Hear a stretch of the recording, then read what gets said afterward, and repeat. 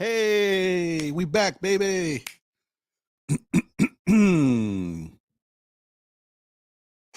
What's going on, everybody? Happy Saturday to you all. Hope you are blessed and highly favored. Um, Welcome to see another day on this earth. Hope the family and loved ones are doing well, and hope you are trying your best to take care of yourself every single day. Quick look at the weather, folks. Let's see what's going on, because I went out there earlier and not so great. So it looks like in the New York area, it's a high of 63 and it's currently 63 right now. So that means it don't get no better. It is showers all throughout the day until around like 10 p.m. tonight. And it doesn't really matter because it's going to be showers tomorrow as well. High of 69. And then showers, a little bit of showers on Monday as well, high of 72. But then it starts to get a little nicer. Tuesday, 77, partly cloudy. Wednesday, partly cloudy, 80 degrees. And then Thursday, sunny, 89 degrees, which basically means 90. All right. It is what it is. That's the weather, folks. So we got to enjoy it, man. We got to take it for what it is. It's only the beginning. Because as much as some of us wanted to get past the winter, we were done with it. You know, when summer gets here, people are going to be complaining it's too damn hot. So it's on its way. I've got my morning cup of Joe or Joanne, the congestion swinger, a little French vanilla, pinky up. That pinky's for flavor. Yeah, we good to go. So anyway, I hope everybody is doing well. It's crazy right now because it seems like everything is hyped up for New York. You know what I mean?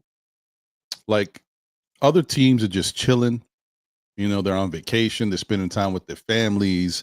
They're worrying about next season. How can we get better? How can we do things? But the NBA Finals is still going on, and the offseason hasn't started. Yet the Knicks, for whatever reason, it's like we are in the middle of the offseason already. Like, I don't know what's going on, man. I don't know why everything is ramped up so much for New York when we should be taking our time, right? Enjoying the season for what it was.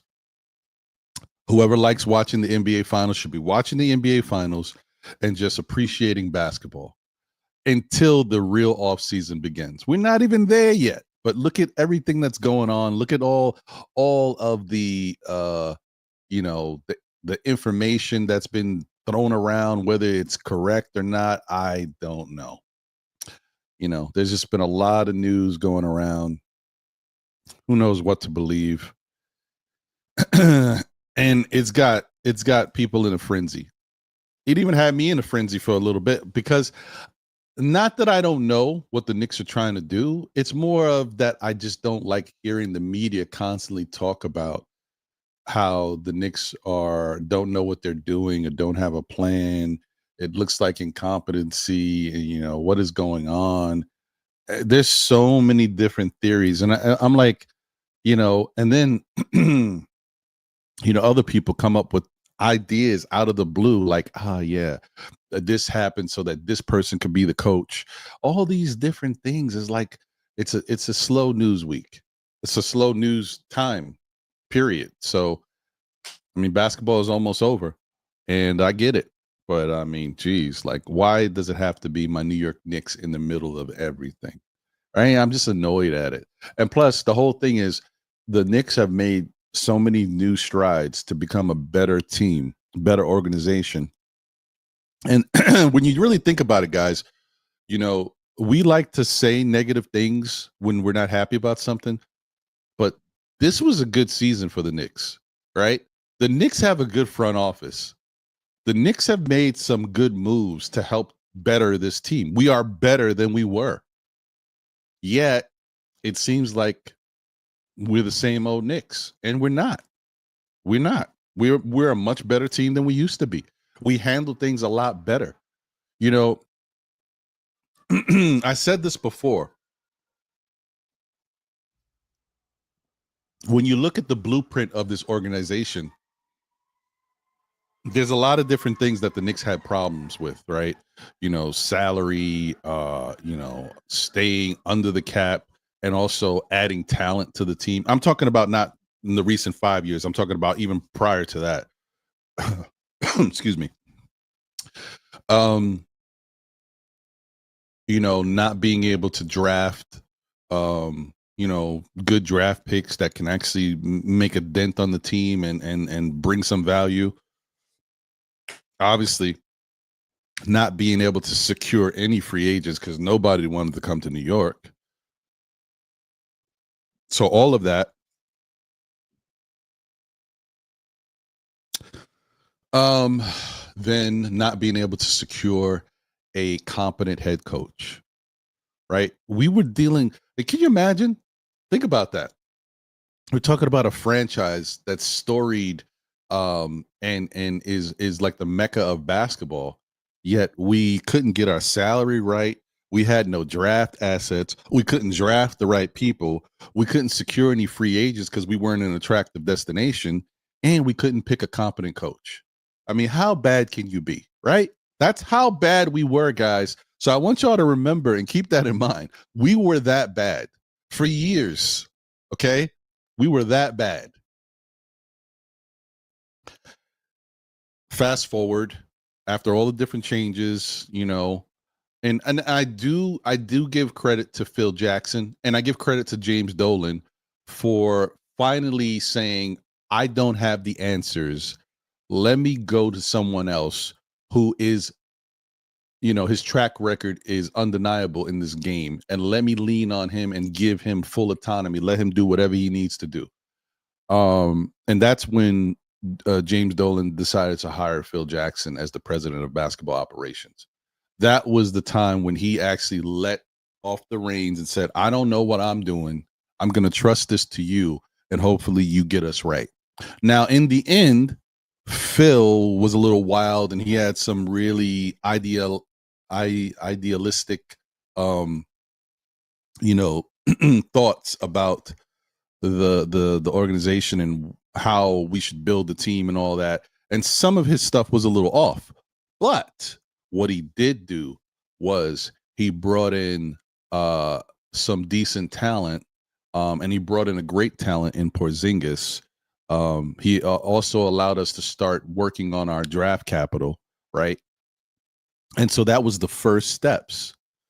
And that allowed us to also be able to move Porzingis and get some assets back, which started the cleansing, And then Steve Mills and Scott Perry came in, and basically did what they had to do to get us in a more friendly cap situation. And most importantly, they started to bulk up on assets. And so we finally had some stuff to play with. We were players in the game now. Now we could put our cards on the table, right? In comes Leon Rose. And so my whole thing is, if it wasn't for James Dolan finally saying, I don't know what the hell I'm doing, and allowing Phil Jackson to take the reins, that allowed James Dolan to step back and say, okay, I can give control to somebody else because I don't know what I'm doing. Sometimes you got to go through stuff. You got to see that you don't know what the hell you're doing.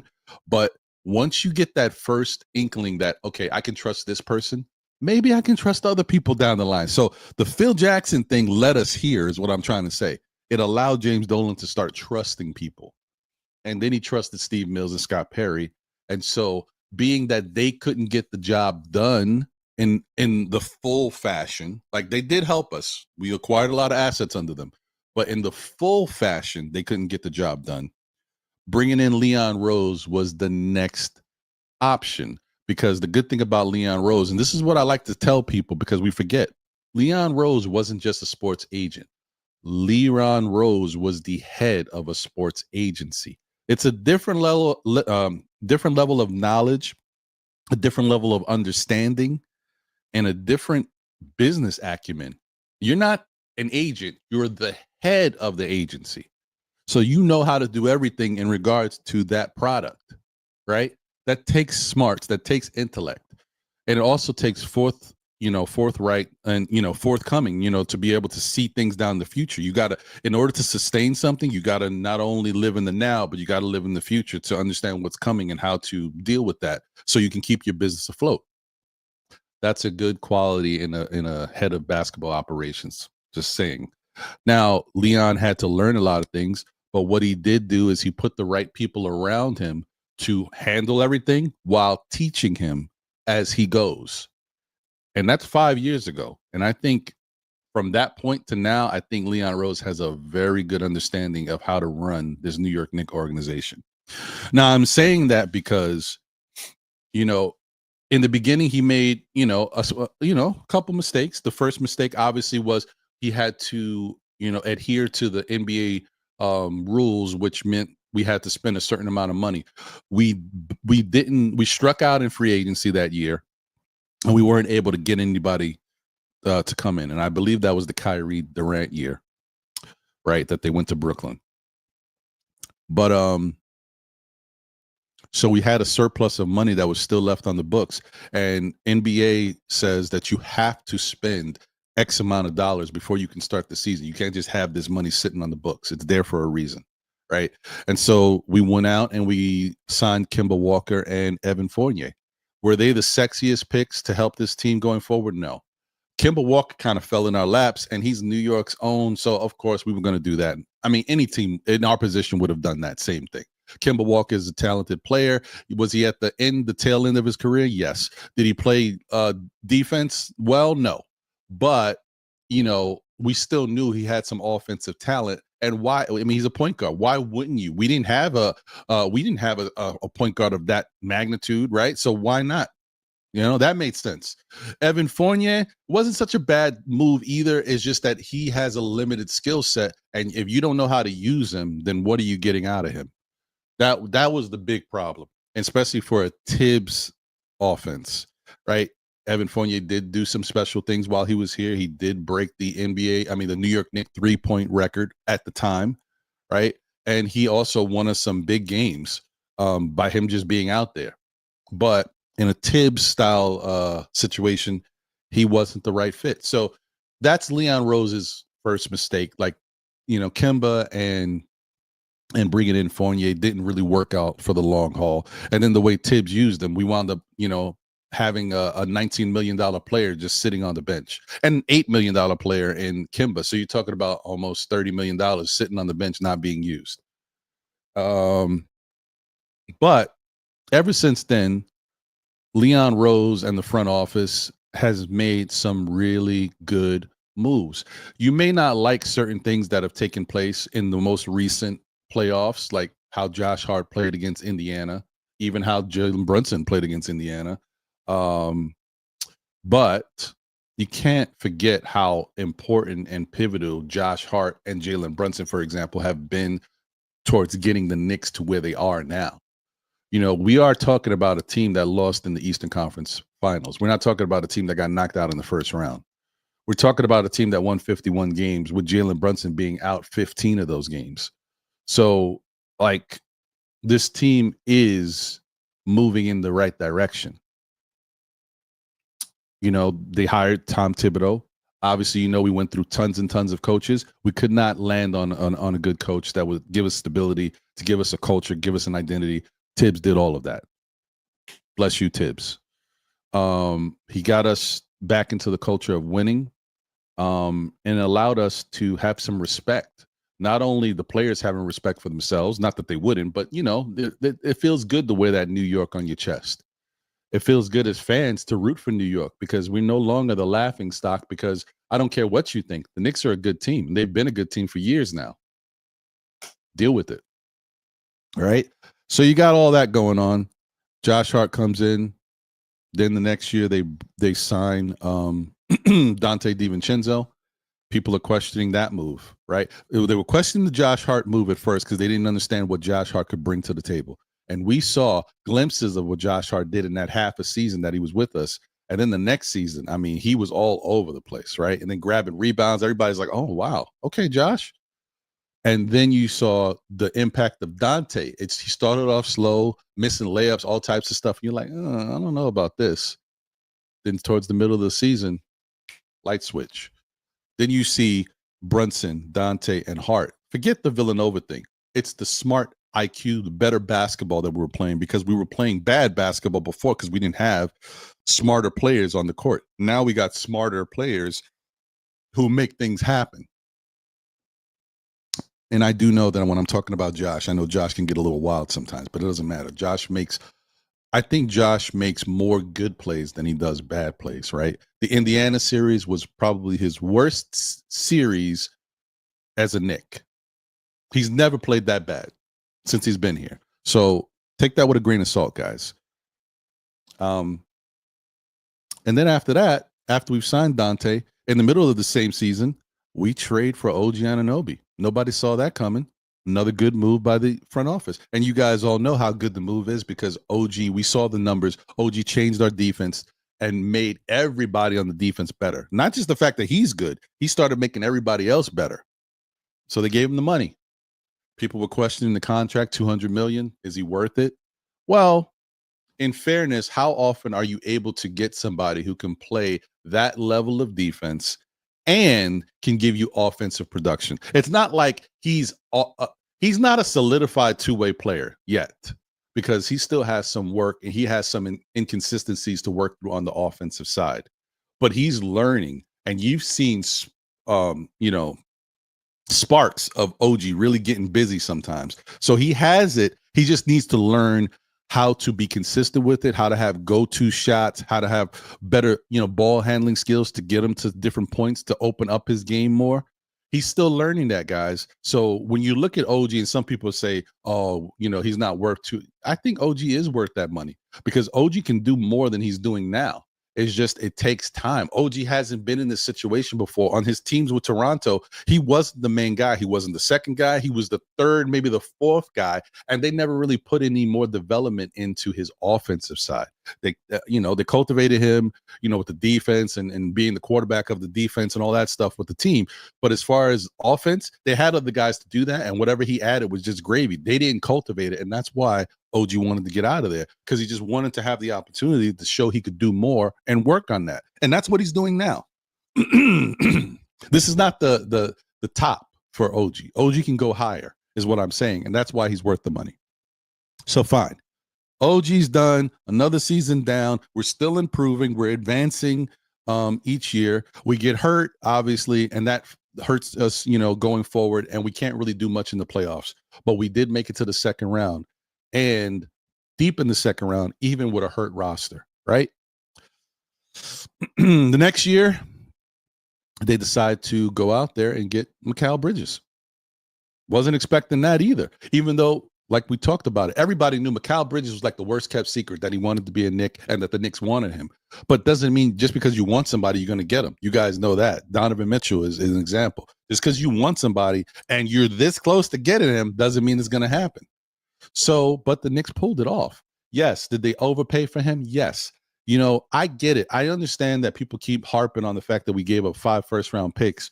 I get it. But you knew there was going to be a Knicks tax. We're dealing with Brooklyn, right? And I hate to keep saying this because people keep, looking at it the wrong way. Is Mikal Bridges worth 5 first-round picks? No, probably not. Is he worth 3? In my opinion, yes, because he is a two-way player. Is he inconsistent? Yes, but when he's good, he's good. When he's on, he's fantastic. Is he worth 3 first-round picks? I would say he is. Some people might not, but I would say he is. When he's on, he's on. The extra 2, that's the Knicks tax, guys. That's for here. We know you want this guy. We know you're going to take the back pages from us. We know that now this is going to drop us down even more in our own city, and we're going to give him to you. But we want 2 more first-round picks. If you want to be happy, this is your road to a championship while we get even lower. This is what you got to pay. You may not like it, guys, but it made sense. And from the standpoint of, we all know the whole thing about, yeah, these guys are high schools. They're not even a college, and we don't even know who they're going to become. I get it. I'm with that too.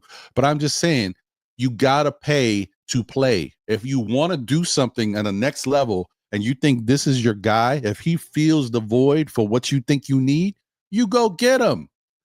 This is like the for you Yankee fans, the George Steinbrenner way. When George Steinbrenner wanted something, he got it, right? And as Yankee fans, you guys loved it. Sometimes it worked, sometimes it didn't work, but you liked that he played. You liked that he went out there and did it. Can you be so mad that the Knicks gave up 5 first-round picks for Macau when they think that he's the one of the missing pieces to winning a championship? The Knicks are trying to win, guys, and they thought he would be the next person to help them. And it's not like he hasn't had great moments. He has had great moments. He just is inconsistent. And that's something you can't really foresee because you don't know if that inconsistency is going to transfer or translate over to the Knicks. He may have been inconsistent with Brooklyn, but you don't know how he's going to be when he's with the Knicks in a better system with better players. So it's a chance you take. Then when we're starting to feel good about ourselves, oh, we got Macau, yo, it's on, the Villanova 4, all this stuff. Julius Randle back for another season, healthy. What's good? And then they trade for Karl Anthony Towns, a guy, a stretch big who is a 8-time or 9-time All-Star at the time. Whatever he is, I don't know, 6-time, 7-time, I don't know. He's multiple All-Star. And Cat can get busy on the offense. So, I mean, who wouldn't try to take that chance to bring in a Cat? The whole thing is we're playing different teams, and they have a big. Milwaukee has a big. Boston has a big. Other teams have bigs that can stretch the floor, and we're seeing this. Miles Turner, Indiana, they have a big that can stretch the floor. We want to open up the offense and be more dynamic. Open up those lanes for Brunson and guys like Macau to drive, OG to drive.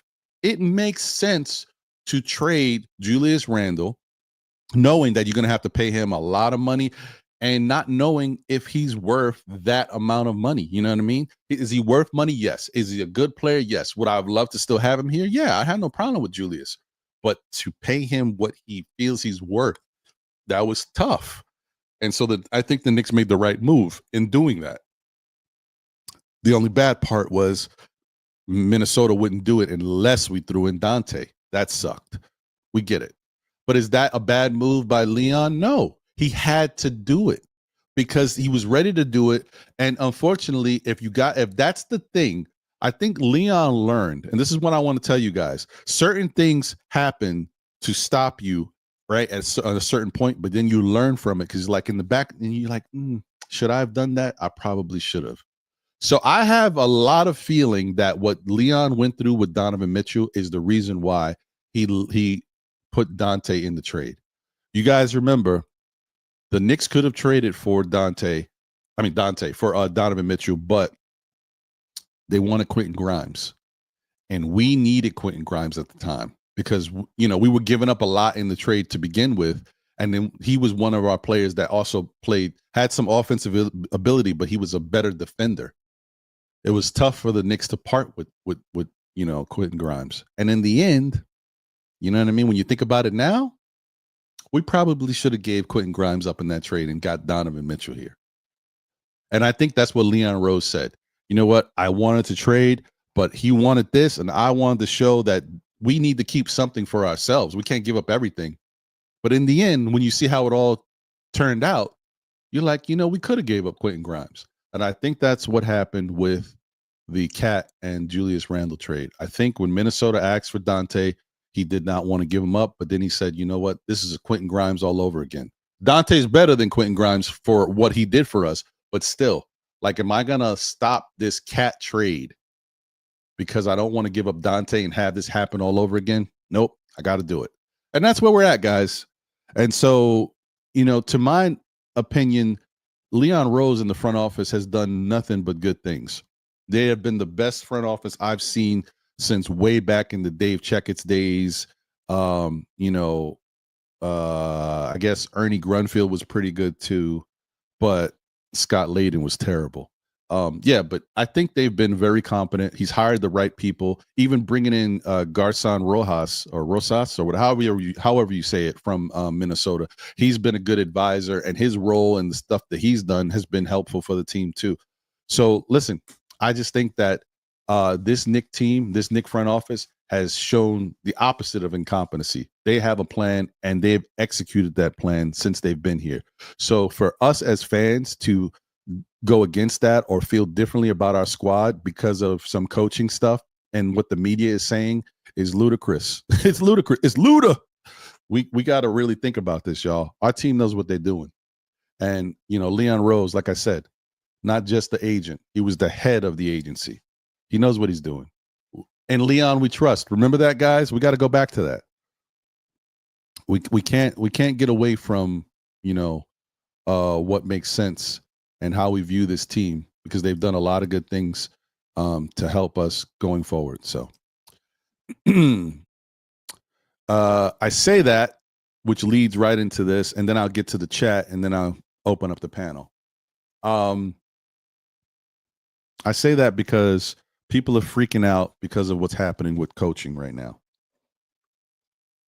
The Knicks have sent invites or requests to a bunch of different teams to talk to their coaches, and we've been getting denied, right? And everybody's freaking out. Everybody's saying, well, this is a coach we could have used. This is a coach we could have used. This is supposed to be our number one priority. That's what the media is reporting.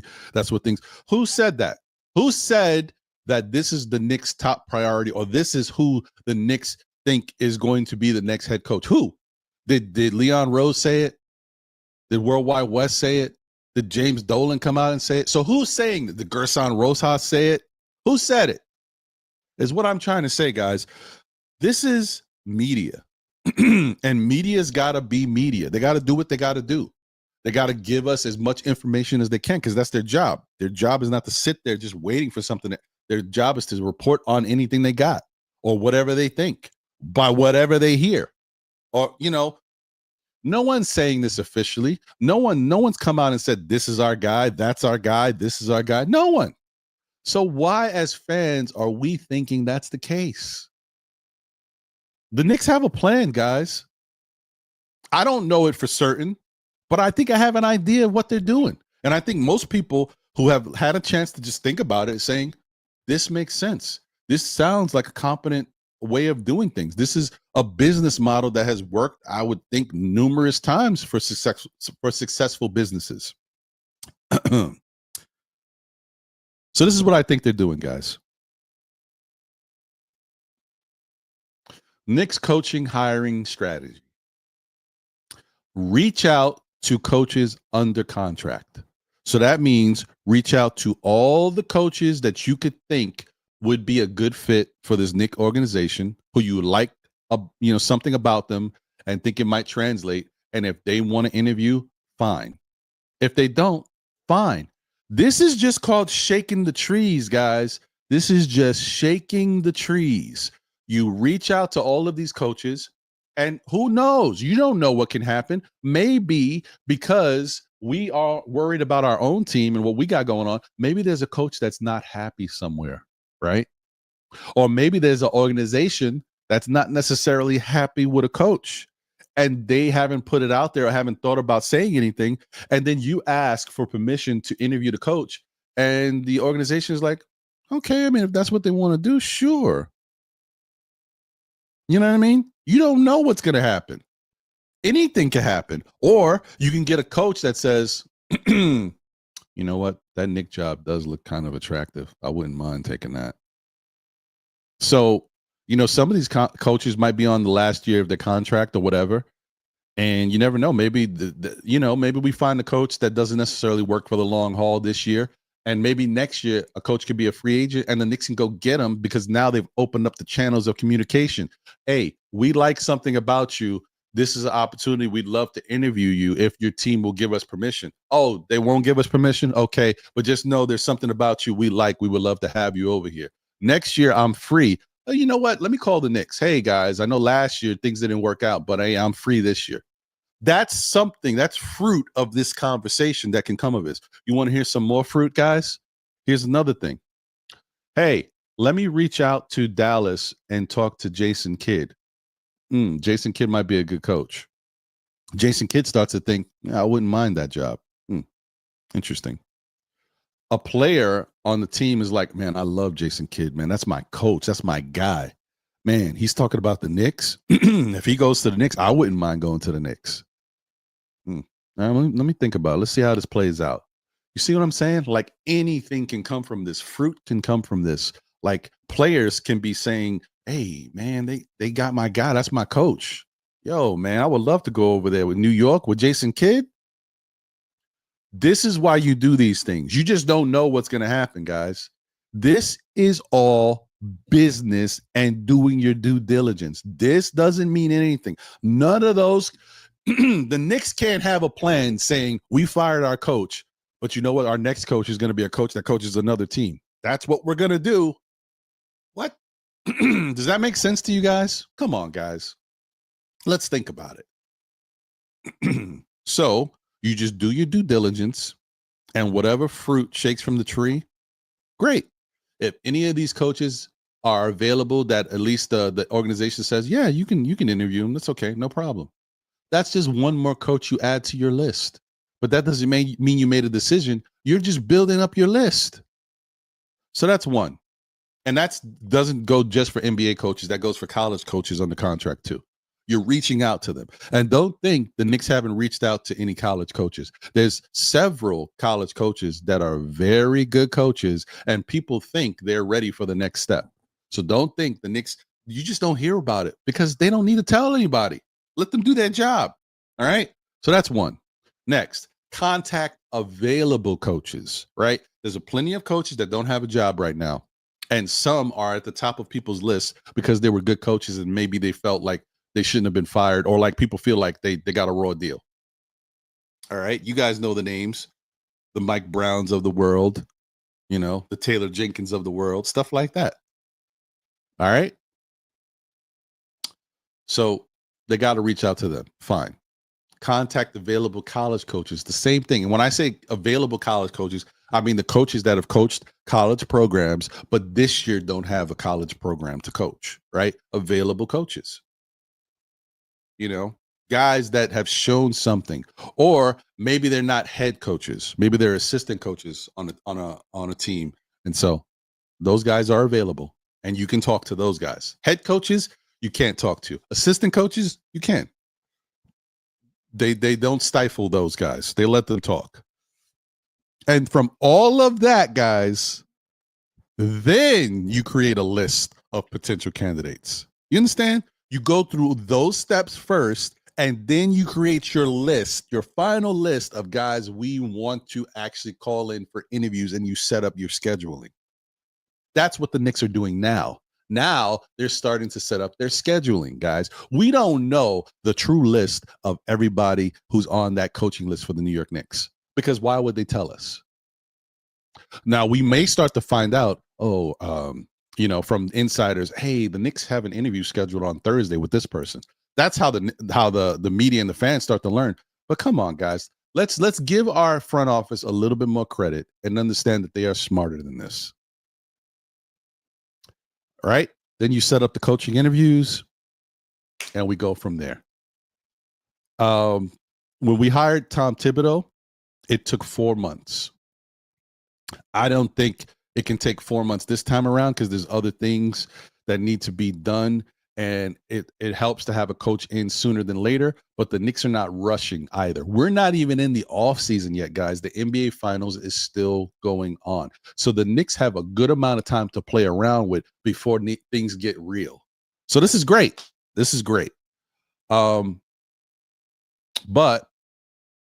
all this news and all this reporting of everything we think we know, it's some of it's a little embellished or fabricated. Some of it is true, but none of this is fact. Like, this is exactly what the Knicks are going to do. We don't know that because we're not the Knicks, and the media is not the Knicks, and the rest of the fan base is not the Knicks. So we don't know what they want to do.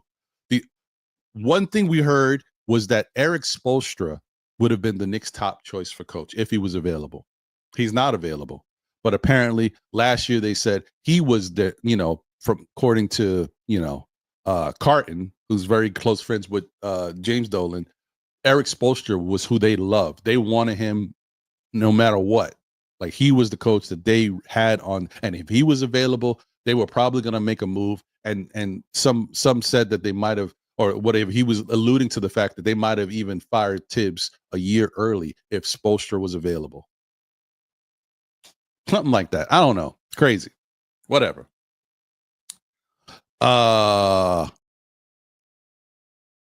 that's it, guys. I mean, any of these guys can get an opportunity. Mike Brown will, Taylor Jenkins will, Johnny Bryant is still in the mix, even though he may not be as high in the list as people thought, or maybe he is still. Maybe the Knicks want to interview the rest of these competent coaches to see how whatever they say stacks up to what they already know about Johnny Bryant or what they heard from Johnny Bryant. Maybe they've already talked to Johnny Bryant. You know what I mean? Maybe this is what they want to know. They want to compare these other coaches and see their style to what Johnny Bryant has said to them so that they can understand, is Johnny Bryant a top pick or should he be coming down a notch in our order? That's what they got to look at. Dan Hurley is still in play, even though I thought he wasn't, but he hasn't officially said anything about not wanting to coach in the NBA.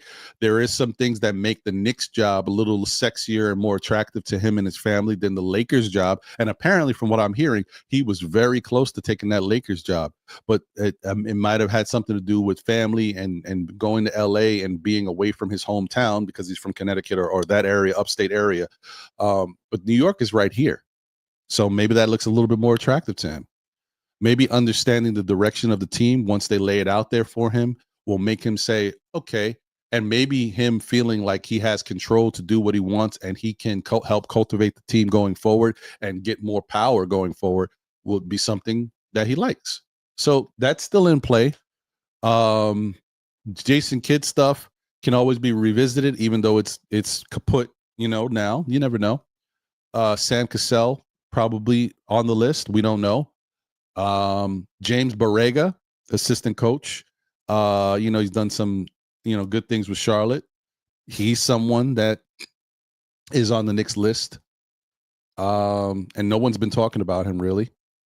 And then another guy who's a wild card in the mix is Rick Brunson, Daddy Brunson. Now, I really didn't think that Rick Brunson had any chance of being the next Knicks head coach. But once again, guys, we don't know how this team moves behind the scenes.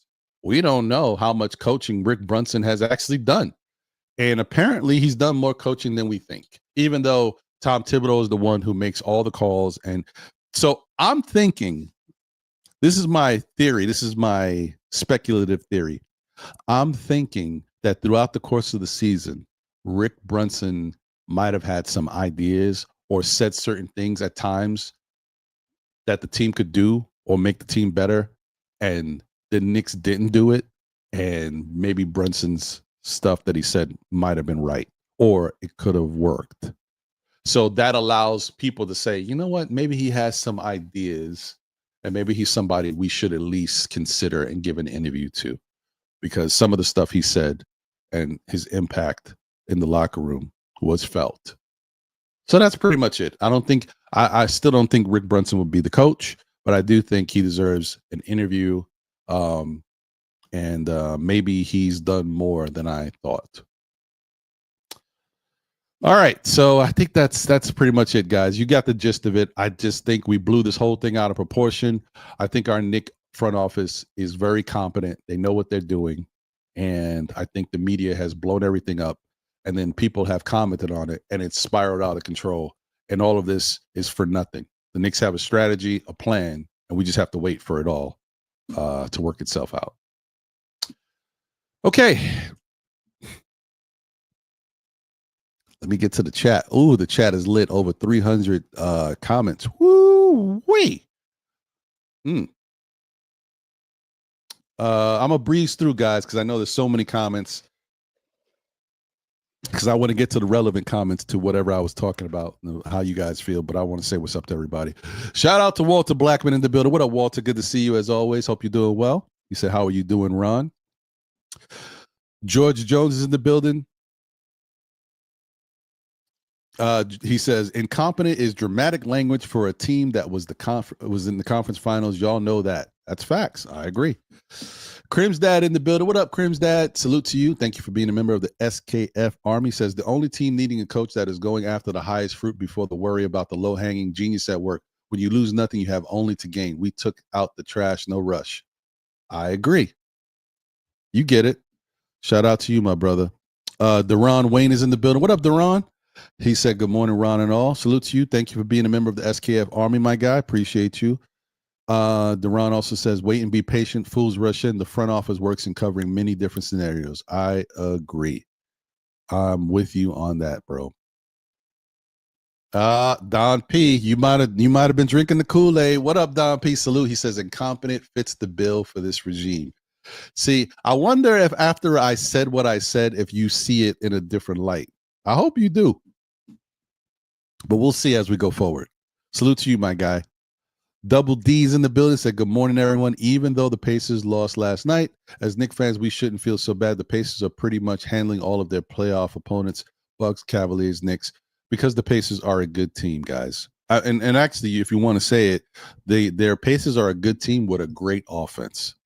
So I can't give them the great team thing. Great team is meant for teams like Boston, that have shown you certain things in a special way, and it translated throughout the whole season.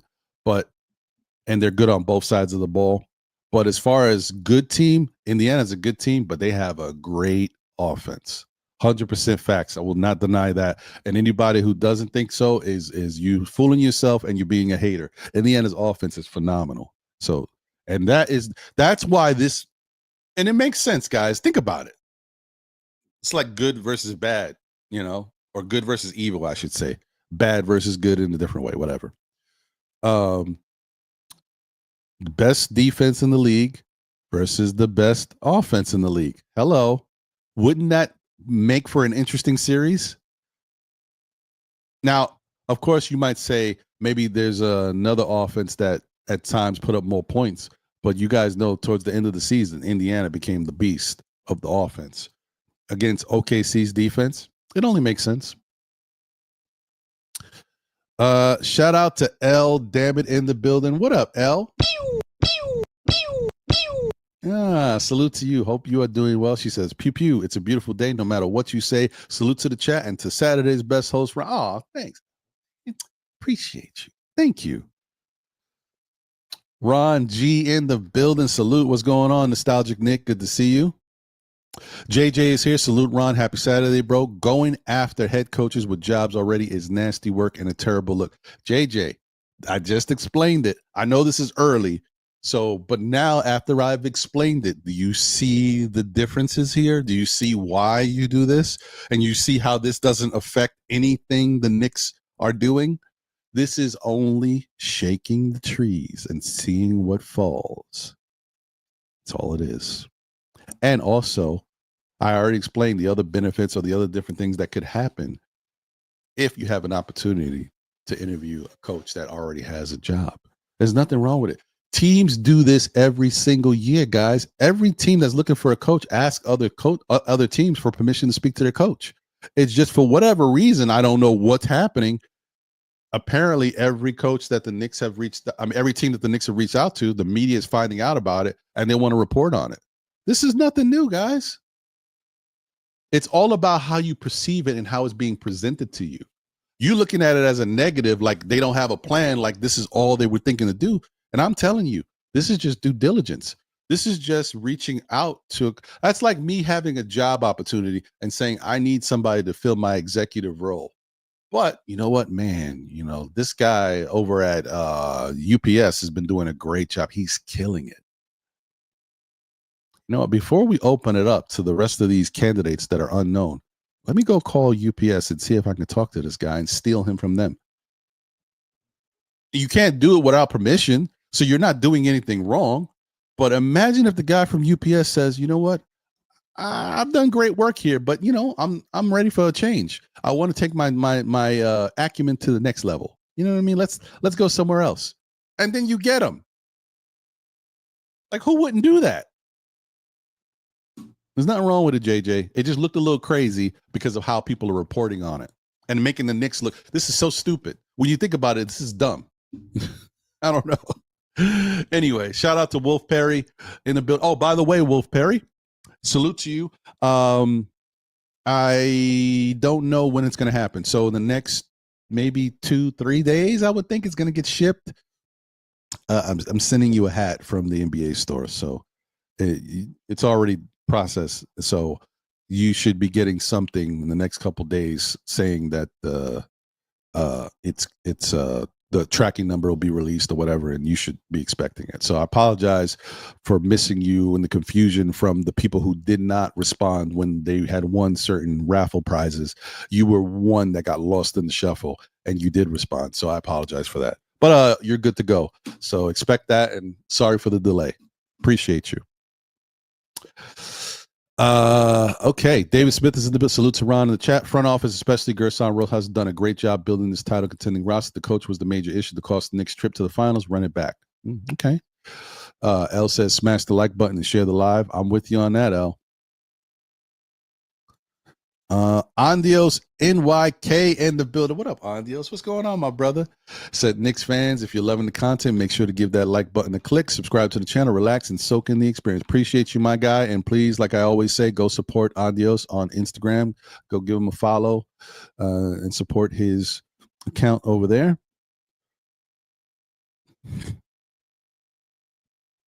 Fritz Alcindor is in the building. Salute to you, Fritz. Mr. NBA Economy Show himself. Go show him some love, guys. And also, give him some love for his work on the Nick of Time show. They recently did a show talking about the cap and free agents and who the Knicks can acquire. We're going to talk about it a little bit today, but I'm going to do it a little different. Like, I'm just going to open it up and show you guys the different free agents that are available, and we'll talk about who might be available that you would like, and we'll go from there. Because honestly, I think Nick of Time show and Fritz did a really good job of breaking that down, and I don't want to really duplicate the process. Plus, he understands a lot more about the cap than I do. The Knicks are like currently $8 million under the second apron, but you still have PJ Tucker, for example, who makes $3 million. He might come off the books, and I guess that makes us $11 million under the cap, but I'm not quite sure. And I think there's one other person that we could release if we want, and that'll give us like another $1 or $2 million, maybe something like that. But we don't have a lot of money, guys. Even what I just said, if that is the case and I understand it correctly, it's like we're talking $12 million. That's all we have. That's nothing. And the Knicks need at least 2 players. So you're talking, hopefully you can get somebody on the vet minimum and maybe the mid-level exception, something like that. We don't have a lot of money, guys. So we'll talk. Shout out to Jersey Shore in the building. What up, Jersey Shore? So what up, Ron, in chat? Okay, let me breeze. Darlene Bryan is in the building. Let's go. Salute to you. Hope you're doing well. So salute, Ron. Randu's in the building, member of the SKF Army. Shout out to Randu. Salute, Ron, into the chat. Appreciate you, fam. Let me see. Bagger Jones is here. If the Pacers win the championship, I would be so upset because that should be our championship. We are the better team. That's why I want OKC to win, to make me feel better. It should have been OKC versus us. Hey, man, Bagger, listen, I understand, but quite frankly, look, I'm just being honest with it at this point. We're not the better team. We have better talent. We've played better at times throughout the season. They were just a better team at that moment. The better team won. They executed better than us. A team is top to bottom. It's coaching and it's the players. Both have to do their job. And it wasn't just the coach that made mistakes. The players made mistakes too. And that is the reason why we lost. If the coach did better at calling certain things and getting us out of certain situations, like game 1, for example, we could have won. If the players had did better at making smarter decisions with the basketball, at trusting their teammates, not forcing the issue or putting yourself in a situation where you can get blitzed and trapped all the time, and therefore you can't really do anything but turn the ball over when so much pressure, then we might have won. But it's a combination of both being bad in the worst possible time in the playoffs. You know, for as gritty and grimy as they were in the first series versus Detroit, and as smart and better execution that they showed in the Boston series, they were the total opposite in Indiana. And game one was it. Game one was basically the beginning of the end for us. We should have known that things weren't going to be the way we expected after what happened in game one, and it showed. The basketball gods will not let you forget. All right. Let me breeze through. D-Block in the building. What's going on, D-Block? Salute my brother Ron in the Knicks community. It's been a minute. Hope all is well with you and your family. Same to you and yours, my brother. It's good to see you, man. Hope you're doing well. All right. Mind me, guys. I'm just breezing through. Shaw Powers is in the building. What up, Shaw? Good to see you, my guy. Salute. What's going on? Please show Shaw and my guy Divine some love on Knicks Real Talk. I know they're taking a break and they'll give you shows when they can, but please show them love and support their channel. Buzzer Beat is in the building. Salute Buzzer Beater. Says salute to the chat. What's good? Kareem Grant is in the building. What up, Kareem? And thank you for being a member of the SKF Army. Says salute. Much love to you all. And Ron, appreciate you. 19 Con Man NYC is in the building. Knicks is acting like Plaxico in the Club remix. Who put the hole in my foot? Nah, B. Nah. That's that. Nah, we tripping. People's tripping, man. It's not what it looks like. And shame on us for allowing the media to make us think that a person who ran a company doesn't know what they're doing all of a sudden. After 5 years of being a Knicks president of basketball operations, all of a sudden you don't know what you're doing. All of a sudden, the guy who was frugal, who didn't want to click on any deal, especially in the first 2 years, now all of a sudden he don't know what he's doing. Now all of a sudden he's making impulsive decisions with no backup plan. Does that make sense, guys? Sometimes we gotta say it out loud. And wait, what? This guy who we were like, when is he going to make a move? Why can't he pull off? He never does anything big. He can't pull the trigger. Then he's always overthinking stuff. What's wrong? He don't talk to us. Then all of a sudden he makes all these big moves. And now we're saying this guy doesn't have a plan. What? Come on, y'all. We let ourselves fall for the okie doke there. We got to think about it. Just say it out loud, and then it starts to, oh, wait, what am I talking about? This is Leon Rose. And Rose we trust. And Leon we trust. Come on, y'all. Brooklyn Buddha, it's not desperation. Stop getting gassed up by the media. We're the only head coaching vacancy. We can search the whole league, including trying to poach coaches from other teams. That is a fact, Brooklyn Buddha. We haven't even interviewed any, and we're not even in the offseason yet. We have no rush. The Knicks got plenty of time. They can do whatever they want.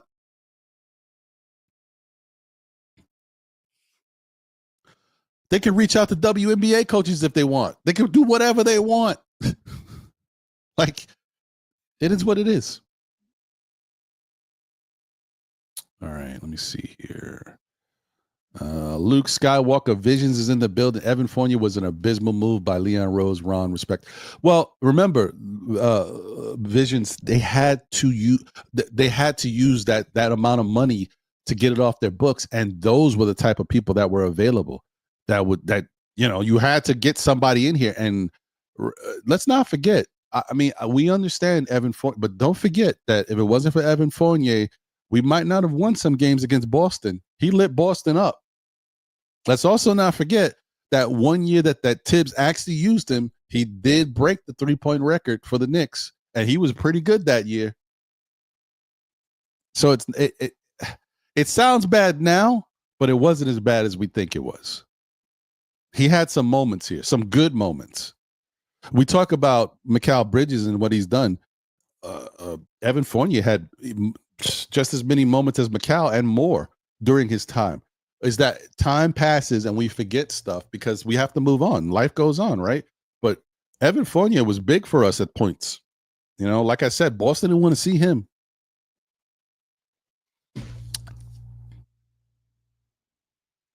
I mean, of course, he's not the greatest person to have because of he's limited in other stuff. I get it. But he had some moments. Mets 21-28 in the building until Dante eclipsed it. Yep, I know. Okay, I'm breezing. To Cowboys in the building. Let's go. Ron, Knicks Nation, hang in there. We will continue to improve. That's what I'm saying. I agree. Good to see you. Quiet Money's in the building. The front office is mixed bag at this point. I believe they have hit their ceiling. Come on. From what, Quiet Money? Why? What lets you think that, though? What? After everything I explained, and I know this could have been before I explained everything, just think about it. Just think about what I said, what we know to be a fact, what they've done.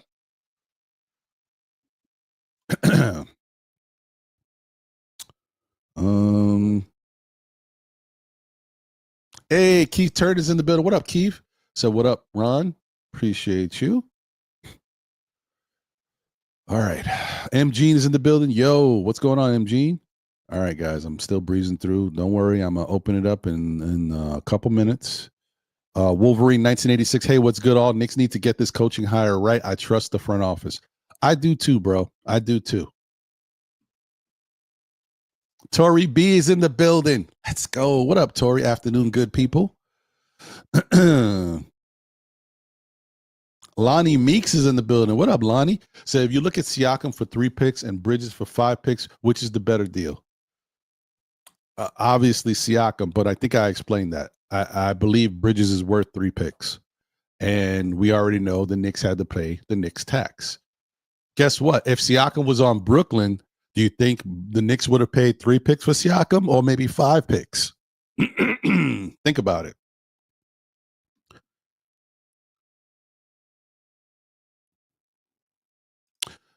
Bang USA Sports is in the building. Salute SKF. We gave up 5 picks because we didn't give up 7 picks and Grimes. I see what you're doing there.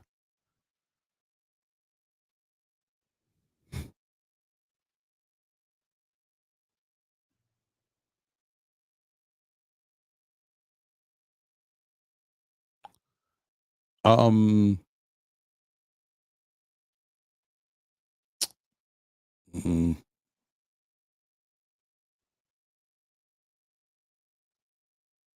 I don't necessarily agree with that, Visions, because this is the best roster that Tibbs has ever coached as far as talent. Now, did the bench kind of fall apart? Yes, but think about what happened here. Think about why the bench fell apart. Yes, the Dante thing was unexpected, and Leon Rose didn't plan on throwing Dante in that deal, but he had to. But as soon as that happened, they went out and they got Shamit. Shamit freaking dislocated his shoulder or whatever he did.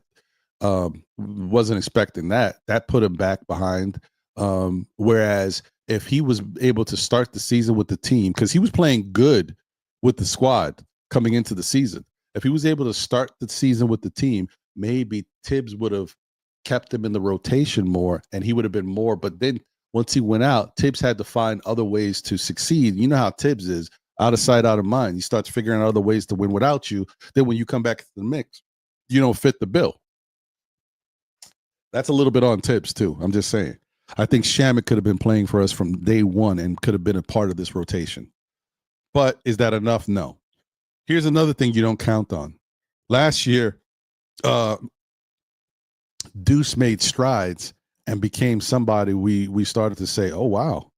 You know what I mean? Deuce took it to the next level on offense. He's starting to knock down big shots. And so the organization and Tibbs probably thinking, okay, just looking at our bench, we don't have everything we need, but we got Shamit, who we think can help fill Dante's role, not fill it, but help fill it.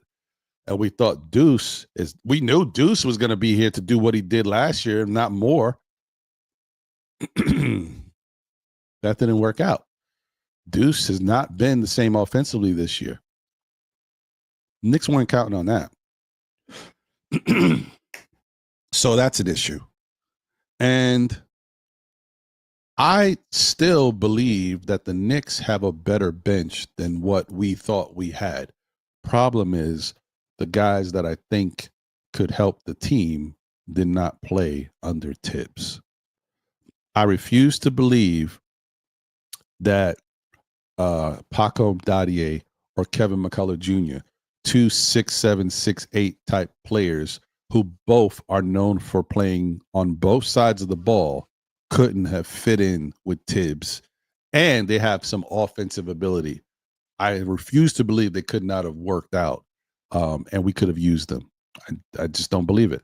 I also refuse to believe that the Knicks could not have worked with and got Ariel Hukporti to be a competent player to help this team going forward, if they wanted to use him like that. But there was no necessity to use him because Tibbs had other people he could rely on. So that's my thing. I'm not, you notice how I didn't say Tyler Kolek, even though I love Tyler Kolek, but I do know Tyler Kolek plays one side of the ball. So that doesn't fit for Tibbs. And quite frankly, it could make us in a situation where we get cooked more than we want to.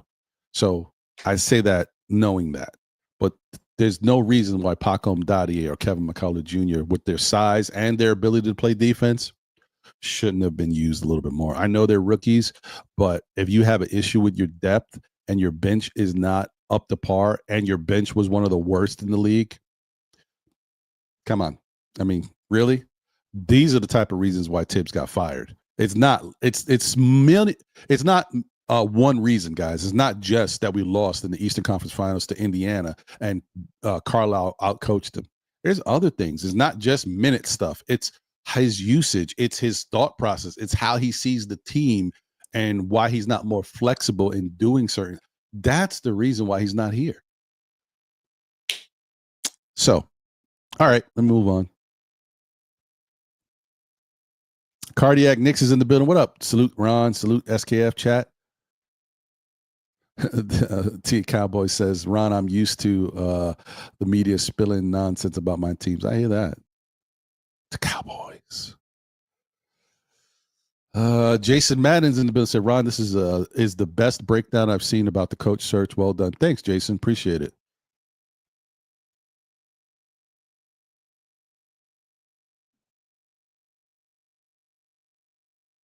Lonnie Meek says we needed a stretch five and Leon got Cat. Tibbs did not use Cat properly. Okay. That's fair.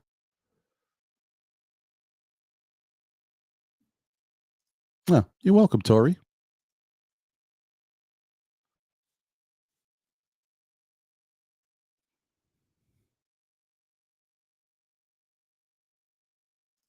Shout out to Deron Wayne, a member for 32 months, guys. What? Oh, whoa, sorry, my bad. I got to switch that up. Hit the usher on y'all. Woo-wee.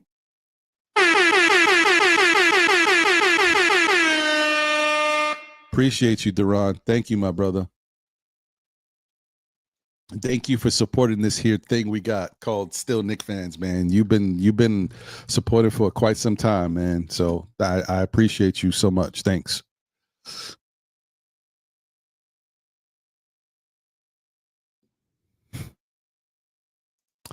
They're the same, buzzer beater. Stream Elements ain't gonna talk. It's bot generated by YouTube. So, but Stream Elements basically just anytime anybody gives membership, they're a sponsor. So yeah. It's the same thing.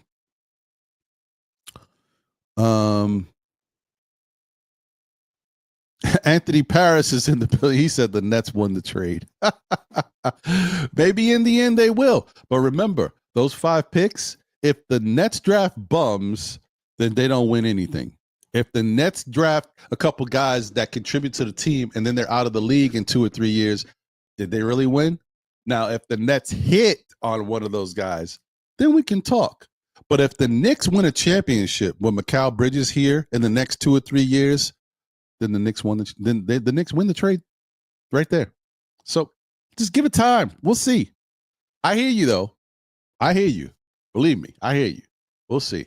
My 2 cents is in the building. Says Spo would have been great. Troll Riley, call him anyway.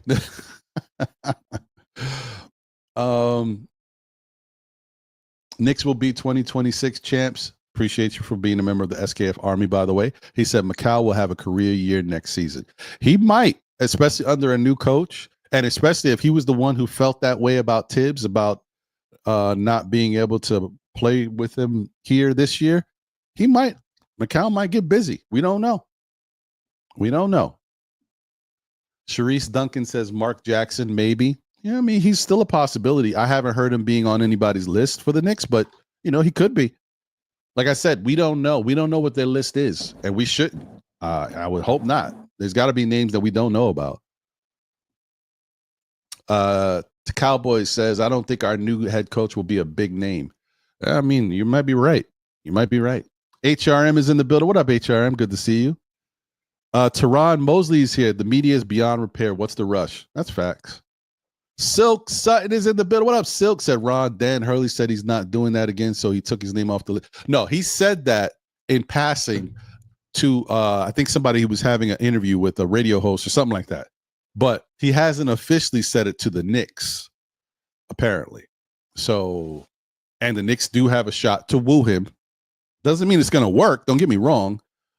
I mean, he definitely loves where he's at. I mean, he's the man over there. So who wouldn't love that? But that don't mean that the Knicks can't woo him.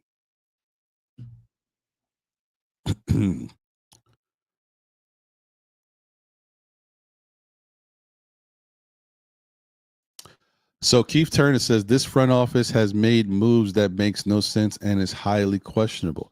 Well, what can you elaborate on those moves? What moves to you make no sense and are highly questionable? I'd like to discuss if we can. JJ47K in the building. This is the best front office the Knicks have had in decades. No front office is perfect, but I don't get what some Knicks fans want. LOL, do you want to go back to prior regimes? I know I don't. You can keep Scott Layden away from me. I like to forget that from my memory. Jason Madden says, I feel like Mike Brown would be a good fit for New York. He might be. He might be.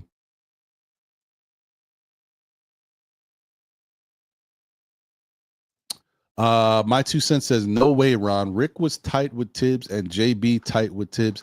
I don't know, bro. I don't know. I'm not going to speculate, but I'm hearing some things that have been said that apparently Rick and Tibs had some butting head moments too. But think about it, guys.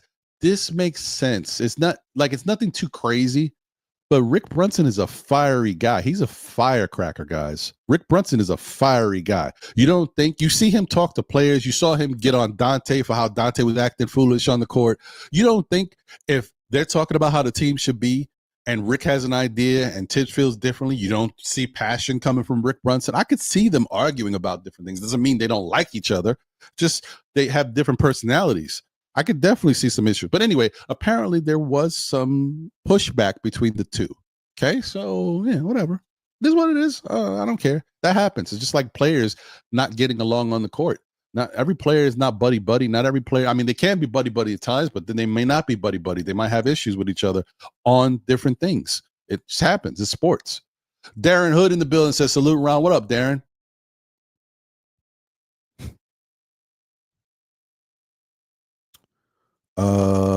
Okay, I got a super chat.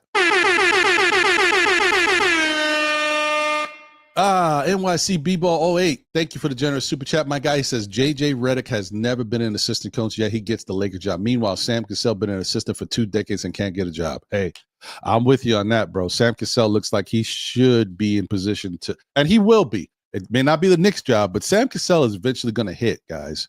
And sometimes it takes coaches a while, man. It doesn't make sense, but sometimes guys, it takes a while before they get their break. And sometimes it's because you got to filter all of the good coaches out. Like after the good coaches get to a certain point where they're not getting the ear of their team anymore, or they're just at a different point where they move on, that's when the stuff starts to open up. Because remember, there's still a lot of household names that are still coaching in the league. And those guys are, in the top of their game. They ain't going nowhere for a little while. One just left in Popovich. And now Tibs is another.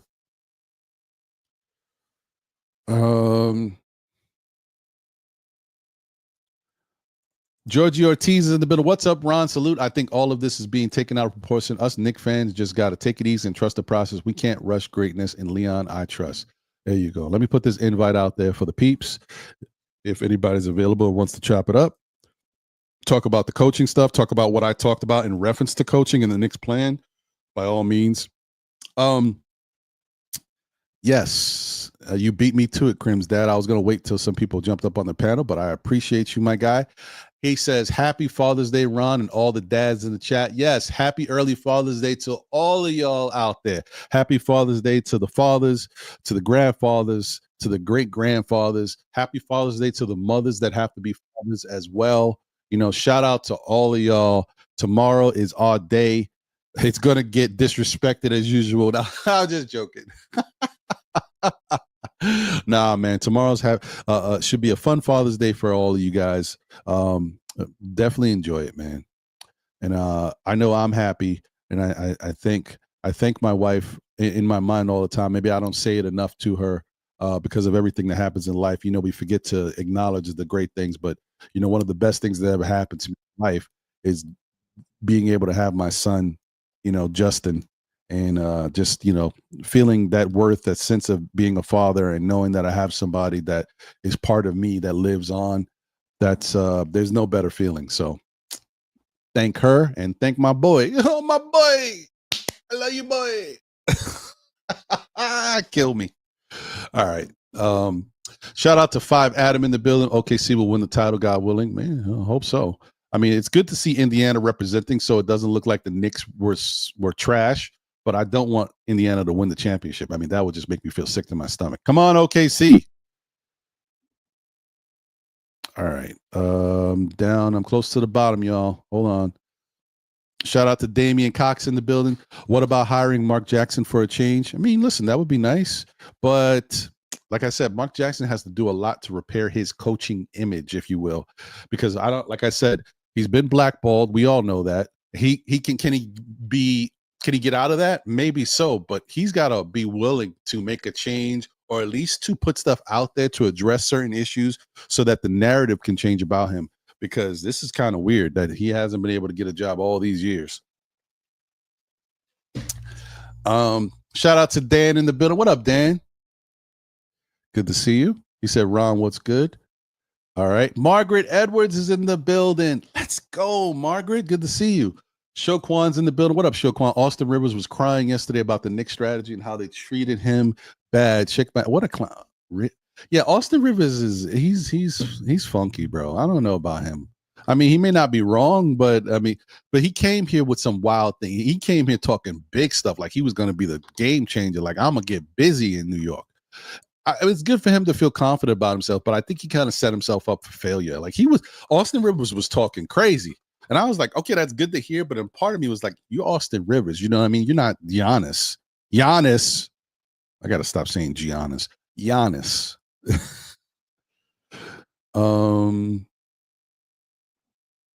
Okay. All right. I think I got to say what's up to everybody. Oh, wait. Ron is in the building. It's another Ron. It's titles like this that make me question whether you guys are real Knicks fans. You know what? The problem is, what you should question is when you come into a show late and don't hear how the title is broken down before you make your statement. That is what you need to question. You need to look in the mirror and say, hey, before I say something on an open platform about what I think is going on, maybe I should look to what is going on. And if I come into a show and it's about an hour in, maybe I missed something. Spicy R. That's spicy Ron right there. Sizzle. Why basketball is in the building? So I think the possibility that the Jason Kidd idea is not over. It may be just negotiation tactics to get more from the Knicks. That's a good point too. Long Island Sound is in the building. I love James Dolan to life. He the best owner ever. I hear that, Long Island Sound. Louisiana Knicks is in the building, says, salute, Ron. What are we doing in the front office? Do you believe the front office has a plan, or do you think they are freestyling? I still believe in Leon. I'm going to tell you what they told me. Cash moves everything around me. Oh, no. I'm going to tell you what I just told this other gentleman. You know, Louisiana, just rewind the show about 30 minutes or so. Look for when I put up the coaching thing and look for what I say. I put up a little coaching placard, or I don't know, graphic, and look at what I talk about there. And then you could always press, like, on your screen, you could hit the live button and it'll bring you right back to the live show where I'm at currently. So go back, watch that, and then come back and we can talk about it. And then you have my opinion about how we got here and what's actually going on. In my opinion. I mean, I don't have to be right, but I think I am. Mr. Realistic is in the building. That's not what happened. I work for the damn team. Oh, do you? Oh, good to know, Mr. Realistic. And with a name like that, how can anybody question you?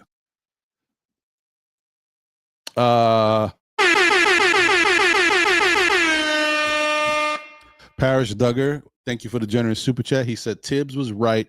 Obi stinks. He wasn't playable.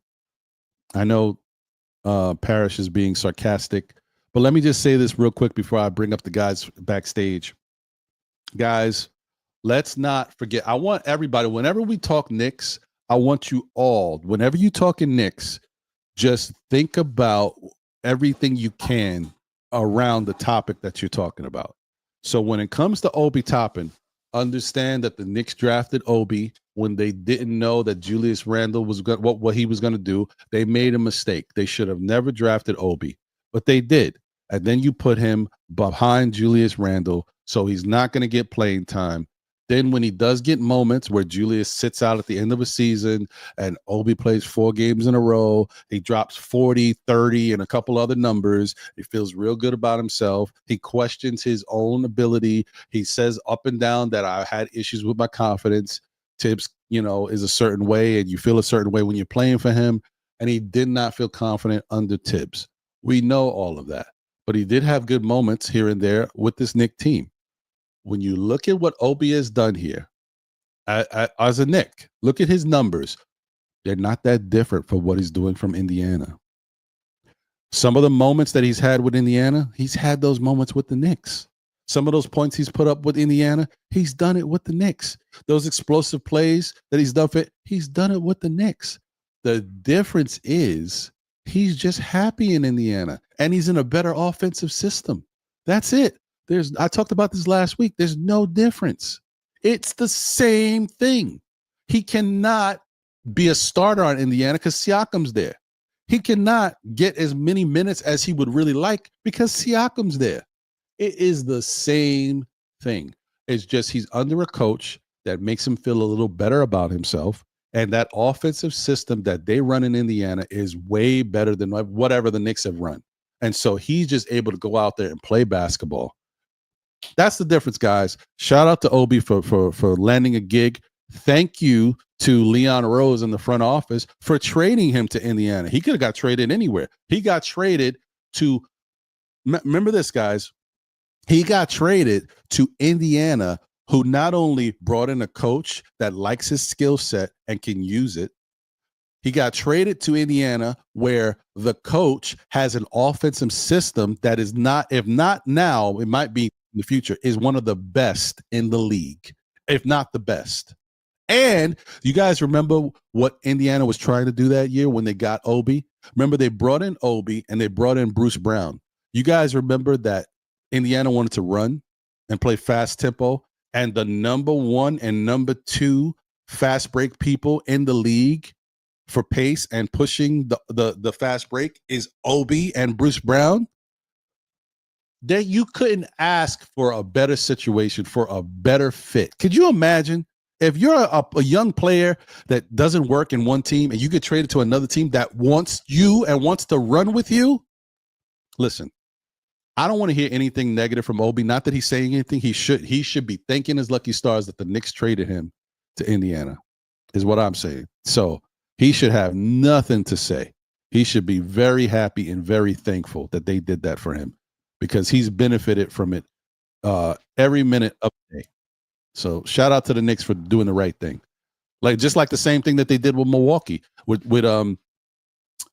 Jericho Sims. They didn't have to send him to Milwaukee. They gave him a blessing. Here, go to Milwaukee. They could use you. So anyway, I just wanted to put that out there, guys, because and there's one more part that I failed to mention, guys. Obviously, we know the whole thing about money.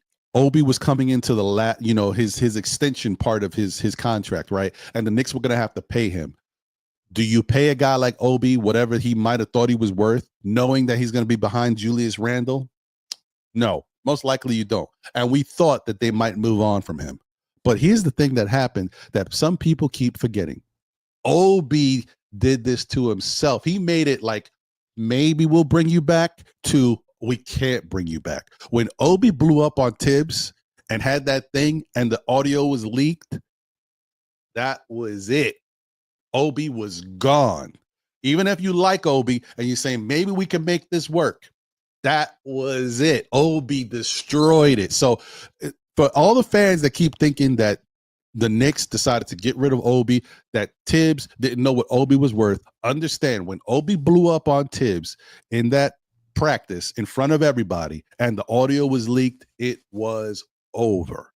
So just want to put that out there. Okay, now let me bring everybody else up here and we can talk about what we talk about. Shout out to Yuri in the building. What up, Yuri? Good to see you. Yo. All right, I just want to make sure that if anybody new joined, I say what's up. Organic Fanatics show in the building. What up, Raul? Two shots, Machete, new Knicks. Yeah, what's going on, everybody? Appreciate you. Says salute, SKF, Adios, chat. Front office is always on point. They're not showing their hand in this game of poker. NBA Economy show is here officially. Siakam was a big injury risk when they traded for him. That's a good point. Hey, what up? My guy Sib is in the building. Nothing but Knicks. Siakam has also been there for 2 seasons under the same coach. Let's see how this plays out as chemistry builds. That's a fact, too. All right. Seb also says, I just hope Leon finds the right guy. I really don't want this team to take a step back. I'm with you on that. SAS guy is in the building. SASS guy. Tibbs' decision to overuse Hart stagnated the participation of the bench and younger players that we need because of our lack of salary space. Interesting. Shout out to Darren Wilkinson in the building. Salute. Okay. JM3 is in the building. What up, JM3? We get to the super chat. Shout out to my guy, Shaw Powers. Appreciate you, my brother, as always. You know what it is. Best of the worst of the building also says more about Sam Cassell that he can't get a job. It could be his bad interviewing, is basically, his interviewing skills or how it happens. Shout out to Just Knicks. Salute. Okay. All right. I think I if there's anybody out there that I missed, understand it's not for lack of trying. I just want to get to the rest of the show. There's a lot going on. Shout out to LB So Wavy 718. Main thing is I was mad about the OB is how we really basically we traded him for nothing. We got the 2 second-round picks. I got you. Jaw Skill. Oh, hey, watch out now. That's an interesting name. Shout out to you. Okay. All right. Let me bring these guys up. And gals. Ooh, nice. We got a nice little squad going on here. This chat is lit, and the panel is going to be lit too. Make sure I got that out there once again. Okay, let me bring everybody up. Boom, boom, boom, boom. Let me switch this. Man, I wish that my one button click thing don't work, man. StreamYard's trying to do good things, but it doesn't always work. It does not always work. That's a fact. All right. Hey, what's going on? Hey, guys. Hey, what's up? Salute. I can't hear you. Say. Oh, hold on. I just want to open up with one. Bets. Hold on. Let me first off, Shah, say something. Yeah. Uh-oh. Loud and clear. What? That's weird. You hear me? Let me check something real quick. Just make sure my audio is right. Yeah. Everything's straight. Huh. Weird. Fritz, can you say something? Yeah, I can hear you. I can say stuff. Huh. That's weird. Huh. What about Tori? Her mic's off. All right. One second. Let me just fix this. I don't know why that's happening. I just like to stay mute till it's a live show, guys. Anything can and will happen. True.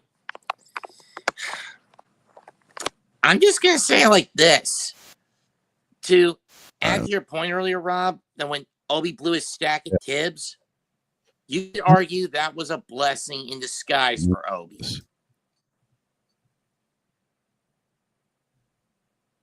Go ahead, Matt. I think Ron's having some issues with the his audio. Oh. Let me switch. No, I hear you. Oh. Yeah, we hear you. Okay. I hear you too. I hear you, Fritz. Tori, you on here? Tori? Oh, Ron, you muted. Yeah, I hear you guys. Okay. Ron, you muted. Yeah, it brings me back into the. You hear me now? There we Yeah, go. we can hear you. All right, yeah, I think my wire was loose, guys, for whatever reason. Hey, and Mets probably went out to come back in, so he'll be back in a second or so.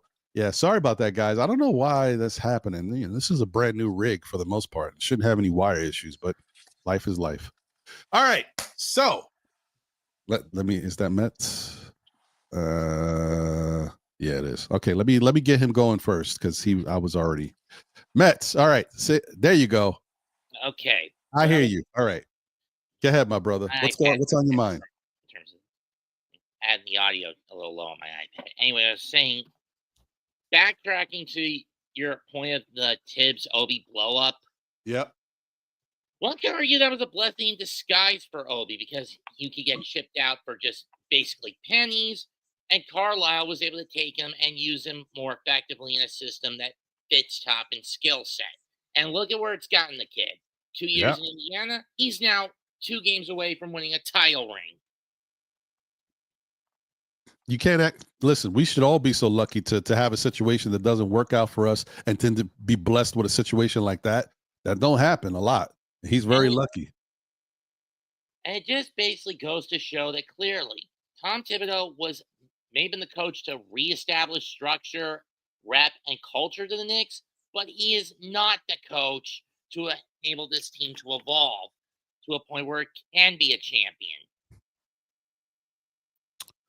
You may have a point there. I mean, it's still a wait and see with the situation because the we're just gonna have to see what happens next year, who the Knicks bring in, and if that person and if this can get through.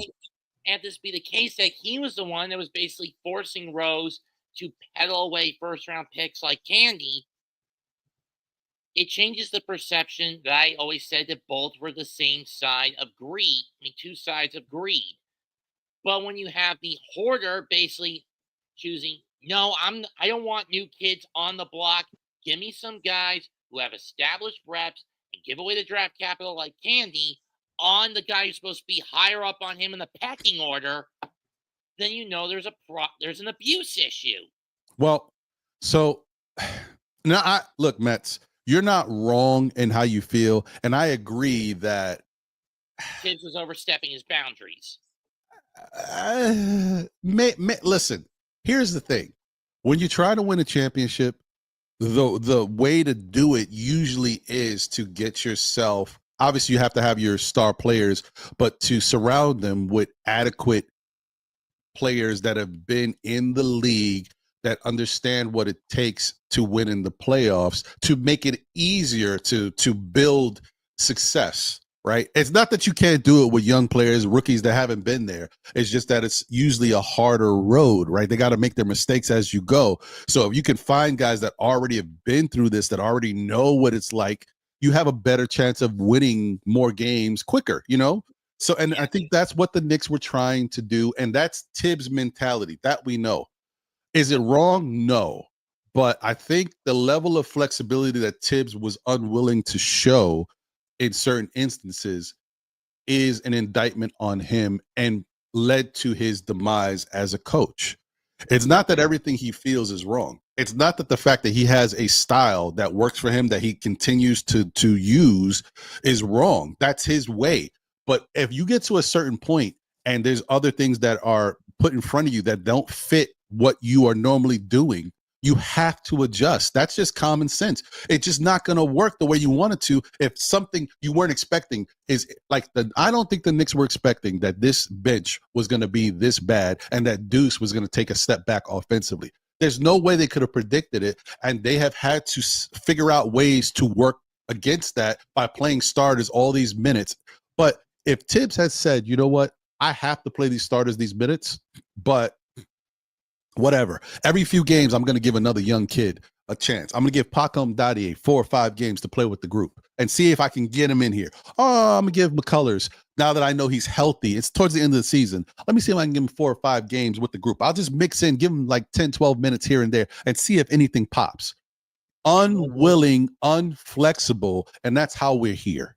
That's in my opinion. That's what I really think it boils down to. I know the out coaching thing with Indiana was big, but I just think him not understanding, because I think that the Indiana series, you guys all know this. I'm not saying anything that we don't know. I hate to recycle information. But when people saw that you don't want to play the bench and then you couldn't win a game until you played the bench, that's just, It makes you look like a jackass. that's rough. That's yeah. rough. I think it's kind of like, I think it was the whole thing. I think Tibbs. Like I said before the season ended, I thought Tibbs was on his way out before the season ended. Right. Like, I think that. the damage was done. Like the damage was done. I think he was a dead man walking. I think the whole team is a machine, and then he isn't going with the flow. And I think a man. Yes, he wasn't going with the flow. So I think they needed someone who's going to work with front office, who's going to deal with, like, if you brought a star player and you brought him to Tibbs, he's inflexible. Like, a star probably has priority, but Tibbs is so inflexible, it just wouldn't work. Mm-hmm. And he's constantly at the bottom of the league and coach favorability. I'll be right. That needed to be fixed in year one. No, I mean, there was a whole lot. I mean, all the stuff. I mean, not that it's all coming out, but Tibbs haven't talked to Leon Rose in over a year. He hasn't talked to some. He doesn't listen to a lot of his staff. You know, what I mean, they come to try to change rotational things. And one of the games, it was real prevalent, and we probably all remember this game when the Knicks were beating the crap out of I forgot the team, man. I just forgot the team that quick. They was beating the crap out of him, and Brunson, the father Brunson, went over to him and said, "Hey, Tibbs, don't you put the young guys in and stuff like that?" And Tom Thibodeau stood over there for another 2 minutes, and he left the starters in for another 2 minutes. It was one of these games not too long ago. I think it was one of the playoff games or something like that. Mm-hmm. But with that being said, that was how Tibbs ran his establishment, or his playing style, or whatever you want to put the crescendo on his name.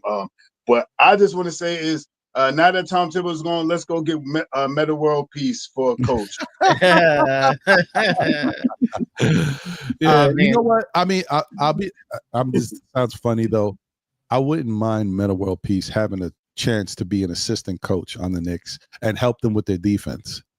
Because I think Meta World Peace knows how to play defense. As far as the other stuff, an offensive threat too. Don't forget him, man. I think he averaged about 19 points, 20 points. He was an offensive threat too. A couple of seasons, but 25, 26 points. Yeah, but that's his own skill. Like the understanding how to play a defense and what to do at moments. I like that part of Meta. I would give Meta a shot to, as long as he could keep it together. I would give Meta a shot to maybe be on the sideline and say, "Hey, let's do this. Let's try this," or do some stuff in practice. Have Meta running the practice. That'd be dope. But I don't know about the head coach. That's Adam with somebody like a Brown or something like that. Somebody that got a high offensive team, and you need someone for defense, right? That'd be interesting. I mean, I mean, I think he could be he's the type of person he has to start as like an assistant development coach, and then he's been coaching now about 6-7 years. What's that girls team they got? They've been doing pretty dang good too. I've seen it a couple of months back. That's when his name really started surfacing. He has I think it's a girls team that he coaches. Last 5, 6, 7 years or something like that. And they went from the bottom and now they're topping offense, topping defense over there. I can't remember the name of the team, but I've seen it about maybe I want to say February, something like that. Huh. Yeah, he's gonna have to prove himself. Like usually when they let just people jump from the NBA, jump from being a player to being a coach, is when you're a point guard. You're a great point guard. Yeah, no question. Right. Or you're someone who's been at a coach's right side, even though you were a player. There's some players who sit right next to the coach, and then eventually, he's a coach. But you can't just say, hey, I could coach because I know what it is to win. They don't, unless you're a point guard, they don't let you do that. No. I agree with that. I just think that Meta, you know, I don't want to do that either. I'm gonna leave that alone because that's gonna compare him to somebody, and everybody knows that person. It's gonna sound crazy, so I'm gonna leave it alone. But Meta is very talented. He's a recluse. He's different. He's very interesting, but he was a very talented player who knew how to get stuff done. And defensively, he was a beast, and people knew that. I remember that time where Draymond Green was coming into his own until he played Meta World Peace, and Meta World Peace gave him the business. Like, oh, you think you could do this, or you think you're that guy? I'm that guy. So it was pretty cool. Anyway, Tori, what's going on? What's on your mind? Happy Father's Day Oh, thank you. Thank you to very all of you much. fellas that are dads up there. Thank You you. know what's on my mind? I came on just to say thank you because I'm so sick of hearing everybody jump off the ledge about this coaching thing. It's just so annoying to listen to these guys. Like everybody acts like they didn't have the same exact gripes from pretty much game 2 of the season. Like we Facts. watched the entire season, and every single not everybody, because there are plenty of Tibbs apologists, but most people were sick of him by the middle. Like literally, probably like game 30, everybody was like, I've had enough. I was And now sick of that them. they've actually go ahead. I was sick of him during year 2 when the injury bug was running amok, and he still kept playing the same players. One of my biggest gripes during that season. It's part of my intro video where I basically cursed the heck out of them. Scream against Minnesota. I screamed the heck out of them. Put in Sims once Randall, Mitch, and Noel all fouled out. He never did. Mm-hmm. Yeah, true. Oh, continue, Yeah. Tori. And now everybody's screaming that the Knicks don't have a plan. How about the plan was they chose their players? The players didn't want to play for the coach for whatever reason, because they all had their own separate reasons for not wanting to play for Tibbs. The players did not want to play for this man, and they chose their players. How about that's the plan? That Now everybody and wait, losing their minds because they didn't run out and get a coach immediately. I don't know if they necessarily were planning on firing Tibbs. But once they so had that meeting, they're like, you know what? I'd rather take care of the guys that I'm paying hundreds of millions of dollars to play than this coach. So, Tori, wait, before you continue, you know what you just said, and I think you're right. And I don't think I've heard anybody say it yet. Wow. Me just saying it right, me thinking it right now is like it's new for me. I wasn't even thinking it. Tibbs lost the locker room. The difference is the Knicks, this Knicks team, and that's why I say, you know, I wasn't thinking about it this way, but you got to give them credit. They stayed professional because, you know, when we think a player, when we think a coach has lost the locker room, we see it by the way the players play. They go out there, they start sucking it up, they start looking like they don't care. But the one thing I would say about this Knicks team, they've shown they've cared, and even moments when they got a little lackadaisical, they came back, they always fought. So they stood professional. But it looks like Tibbs lost the locker room. Yeah. They stopped having fun in January. Like the game was no longer fun. It was a struggle. And saying you lost the locker room doesn't mean they say I need him gone. Mm-hmm. But they probably want some changes. And one thing I think Tibbs has respect. You can't hold Tibbs' hand. That's disrespectful. Right. You can't say you're gonna do this or else. You either take it or you leave it. And I think they rather leave it than to take it again for another year. And you know the problem too with Tibbs is I think Tibbs in his own right for everything he's accomplished and everything he's established of who he is as a coach and as a person is also his own worst. It's to his detriment too. Because if he could be more flexible, or if he could take the concerns of the players and make some changes, I think everybody would be happy, because I think they know how good of a coach Tibbs is. But you also understand that he's just inflexible. and he's not. You can't teach him new. You can't teach a zebra new stripes and stuff. You know that whole thing. Like he is a creature of habit. He's gonna do things the way he does it, and even if you don't like it, you got to understand that that's his way, and that's the only way he knows how to get things done, and that's where he gets success from. But for the players, that's not enough.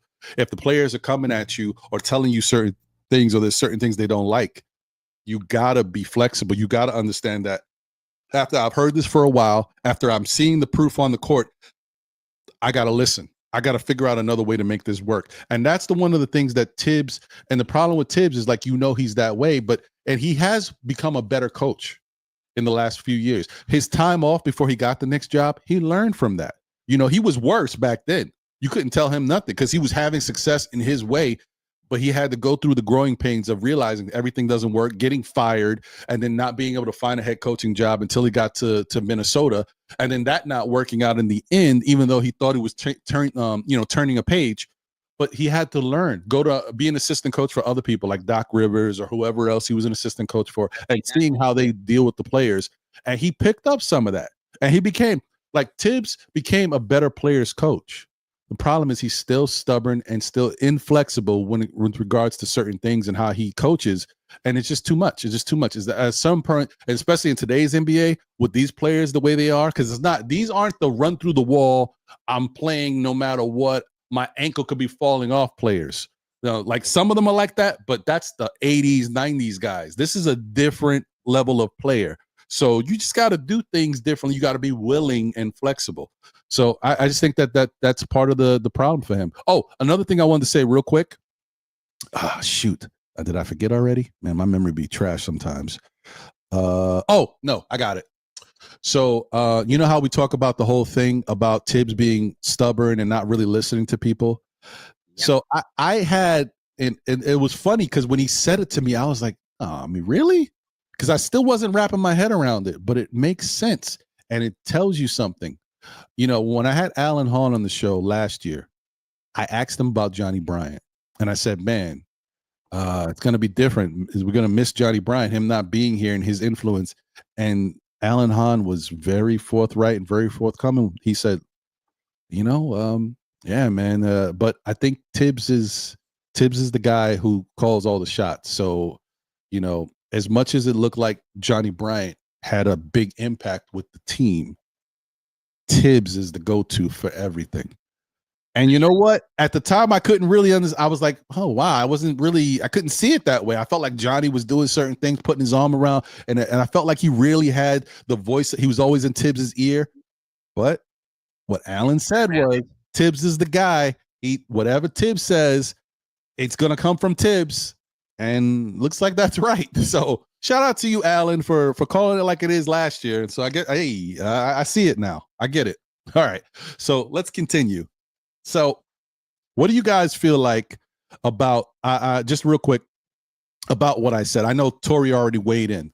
How do you guys feel about the whole thing? Do you think that the Knicks are incompetent? Do you think the Knicks don't have a plan as to who they're going to find as a coach? Do you think that them losing out on opportunities to interview and I know I'm steering the question how I'm saying it, but do you think that they don't have a plan of how to find the next coach? Mets. Yes and no in regards of whatever the plan is. I mean, they're still looking. I mean, I'm just hoping not for a panic hire for a coach. Someone like Mike Brown of the Sacramento Kings, because we've all seen how he ran Sacramento into the ground, mostly due to bad trade deals. Those made by the Kings front office. Mm-hmm. So, all right. Well, here's the thing. This is what I want to ask you. Do you think that Taylor Jenkins, for that matter? I mean, granted, he was basically running a nut house over in Memphis. Right, but do you think that Taylor Jenkins was a bad coach? No, it's just that he had a massive egomaniac in John Morant he had to placate to. Mm-hmm. So he might be someone that could be a good hire.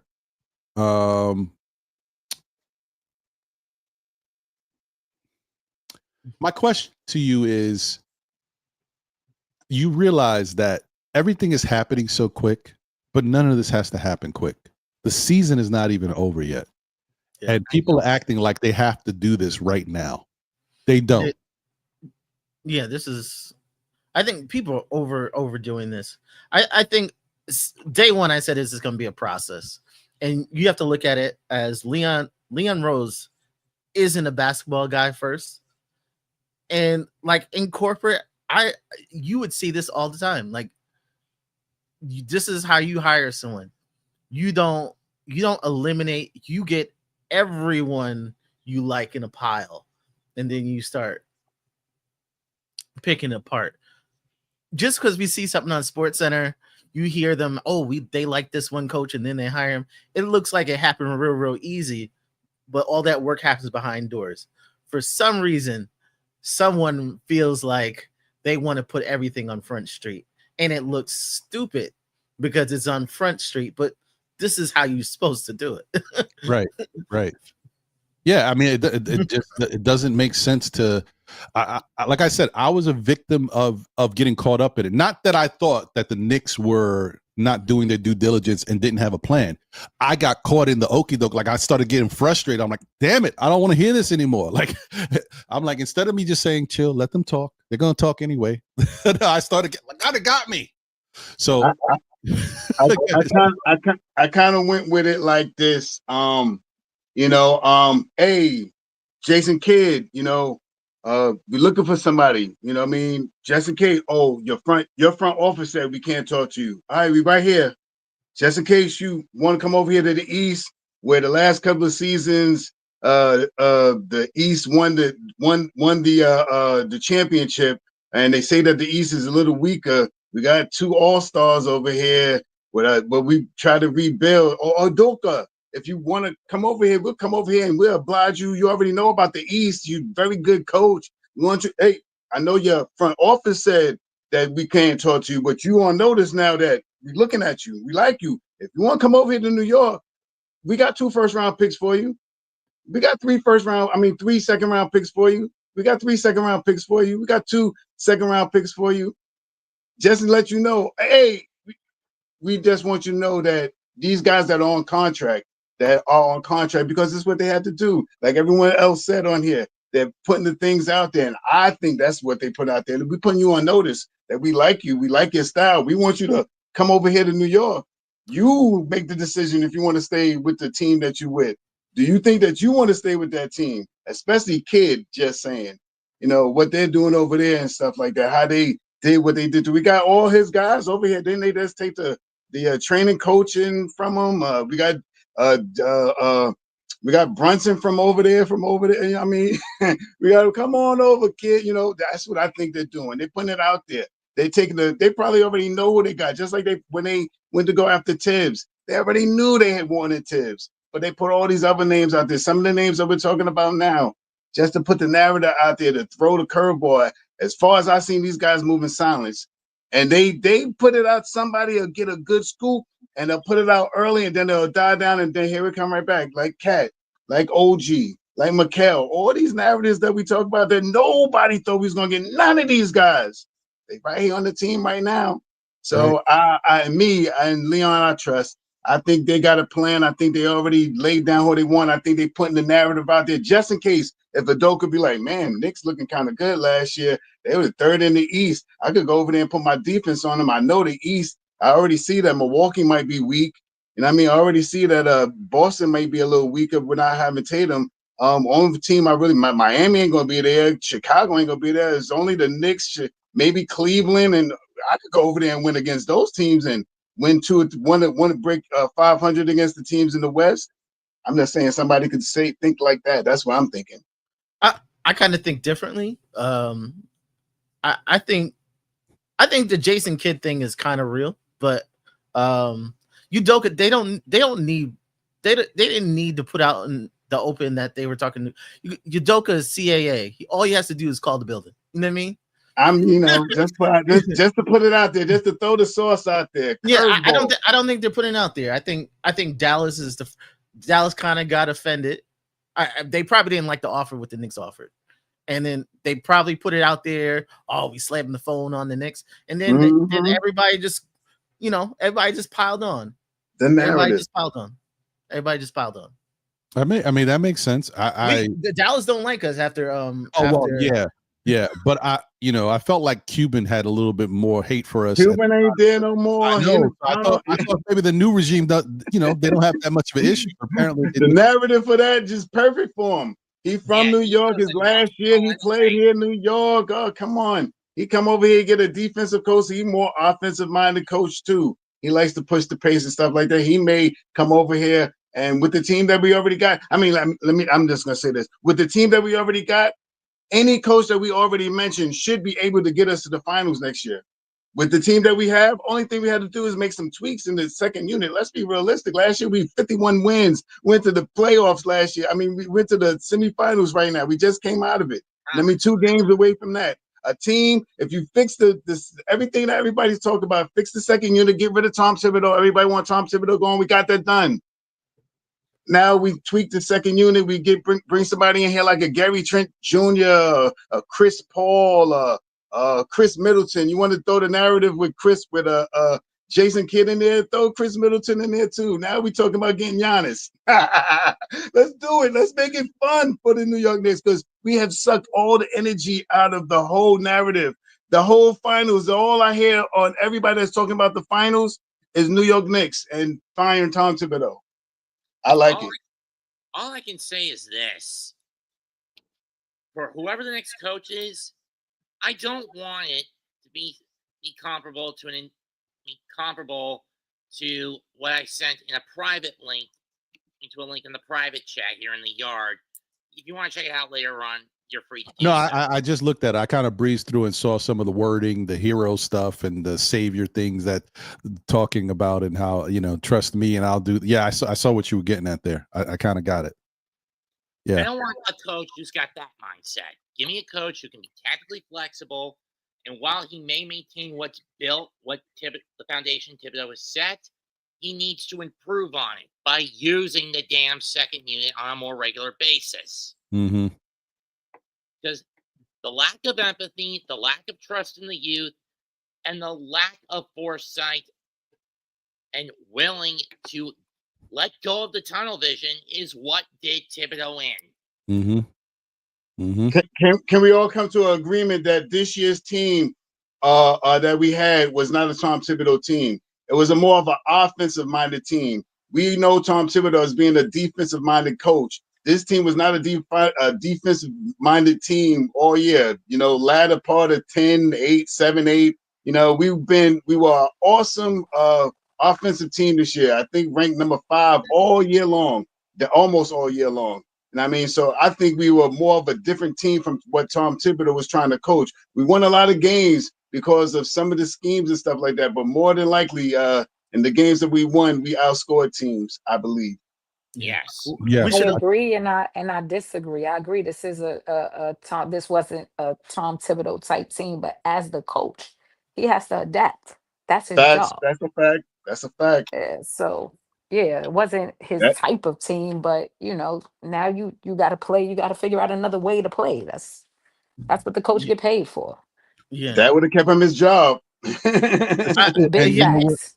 And there really is no. I mean, I'm not trying to toot my own horn and say I'm right about everything, but I mean, can you guys honestly say that with the way Thibodeau thinks? Let's think about it for a quick second.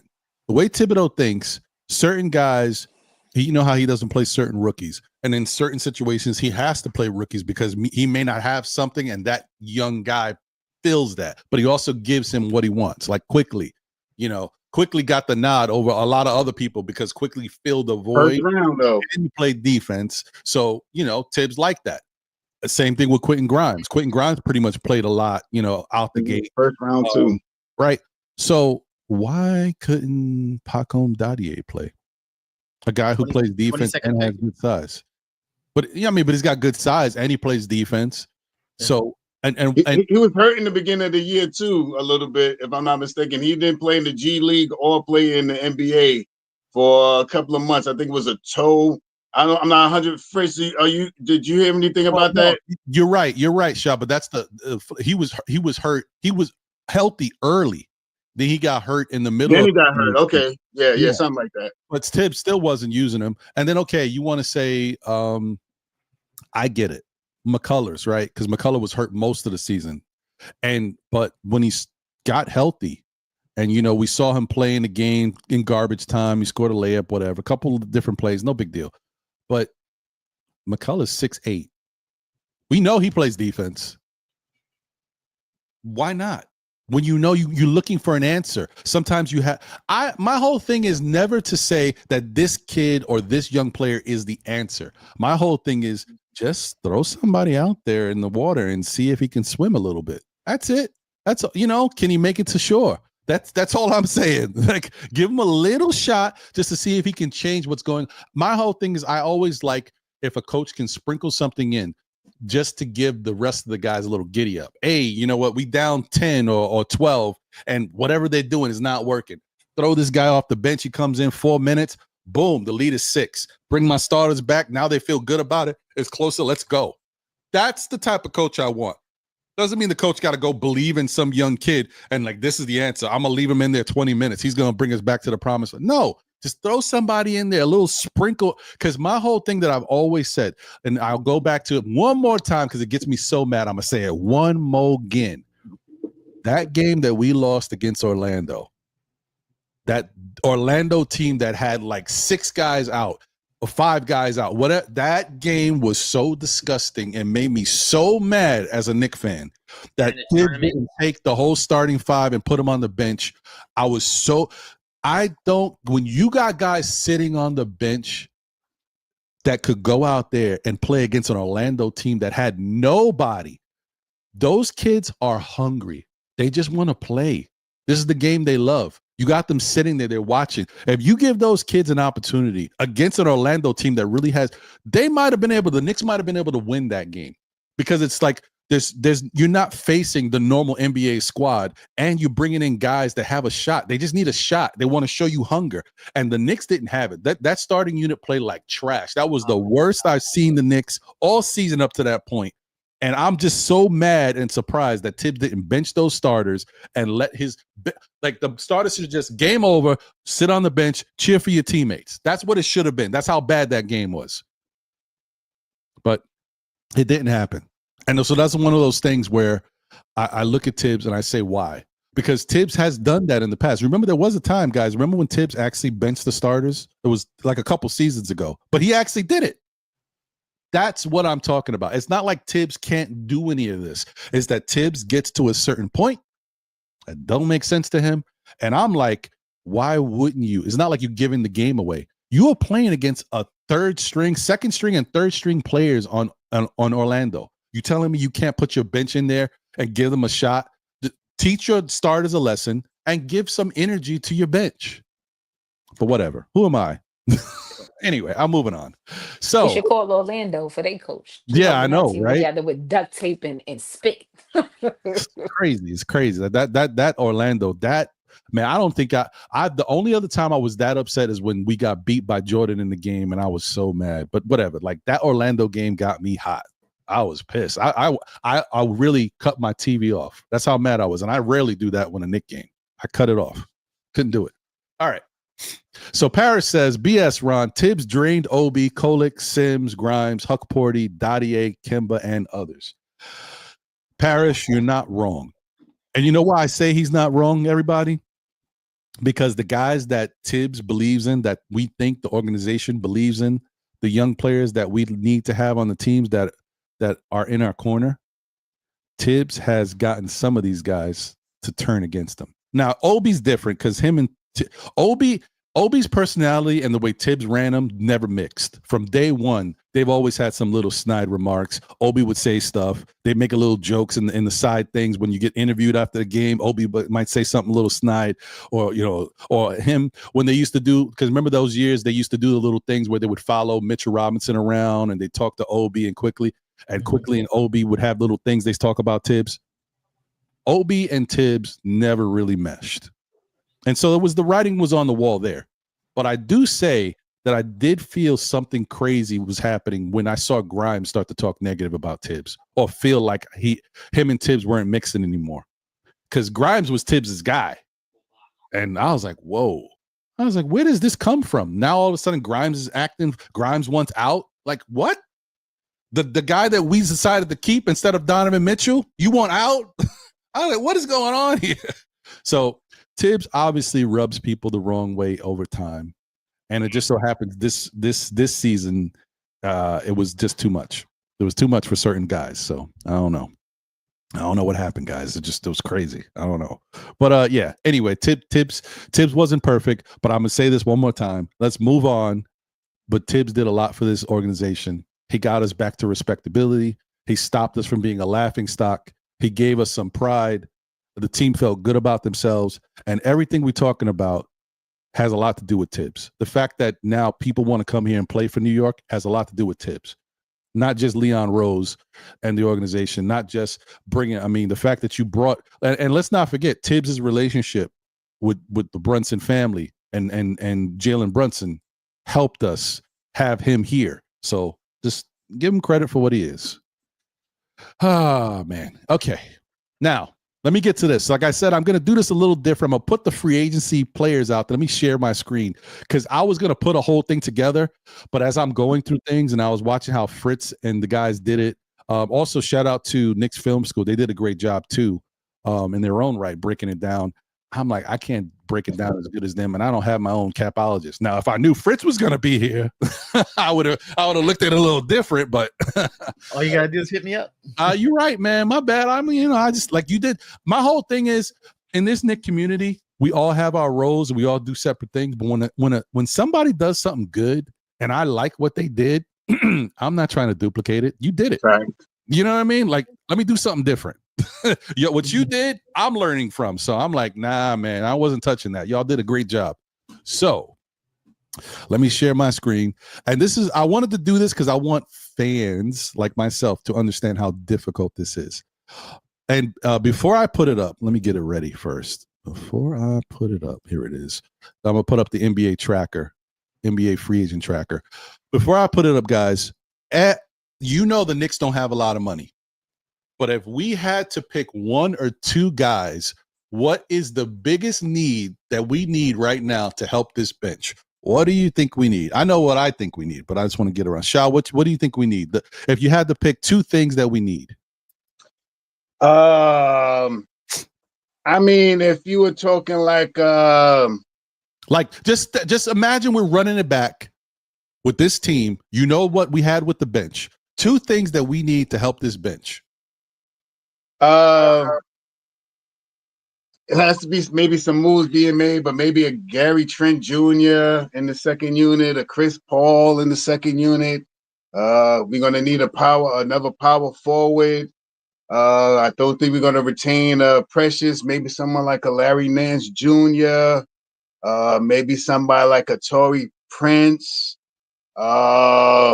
And let's not forget about a shooting guard in the second unit. If we want to move on, if we want to feed off the fat of Deuce McBride, not having the best year, but a very capable person, maybe Deuce might be talked about in a cherry on the top in the trade. Maybe we can get somebody like Middleton. You know what I mean? That'll juicy it up the Giannis stuff again. That'll make it even more. Make pieces fall in the puzzle. Everybody talking about Giannis. You wonder how we get Giannis? Let's get Kid first. Let's go get Chris Middleton, and then let's see what he think about over the summer with that team over there. They're old. They're an older team. I don't know how much better they're going to be. I don't know what they're going to really make moves they're going to be. You know what I mean? A couple of their guys probably leave. They might be ready for rebuilding.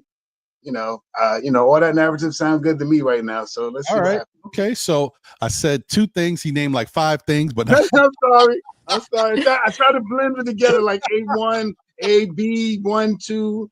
No, but understand, you named those five things because you could see the Knicks could use all of that. Once again, when you guys think about, hey, we should have been there in the NBA Finals. We should have it's more to the fact that we're not here for a reason. If we had any one or two of those things, maybe that would have been enough to make the difference. But coaching issues, player personnel issues, and the overall play of the players that we do have in that series is the reason why we are not still playing basketball right now. It's more than one thing. The Knicks have some issues. We're a good team that has flaws. Is what it is. Let me get to. Oh, go ahead, Hey, Tori. Ron, before you move on, I got to cut out back time. Oh to yeah, get I was back to actually going to work. go to you next.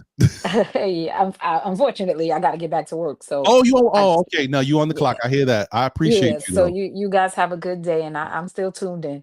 All right, thanks, Tori. All right, you have a good All one. right. Matt, are you here? Yes, I am. So what about you? What do you think? Any two things? I know it's not easy because there's different things you could see how that could help, but just try to name two things, and that the Knicks need to work on. Like if we could bring players that would fulfill those needs, and we could only bring in maybe one or two players. Just keep in mind, if we don't trade anything, if we're talking about money, we're talking about maybe one veteran and maybe a mid-level or something like that. I don't know how they're gonna work it out. I mean, we're basically letting Precious walk this year since this was the last year of his contract, right? Right. Okay, so we basically need a power forward that can be a good two-way spark plug off the bench. Okay. I don't know who that would be. I could see maybe a Taurean Prince if we can get him off Los Angeles or Detroit or wherever he's at. I could see maybe finding a veteran port guard at the tail of his prime, mostly just to get Brunson to quit trying to put the weight of the world on his shoulders and just basically tell him to play defense where it's needed and commit himself to the defensive end of the ball instead of just trying to make ticky-tack stupid moves. Okay. All right. Okay. I mean, I could see us approaching San Antonio and trying to get CP3 on the cheap because let's face it, Paul may still be a good distributor, but as a scorer, he's not a spring chicken anymore. So is Paul still on the contract or is he a free agent? He's a free agent. He's a free agent. Yeah. Okay. Yeah. Give him a small contract, let him play up the bench because at this point, that's all he's good at.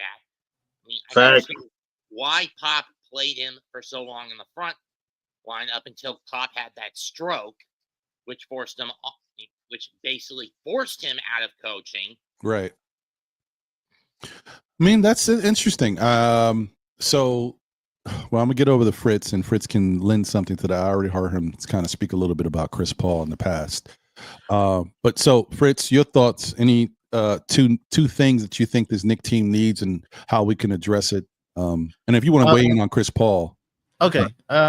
Two things we need: to add a starter, and we need a large wing at the bench. Okay. If it's just two things. Yeah. I only say two things because I just think like without actually making a trade, we can only do two things. I really think that's it.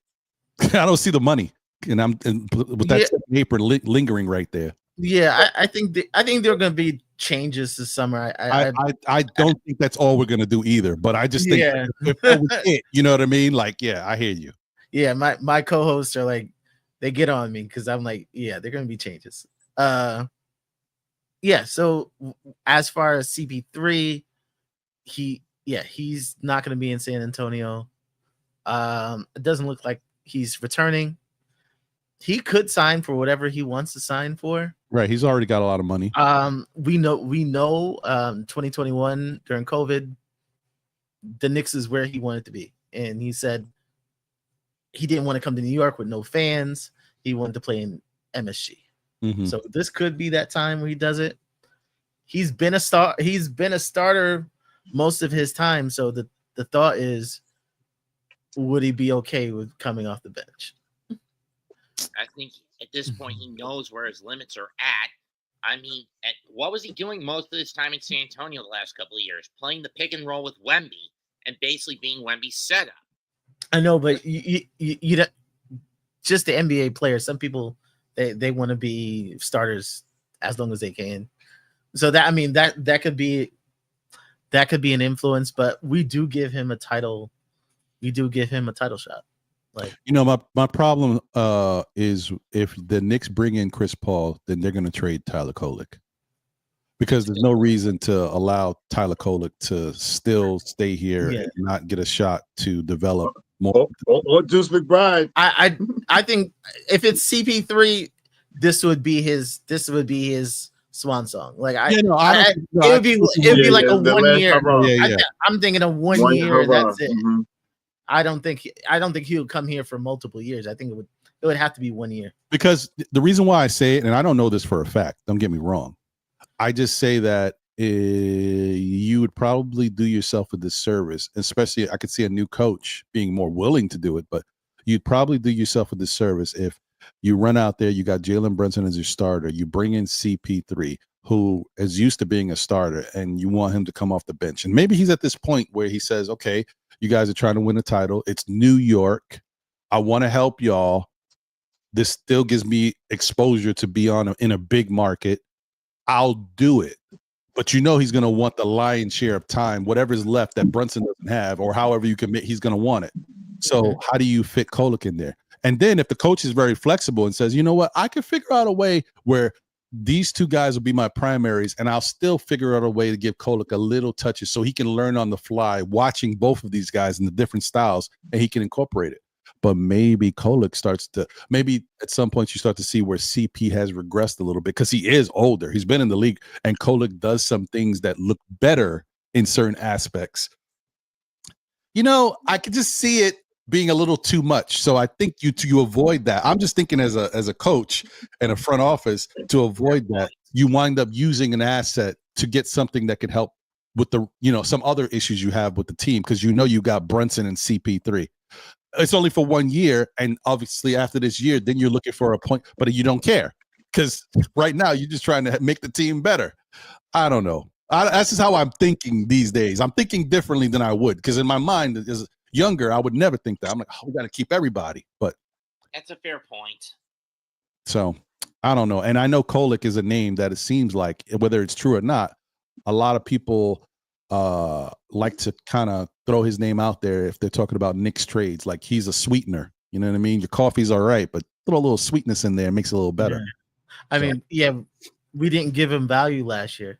Right. We didn't give him value. If he had value, they wouldn't put him in a trade unless they were giving something major value. Correct. What value we did give him was near the 3/4 point of the season when Brunson went down to that ankle injury, and we had to swap and we had to bounce between him and DeLon Wright to start a few games. And unfortunately, because see how things can affect. Oh man, I said I don't want to continue to talk about him, but you just be surprised at how little things can affect you going forward. That's the whole picture. That's when I say the whole picture. That's the whole picture. Because here's another thing about Tibs. Tibs didn't play Kolek, right? But remember, early in the season, Kolek was doing his thing when he played, and he was in good rhythm. So he was knocking down threes and hitting shots. But when he didn't play for a long time, he out of rhythm. So now when you put him out there, he's not hitting shots. So Tibs couldn't even look at him and say, you know what, we need some more offense. We need something, and you could throw you in there. But he's not in rhythm.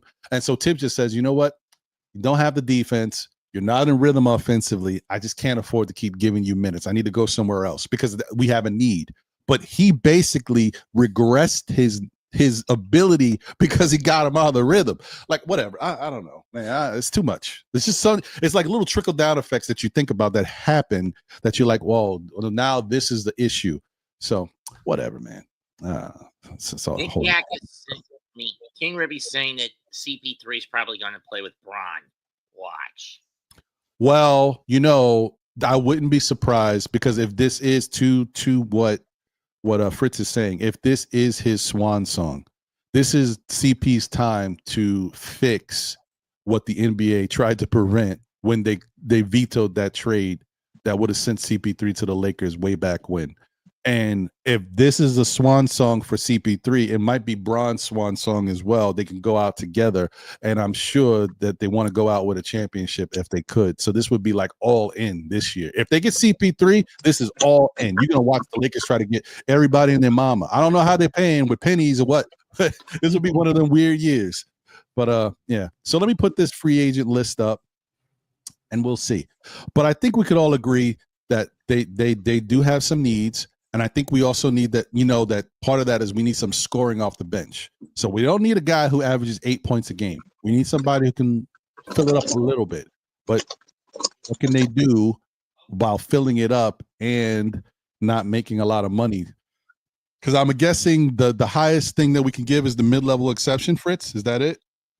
Our mid-level exception, which is 5.7. There are larger mid-levels, but we don't have that. So right, we had them at times, but we probably already used them. Because I think at one point we had an 8 million, but we've used that. Yeah, they're based on like what situation you are, where you are in the cap. Yeah, so where we're at, we have if we wanted a 5.7, you could divvy it up however you want. You don't have to spend it on one player. You can spend it on two. That's fine. But that's probably the largest we can offer. Okay. Let me get to these 2 quick super chats real quick before we move on. Shout out to Silk Sutton. Appreciate you, Silk. Thanks for the $5 super chat. He said, hey, Ron, in the panel, you heard rumor before Spo extension on Knicks was going to fire Tibs and hire Spo a year earlier. Yeah, I kind of talked about that a little earlier in the show. I heard about that. And apparently Spoelstra has been the Knicks' top coaching candidate for a while. But obviously he signed his extension and Miami's his home.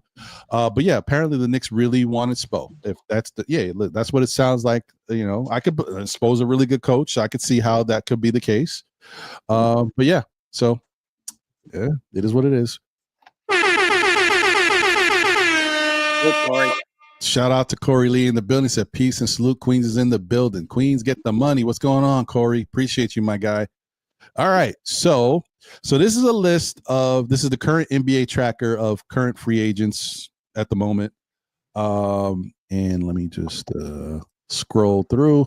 So Julius back, so he's off the table. Julius is off the table. Naz Reid is a good person, but he probably would make too much money.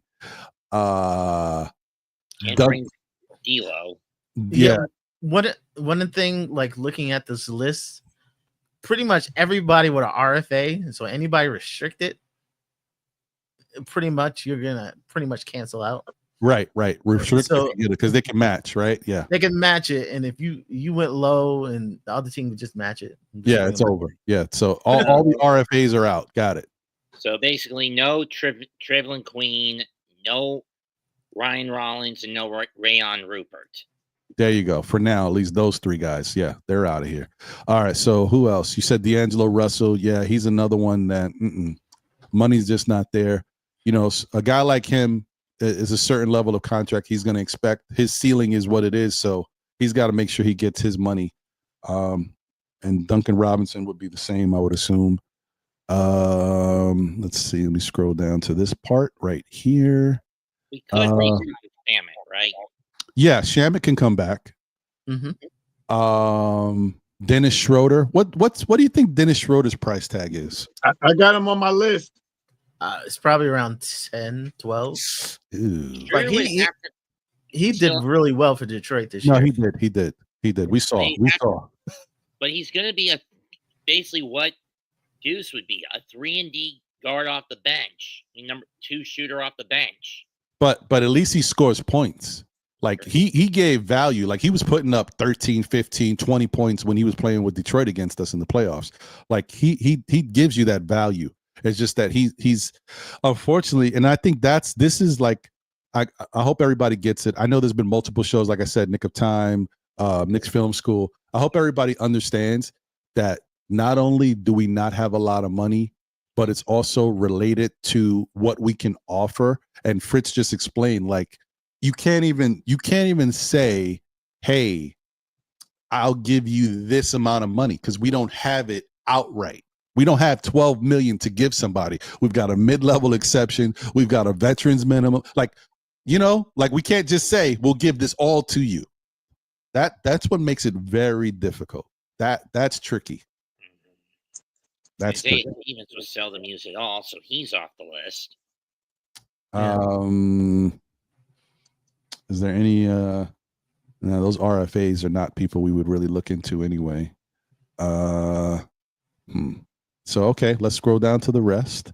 Lamar Stevens just, he just doesn't give us enough of what we need. That doesn't change anything for us. Wait, who did you mention Mets? Was that Ben Simmons? No, I said the Spencer brothers. Well, what about Ben Simmons?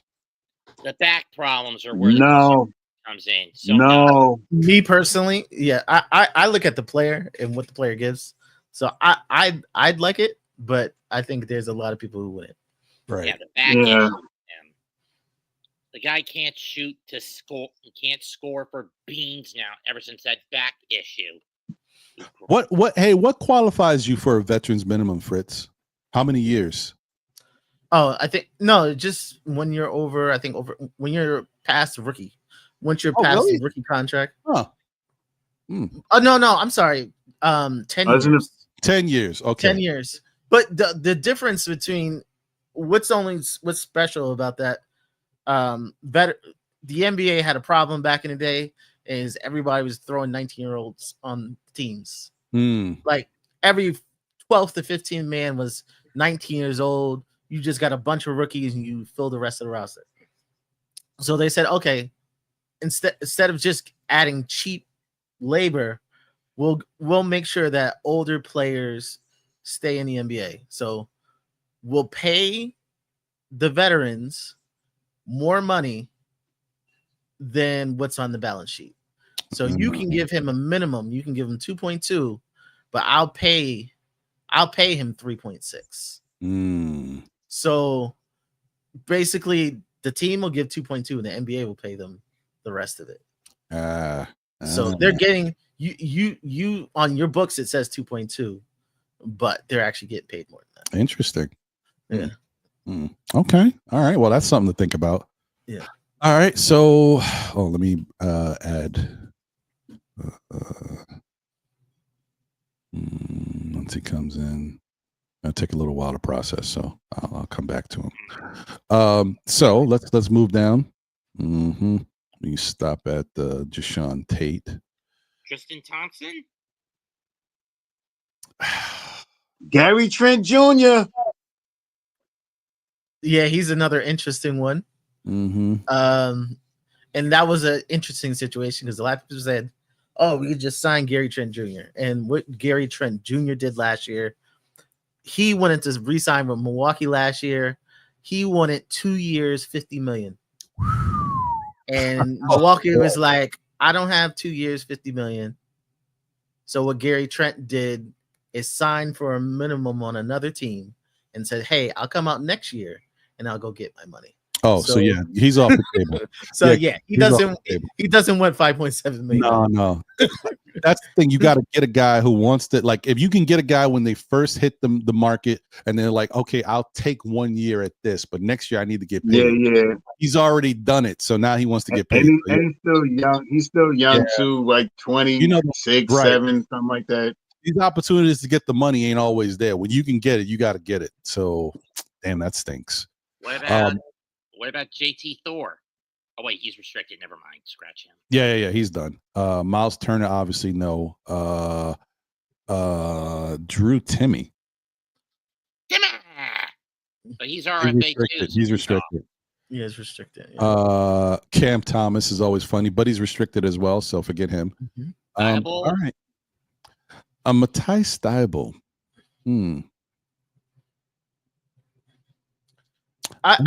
He was injured for like the first half of the season. Okay, so and then what's his name? He had a player who emerged in front of him, so he kind of became an afterthought in the Blazers. But he's still a good player. What about this guy? What's his name? Jacob. That's Toby's little brother. Oh, sorry, my fault.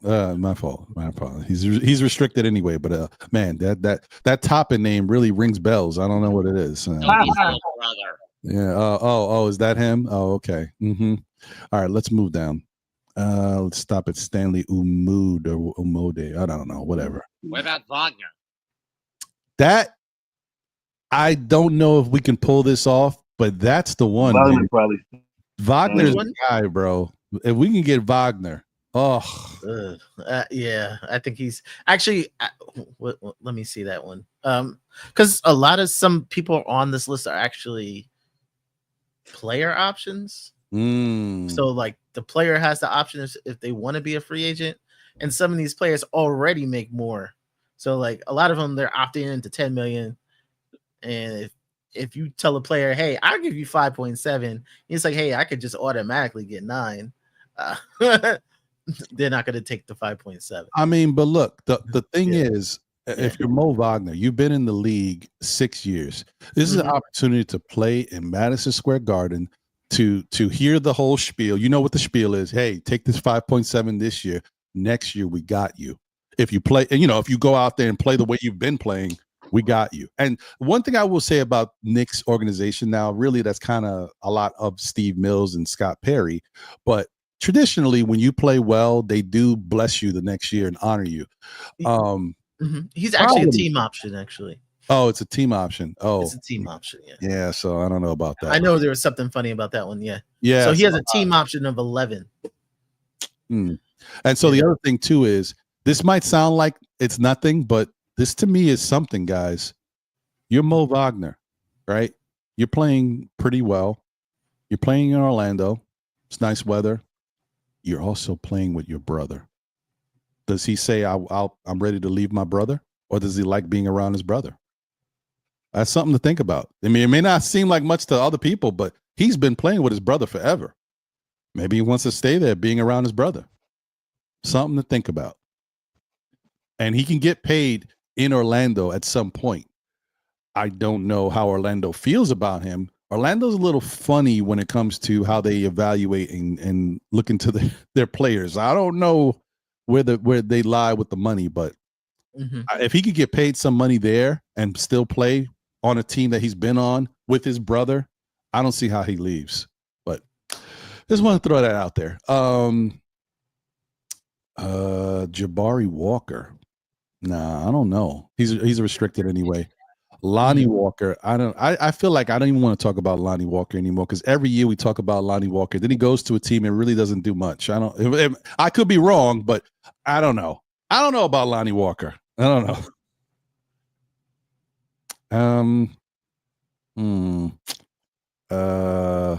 Wow, look at Ty Washington on this list, man. Ty hasn't really had an NBA career, huh? No. Sheesh, that's a shame. He was a free agent last summer. Wow. There's that guy that I don't like, but he's there. Hold on 1 second.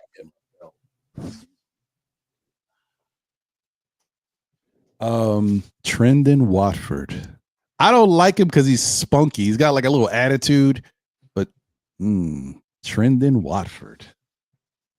What about him?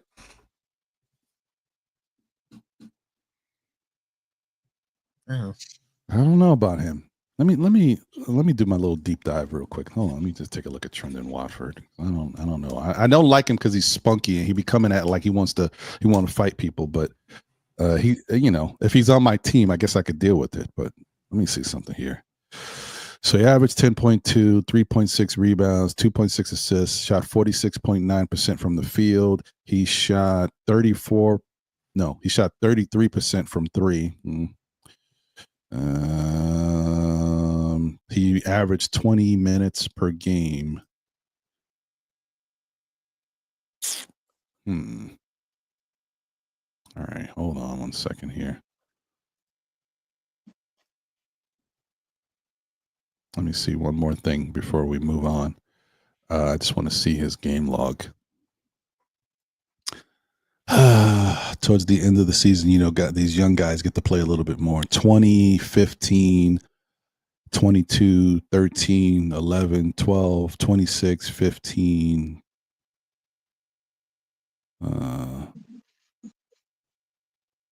Given extended minutes, he put up bigger numbers. Can he get hot? Yeah, he can score a little bit. He's a thought. I don't know about him, though. I don't know how much money he would command. I don't think he commands a lot of money. As far as the money wise, he might work. What about Trendon Watford? Oh, that's all I was talking about. Oh, never mind. That's okay. All right, so that's him, and then Anton Watson. That guy looks familiar. Oh, because he's on the team already. We're stuck with him anyway. Did he even play? Did I see him out there maybe once? Once or twice. Yeah. Jesus, boy, I don't know, man. I don't know. Let's move on. He looked good. He looked good when he was out there, though. Yeah. All right. So Russell Westbrook, who has declined his offer or whatever, so he's a free agent. I think Russell. I don't know if Russell would take the veteran minimum. No. Or the mid-level, should I say? No, he would want the full kit and caboodle. He'll be a ball hog in the 2-hole. He wants a starter spot. My answer to that is no. I mean, he really didn't like it that Mike Malone basically forced him to play off the bench. I don't know. That's an interesting name, though, because when people got hurt, he stepped up and he played pretty well. Yeah. And he became a team player, too, during that time. If the Memphis coach is here, maybe because he brings an element, because the speed that Memphis used to play with is the speed that, with the ball in his hands, I don't think JB would be able to. Right. I don't think JB would be able to do that consistently. And really, if we brought in, we would need Russell Westbrook to do us a solid. Not that it makes much difference. We would need him to take the veterans minimum and leave that mid-level for somebody else. Yeah. I think I definitely would take him, to be honest. Yeah. I'm 100% check on Westbrook, not because of any of the way past stuff. I'm talking about the recent past. The recent past, he has stepped up and played the role that he had to play. He played a backup role on 2 different teams that both went to the playoffs, and he played well. And like I said, when he stepped up into the starting unit when he had to, he played well. We're talking about a guy who goes hard, who could score, who could pass, who could rebound. Does he play defense? He's okay. I don't think he's a bad defender. He's not. Yeah, when he wants to, right? He plays. So yeah, he makes Westbrook been talked about coming to New York for the last 5 years. Tom Thibodeau been here, so every year Westbrook is always mentioned, and he always would be an asset. The stuff that he does when he is on the court, this guy used to be a triple-double threat. I mean, let's be realistic, and he still puts numbers up like that. He still gets 8 or 9 assists. His 3-point shoot is terrible, but he'll still, out of 10 shots, he'll hit 2 of the biggest shots in the world for you. You know what I mean? His driving to the hole, he was still throwing on you. That's right, he will. He's at least 80% from the free throw line. I'm pretty sure it's more than that. And he's an all-around player. Can he play some defense? Yes, he kind of is quick. He let down a little bit because he's a little older, of course. But put him in the second unit, give him about 18 mints, and let him cook. Yeah, I could see something like that too. I always liked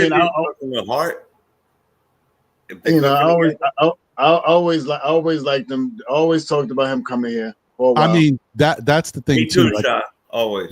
That's the thing too. If imagine having Westbrook here with Josh Hart and running up and down the floor, they might be able to do some things. Now, here's another thing too. When it comes to a guy like a Westbrook, I don't even know why I'm saying this. People are gonna get mad. I would think you also could do a sign and trade with Denver. I don't. Yeah, you wouldn't be able to. No. Oh. The new with the new CBA, it's a little bit different. Let you hit right into the second apron, right? No, it caps you at the first. Right? I know that puts a penalty on you. Yeah, so if for some teams that's fine, they could do that because they don't have the roster, the price isn't up there yet. For us, we're over the first, and we probably want to be right under the second. So if we did a sign and trade, we would have to be. We were capped at the first, so we would have to be below the first. So it wouldn't work for us. So that's for any sign and trade. So in any way possible, it wouldn't work for us, no matter how we pulled it up. No, it wouldn't work. No, we can always just sign him. Right. But so we can't receive a sign and trade. So another team signing and trading to us, but we can sign and trade to another team. That's okay. Interesting. Okay. I would definitely get in his ear and whisper, yo, Kevin Durant turned us down. You should say yes. Because of the way they did that, and he might. I don't know. I know you don't like him. So I mean that's interesting. I could just see that would be that would definitely give some energy and some spark to the bench unit with those two guys. And one thing we know Russell Westbrook is not a great shooter, but he did improve over the last 3 years. This year was his best as far as shooting from three. He shot around 32, almost 33%. I know guys, you're like, well, that's not good, but for Westbrook, it is an improvement over recent times, and he shot around 45% from the field. Considering how he plays, the fact that and another thing that stood out to me, remember when we played Denver and we were smacking them? Mm-hmm. We took out our guys, and Westbrook was cooking in the fourth quarter. Yep, he cut the lead. I mean, we still won comfortably, but he cut the lead. Like he got big. I think he scored like somewhere between 13 and 18 points in that fourth quarter. I like that no quit attitude. That's nice. I made me respect them even more. So I like that. Jalen Williams is someone interesting. One of the Williams guys. He's not a brother, but from OKC. Oh wait, the other Jalen. No, he's restricted. All right, let's move on. Next. All right. Thank you, Fritz, for allowing us to move on and not have this in our heads anymore. I got to go back. Oh, my bad. Sorry, I got to go all the way back to the first page. I think I started off in one of these pages. I didn't start off on the first page. Wait, so this really quick question: Did you say that Gary Trent asked for? Who did you say asked for $50 million? 2 for 50. What? Hey, Last bro. year, yeah. It's your time. I mean, he's good, but I mean, wow, that blows my mind. For what he has done, and he's still young, and he still can get out there and perform. I mean, that's a little high, but yeah, can you see him about 18 to 20 million, 25 million? Yeah, he's been good like that. I was saying his name because I think he would fill in on the second unit seamlessly, and he could start with Brunson. That's what I want to see. I want to see it. We need somebody. We need somebody like him to start with a Brunson. You know what I mean? Like a DiVincenzo. But we had him, guy that could shoot. I think about 38% from 3-point land, because he's pretty good in the mid range, pretty good defense, and he's still 25, 6, 7, somewhere around. I don't think he's been in the league for it seemed like 25 years, but he's only like 26, 27. I better look it up. I think he's still when very you told young, me he was 20 something, I was like, no way. I thought he was like 39. Right. It's surprising. He's been in the league for a minute, man. Right, he's been in the league. I think he's 26, right? 25, 26, 27. He's right in the same age as Brunson and these guys. I mean, he's been in the league 6, 7, 8 years, something like that now. I've been last year, the whole time when we were talking, I always thought that Gary Trent would be a perfect fit for our team. He's 26, right? Yep. 26, and he's about in the league 7 years. So he came in when he was like 19, 20, something like that. I remember him. He was his braids were a little thicker when he first came in. He had more edges on his sideburns over here. But Yeah. So he's interesting. Yeah, he's been in the league a minute, man. That's crazy. Wild. All right.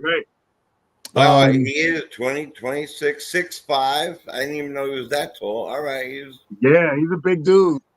Yeah, he's a big guy, a big little guy. You know what I mean? Like a little big guy or whatever you call that. Yeah. A nice size small forward. I mean, a nice size shooting guard. Okay. Nice size shooting guard. 6'5". It's interesting. Shout out to Allah Wise in the building. What up, Allah? Good to see you, my brother. All right. So this is the first page. I mean, I guess I started towards the end, but this is the beginning. So these are the names. One that got Chris Boucher on it. Yeah, this is the names that we ain't gonna get, so don't worry about it. So Precious is gone, and Precious doesn't want to be here. I think Precious is just, he wanted to come back. He was feeling the vibes, but I think he wants a shot to be able to play somewhere consistently, So Precious is gone. You got somebody like Steven Adams. I wouldn't be mad at Steven Adams. Yeah, If you get Adams, you trade Mitchell Robinson. Yeah, That's what the word was. Yeah. If you get Adams, you might as well, and then you have some more money to play around with if you wanted to say something like that. I mean, I don't know if I would give, I got another center that I would shoot one or two more that are more in our range and probably, he's okay. I like him. But if we got him, we would definitely, I think they would think about getting rid of Mitchell Robinson. Which would take money off our books to do some things with. No, there's no money. They're like the same player-esque. Yeah, the money is different. But the money's different. But for us, I know Fritz would say this. The money. We got to get rid of people and get the same amount of money coming back. So the only way money comes off our books is if guys walk away as free agents. So our money is still going to be and even if we do a trade and we get the shorter end of the trade, we get a few more $1 million. Doesn't mean a few more $1 million more we could spend. You still only have 5.7 as your big exception. It still wouldn't change that. That's why it gets tricky. When I heard that and Fritz said it, then I was like, oh, I get why they can't do anything. No matter what you do at this point, you stuck. We are. All we can get is this Brooklyn Machiavelli that beat us with 35 points. Oh, so hold on, Fritz. You're saying the only money that we're liable for now is the money for Precious. If Shamif comes off, if Payne comes off, if who else? When I did the calculations, I already accounted for it. Was it like 8, 9, 10, 12, something like that? It's like 8. It's like 8, little over 8. Yeah. If you do the obvious moves, it's like 8. If you do a little bit more, the big man. Who? I'm sorry. Robinson. That's including him? No. Well, because remember, Robinson doesn't free up any money. You can only trade Robinson. He's still on the deal. He's still on. Oh, right. And he's still on. Right. This is not the last year. Forget. Yeah. This would be. Yeah. So Steven Adams is that. The Santi Aldama is an interesting one, but Santi's not. Big money. Yeah, we can't afford him. Yeah. You guys we can't afford Denny Avagita, whatever his name is, right? Not even. We can't. We can't. No, actually, he's gonna. He's what about Nikhil Alexander Walker? So here's the thing, guys. SGA is fantastic player. I mean, he's the MVP of the league. And if the Knicks ever want to get close to SGA at all, this is the closest we're gonna get. Nikhil Alexander Walker, because they're cousins. That's as close as we ever gonna get. Oh my God! And that's a no. Yeah, I'm okay though. We have our own. We have our own. Nikhil would be a nice pickup at this point. Like he's been in the league and he's improved to the point where now he looks good. But he's improved to the point where now he looks good. So he probably would command more money. And there's nothing to like. He's with Minnesota. Why would you leave Minnesota, who just got knocked out of their late rounds in the playoffs, and come to the Knicks? And they're consistently there. I mean, it's not, Yeah, he'll be back. He'll be back over there. And there might be some change over there, so his role might get increased because Julius Randle may be leaving. Somebody else might be. You never know. So, yeah. All right. So who else we got here? Marvin Bagley. No, I'm not jumping in that again. Somebody brought up Delano Banton last week. I mean, I always like him. I always like him. He's got good size. What, the Portland guy? The Portland kid? Portland guy. Yeah. He was all right. I mean, he's a thought because remember, we dealing with not a lot, guys. I know it sucks. And when people say run it back and then you look at your options, you're like, oh, hey, man, this is what it is. And this is why Fritz goes back to there's going to be some movement this offseason because the Knicks know it too. The Knicks know they don't have any money. So, all right, let's move down. Somebody was talking about, Shaq was making a big deal. Like, I don't know about, he's restricted, so forget it. But Shaq was making a big deal about Imani Bates and how Cleveland is tripping by having this guy in the G League and not putting him on the team. So I don't know. That's somebody. Yeah, because he's he's a good shooter, but some of the character stuff made him go to the G League. But but when he's played in like preseason, he lights it up in preseason. I'm sorry, in summer league. Right. So no, he does.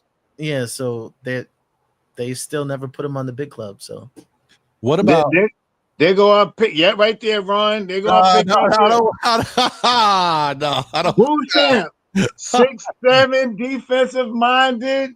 There we go. About 36 from 3-point land, 40 something from the field. Tough nosed defender. The starting the second unit ain't gonna want a lot of minutes. $2 million.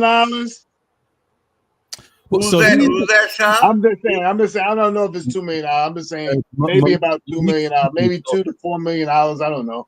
I'm sorry, Sean. Who did you say? Bouchamp. No, Beauchamp. Yeah. Well, Beauchamp can't shoot though. Yeah, He about 30-something%, ain't he? I don't know. Let me check. I don't know about the shooting for Beauchamp. Marjan. The Marjan's a little tight with him. I don't know. See what I did there? But 30-something%, I'd rather go out and try to Give Westbrook. Malik Beasley. He did a shimmy. We all can start doing the shimmy. So he shot. The bobblehead and the. I don't know about him. He shot 34.5% from three on less than an attempt a game. 35 games played last year. When he did actually shoot one, he got one attempt a game. That was only 3 games. Oh my God, no, I can't. He don't shoot a lot of threes, guys. That's all. Like the most he ever shot was his first season with Milwaukee. He averaged close to three threes a game. Excuse me, and he shot 33%. I don't know. I like him, but I don't know if he's the answer. Yeah. But like I said, I mean, listen, if there was a guy that I'm looking at right here, it would be Beasley. And mind you, I know Beasley's worth more than this, but if you could hit Beasley with the Okie doke, hey, Bees, listen, take this 5.7 next year. You got Gary. Come on, you know you're going. We'll hit you with a 16, 17. You know what I mean? Bees. It'll just so happen, just like every time we make a move like that, we go get him. He's shooting 44% this year. He come to the Knicks and shoot 31. That's how it be happening. You ain't lying. He come here have his worst year he ever had his whole career. The Knicks really need somebody to do them a favor. They need somebody to come in and bless us for that one season, and we'll take care of you. You know, and then guys might be like, well, why did the Knicks do this? Well, that's why. He gave us that blessing that one season, so we had to bless him the next 2. We had to give him a 2-year or a 3-year, you know. But and we could get like Malik. I like Malik, and he's spicy, yo. I like Malik. He's super spunky. There's no doubt about it. Yeah. On this list, I do like. But he's on a team option, but Brandon Boston, I like Brandon Boston. No, I was just going to say Brandon Boston is somebody. His name has been linked to the Knicks ever since his Clipper days. So, you know, listen, I don't know. Maybe. I like he's got good size. He averaged around 10 points a game with playing time. It's a guy who can, you know, you need some points. He can get you some buckets. I like Brandon Boston. He's not too bad considering we are so, you know, in a tough spot. I don't know if Boucher works for us as far as money wise. I don't know what he commands, but you know, I've always liked Boucher because I thought he has a good motor. Boucher, Toronto Boucher. Okay, I got you. Yeah. Malcolm Brogdon he's out. I think he might be. He's borderline. I think he is he. Yeah, I think he might. Interesting. Be an option. But I think it's more of where he chooses to go. Yeah, because Malcolm Brogdon never wanted to be with the Knicks before. I don't know if it's an East Coast thing, like he just didn't want to be. No, because didn't he play with the Nets? He was on Boston. No, he didn't play with the Nets, right? I'm tripping. No, but he was on Boston. I think it's something about New York. He doesn't want to be here. He doesn't like New York. Maybe he just doesn't like New York, like living in New York or being around New York. Maybe that's not his. It's too fast. It's not his speed. I don't know. Yeah, he'll have his choices this summer. Like wherever he wants to go, he'll go. Keon Brooks Jr. I don't know enough about Keon actually. Now he's restricted anyway, so let's move on. All right. Okay. Almost done, like guys. that, You don't have to go through I like that, JJ. So Bruce Brown, he's back. What about Sharp? Sharp From the Nets. Alec Burks. Unfortunately, no, I don't want him anymore. That name is always there, buddy. That name is always there. Though the funny thing about him is though, when you need him, he does his thing. I bugged out, but like if I'm looking at this, I just like I it's got to be somebody who can put up some points for you. I don't know how I feel about Bruce Brown. He's Josh Hart, just a different body, a little different. Maybe better defender. Maybe Bruce Brown is a better defender than Josh Hart. Looks like Steven Adams just signed his new contract. He's going to sign his contract. Good for Steven Adams. Well, there's that. yeah. 3 years, $39 million. Mm-hmm. Like I said, around 12. Yeah. Well, there you go. Yeah. And for him, that's not a bad look either. I mean, Houston is up and coming. They're young. It's Houston, and they got a really good coach. It's a nice place to stay. Yeah, and he got a good. That is a respect contract. Yeah, you know that you were hurt. You sat on the bench behind a lot of other young big guys, and then when we needed you, you came in and you did what you do the best in the entire league. What happened with this guy? Hold on, let me just before I ask you guys about him, let me just look him up a little bit to see what he. Because too many R's over here. Take away one of these R's.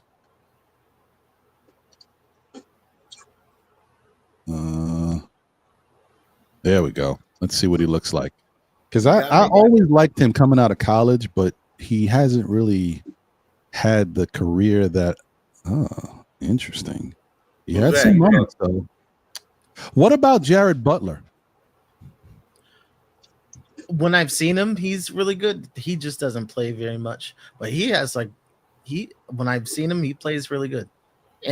But I think it's always been like the questions about his health.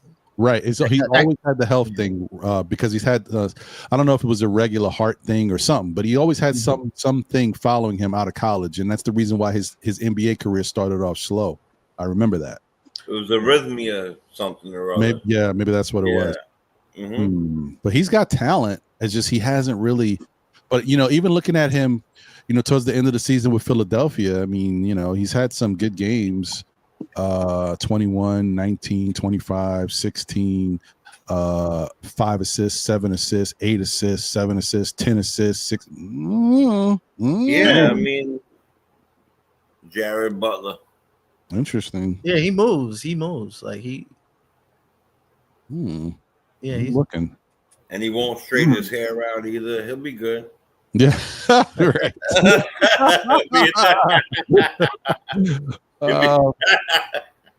Sorry. I know you had you got a lot of pushback on this one. I know the Amir Coffee thing didn't go over too well, Fritz, but I'm like, I don't know. No, I don't think I had coffee. I had. Oh, wasn't you? Somebody had coffee. I remember. I was like, it didn't go over too well, but I don't remember. I do. Right here. Oh, yeah, you got coffee? Okay, yeah, good. I got coffee right here. And John Collins, obviously not. That's big money right there. Yeah, actually, he has a player option. He's gonna gonna take his $25 million in. yeah, I would too. Yeah. Yeah. Pat Connaughton, he's just from what he looked at and what I thought he was going to be as a player, he's kind of regressed over the years, and he's been 9 years. Jeez, time flies. So you think Sham is staying, huh? Actually, Pat Connaughton he has a player option, so he's going to take that 9.4. You got to take the money for what your value has been going into this point. Yeah, and he's gonna make 9.4 next year. Torrey Craig, for as much as I like him, if we couldn't get anybody, then I would be okay with bringing in somebody like Torrey Craig to give a different look for the bench. But he's not the ideal pick of what I want. But he does play defense. He is a 3-and-D type of person. He just doesn't do it in enough to me to make a big difference. But maybe in a different setting, because Boston didn't really use him because they had other people that were even better than him at shooting. But maybe with the Knicks, I don't know. How do you feel about Torrey Craig, guys? Let me see what. Yeah, I know that's the. All these names make me. Yeah, well, that's unfortunate. That's the welcome to the world of the Knicks. That is where we're at. Exactly. Let me see this game log. Ugh. Got Andre Drummond. Ugh. Well, we always say, shot Andre and the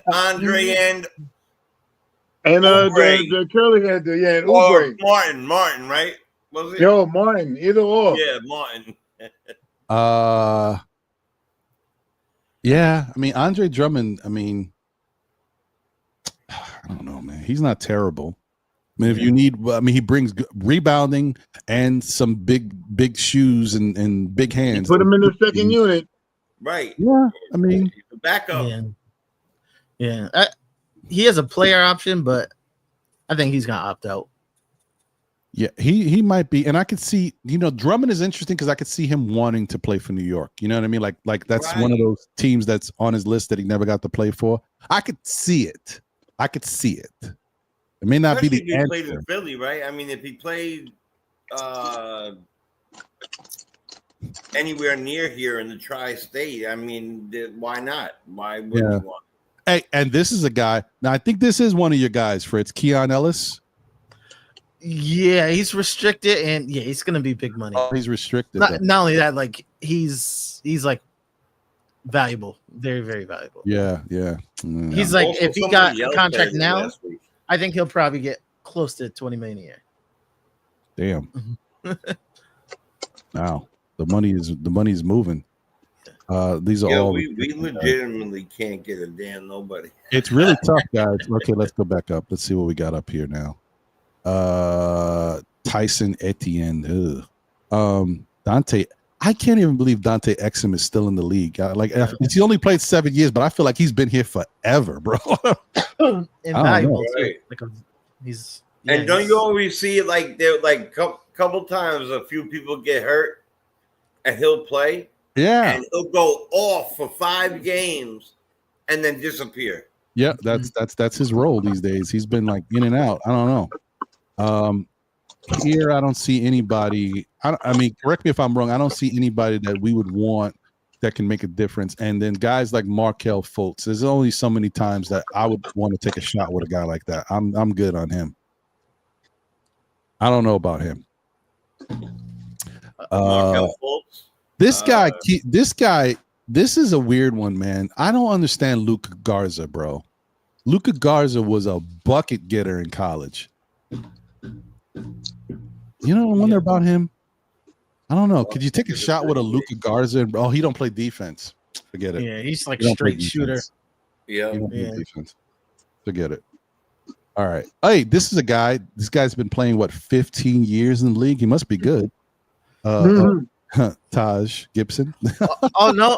If you saw what Taj said about Tibs' exit, he ain't a fan. Oh yeah, he only comes back for Tibs. Him and Tibs, that's like his godfather. Like no, but he had some words for the Knicks after. Yeah, no, he's a Tibs dude. Forget about it. Anybody that could bring him back to the same team two different times. No, forget about it. You ain't getting me.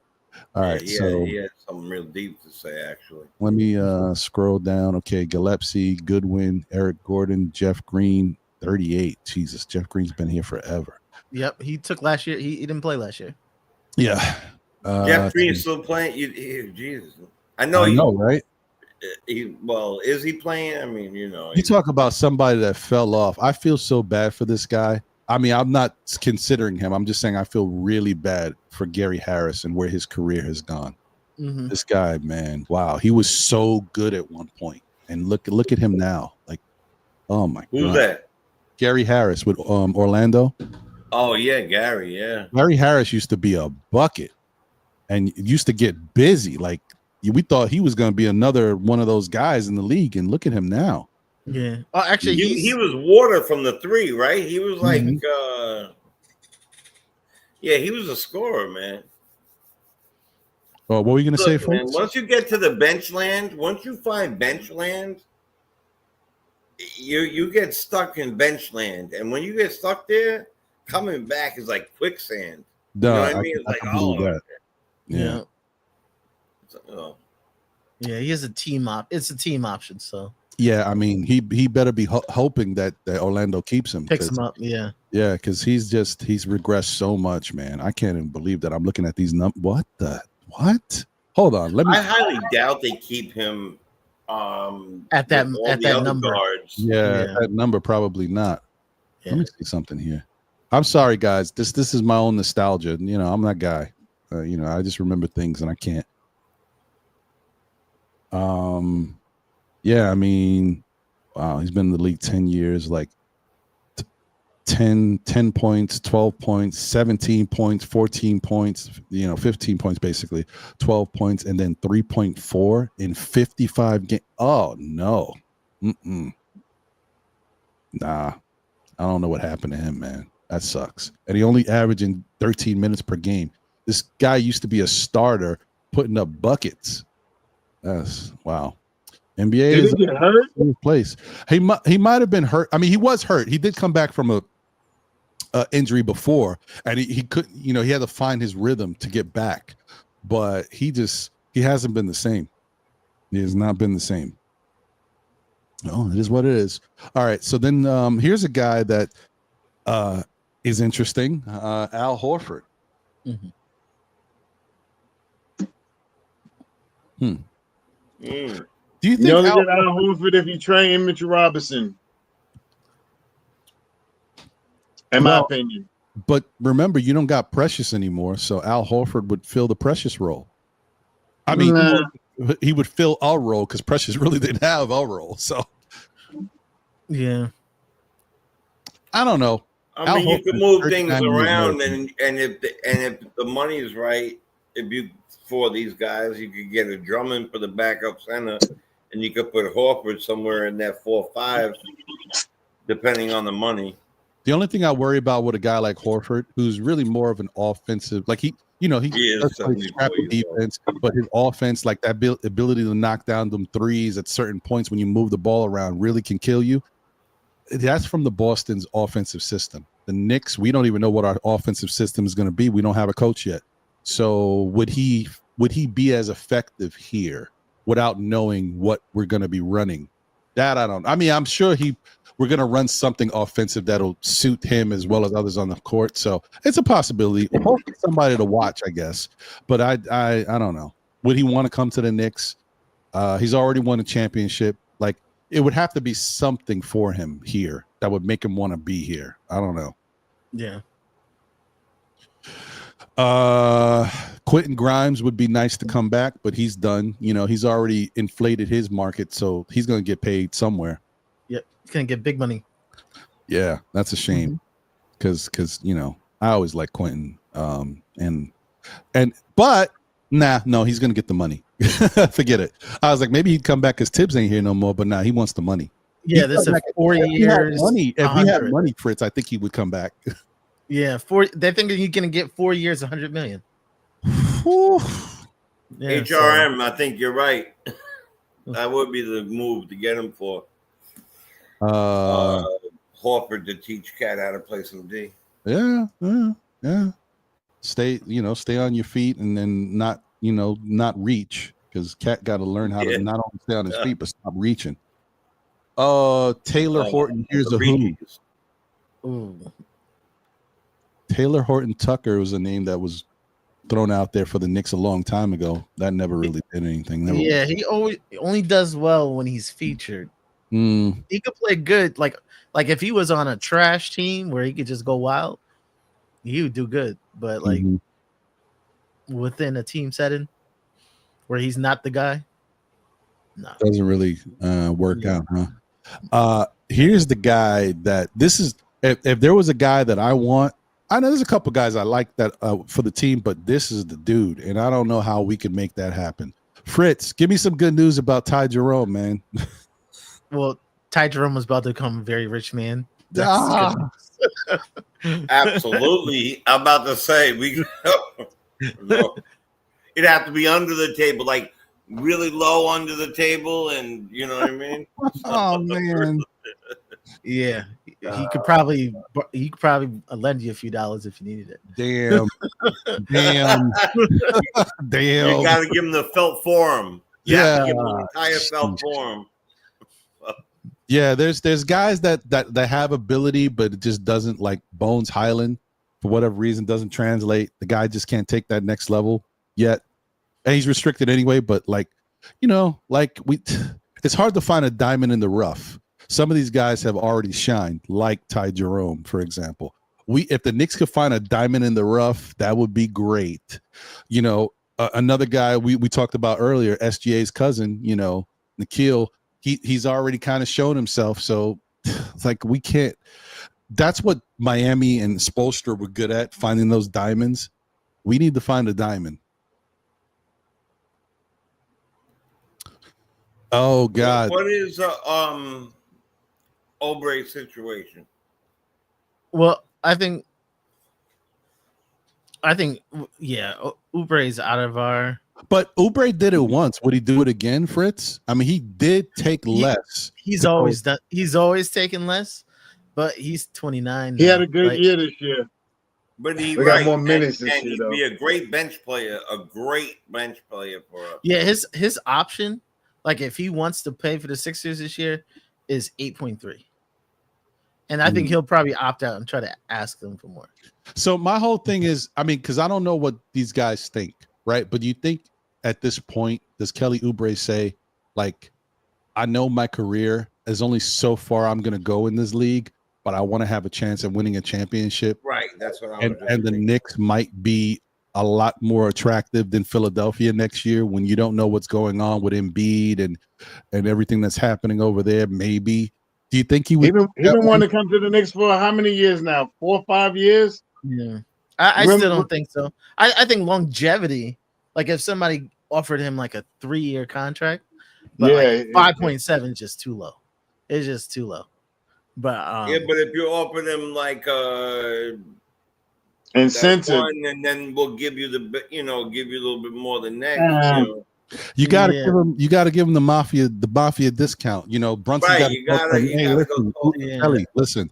Look, aside for the 5.7, we're gonna take care of you. The organization will take care of you next year. But this year, while you're here, you get your endorsement deal. Look, I'm the king of New York.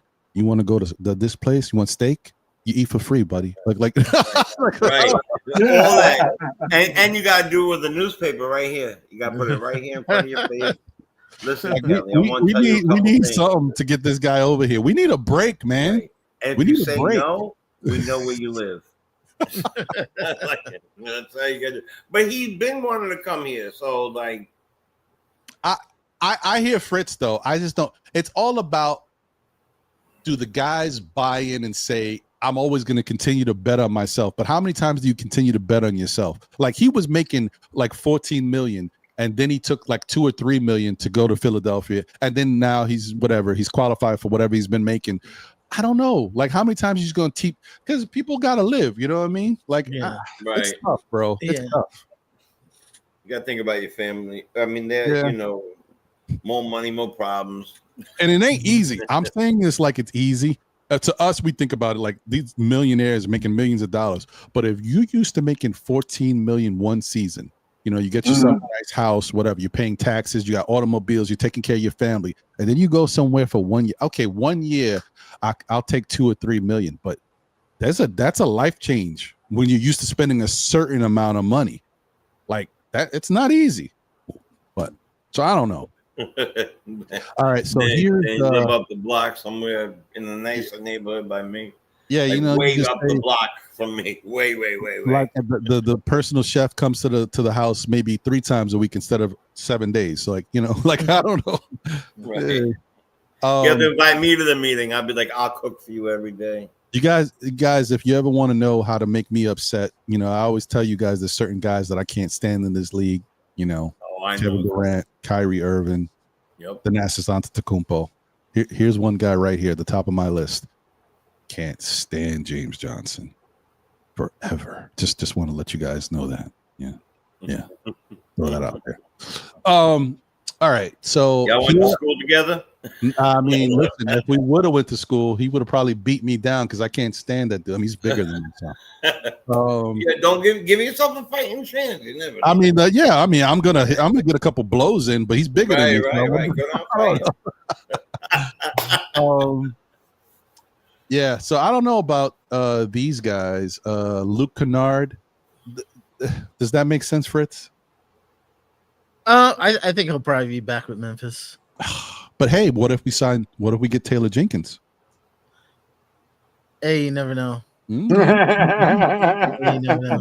That's obvious. Yeah, we got to look at. What is that commercial? Damn. Hey, you never know. Yeah, you never know, man. Listen, we know how things move. You know, anything can happen. Okay, so shooter off the bench. I mean, he can shoot. But definitely, the guy can light it up as far as from three. That's his bag. Hey, whatever happened to I don't know why when I see Yuki Kawamura, whatever happened to the guy that used to play with the Nets, the Asian fellow that he was tall, he could shoot threes. He went to play overseas. Oh, he was good. I like you. You want what to be? His name?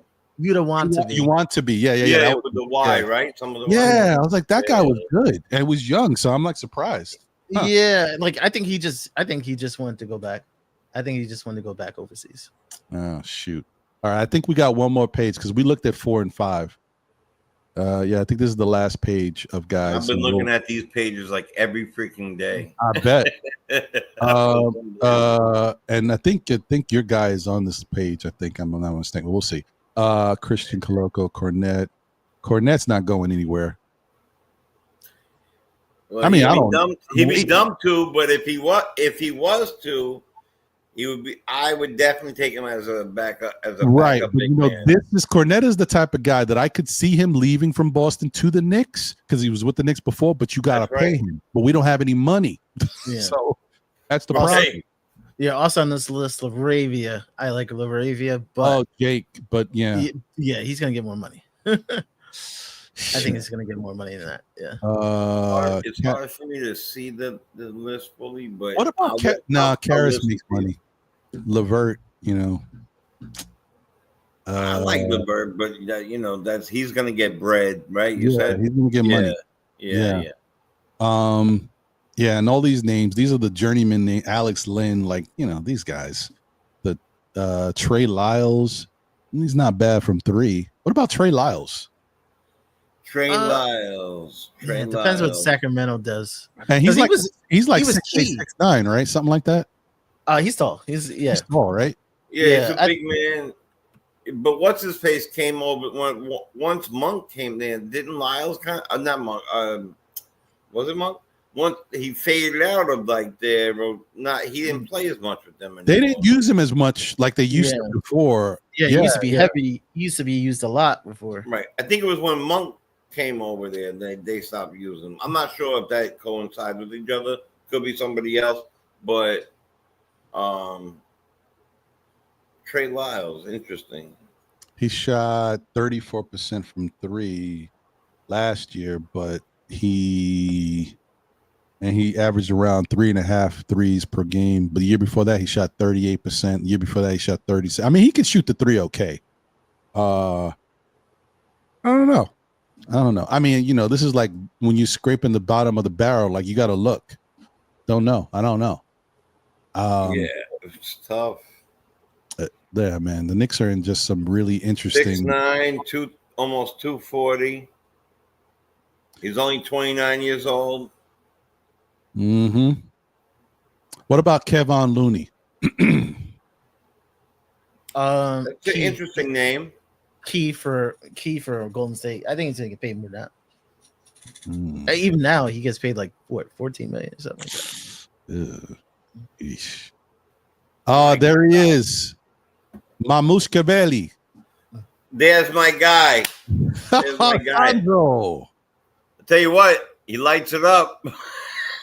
Listen, hold on. Let me take a look at. I can't even spell that. Let me spell the first name. Hold on. Sorry, Sandro.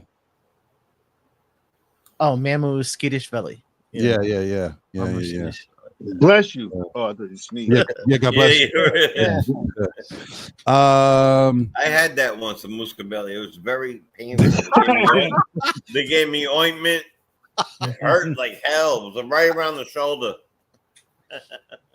Yo, it is so bad. Looking at his game log, 10, 10, 12, 13, 14, 11, 10, 16, 34. I'll tell 34 is against. Like, oh my God, bro. 11, 19, 12, 34 against the Knicks is nuts. But he shot 37% from three this year. He's 6'9", 240. He can't do much of anything else, though. I mean, the scoring is not so bad. Those scoring numbers are about 10 points off the thing. The first thing we're going to have to figure out if we're going to be that offensive team that we've been this year, or we're going to try to focus on playing a little bit better defense with a greater offense.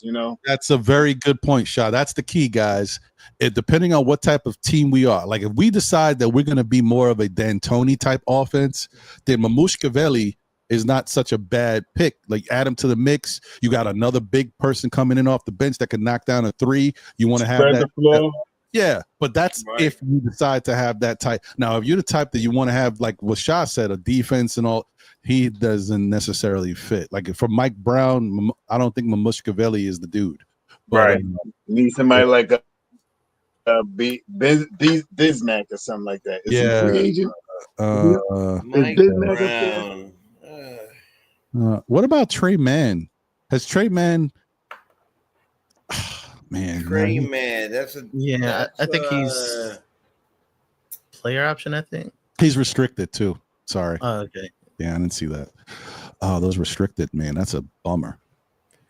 But maybe Charlotte wouldn't match Trey Mann.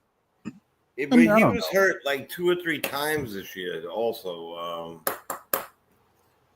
they might not restrict that, but do we want that if that's the case? I know. I just looked it up now. He was injured at the moment too. Oh, nice. Yeah, that's the guy that I know came out of you guys' show. He was interesting because I didn't know enough about him, but I like the fact that he's under the radar a little bit, so you just never know. And that's Sam Merrill. Sam Merrill's kind of you can knock it down. And he's not used a ton when it comes to Cleveland and all those other guys that the ball goes through. Let me do my little deep dive on Sam. Sam Merrill. Merrill. All right, so shoots 30. He shot 37% from the field. I mean, from the three, 40 from the field, 96 from the free throw line. 96. 96. All right, sign him. He gets around 19 minutes per game. He was averaging 7 points per game.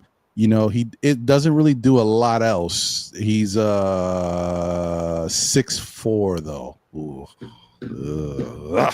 Damn 6'4" guys again. I will tell you this though. I'm looking at the game log, right? Just the game log. Mm-hmm. He played roughly 20 minutes for a long period of time with them. And he got nearly 2 steals many times. 4 steals, 3 steals, 1 steal, 2 steals, 2 steals, 2 steals, 1 steal, 2 steals, 1. Mm-hmm. So he's got hands, and but we're talking about what somebody else. This sucks. It's so hard to. I know it does suck. I want to make him better than he really is, and that's good. And that's why I'm so happy that Fritz is here because Fritz understands this better than a lot of us because he's looked into it. He's had time to digest it, to understand that as much as we think that there's guys that we can add to this team just to run it back and make people better, we are restricted because of the way in which the money plays out. So it really gives you you're like, damn it, how can you have money and then not really have the money you think you have? That's what's going on. So this is really interesting, guys, and it sucks because that whole thing about running it, because we can't run it back if we can't make any changes. That's why I said before, yes, there's obviously a bunch of different changes that the Knicks can make, but I'm saying an easy change is moving Macau before you add more money to your books, because he's supposed to get more money. Like, it's much easier to move a guy who's about to get an extension than worry about moving guys that are already locked into certain amounts. Because then you got to move those guys, and then you still got to give an extension to Macau, who's inconsistent, and you question him. Like, I don't know. I don't want to give him one. I can't lie to you. I don't. I just don't. It's tough, guys. It's tough. But don't get me wrong. I'm not saying we need to. I'm not saying we should move on from Macau. I'm just telling you the Knicks are in a situation. It's like, what do you do here? Shout out to Wacko in Brooklyn in the building. Holla at your boy. Salute to you, Wacko. And I'm bringing this up because me and Wacko went back and forth, because Wacko's like, how do you trade Macau? Who's going to be your point of attack in the guard situation? Who's going to be the guy to defend these guards? And I'm with you, Wacko. I don't know how long you've been here, but if you've seen how hard it is to add somebody to this Knicks team when knowing that we don't have a lot of money, and even the money we have, we can't use it in full. It's broken up in a veterans minimum and a mid-level.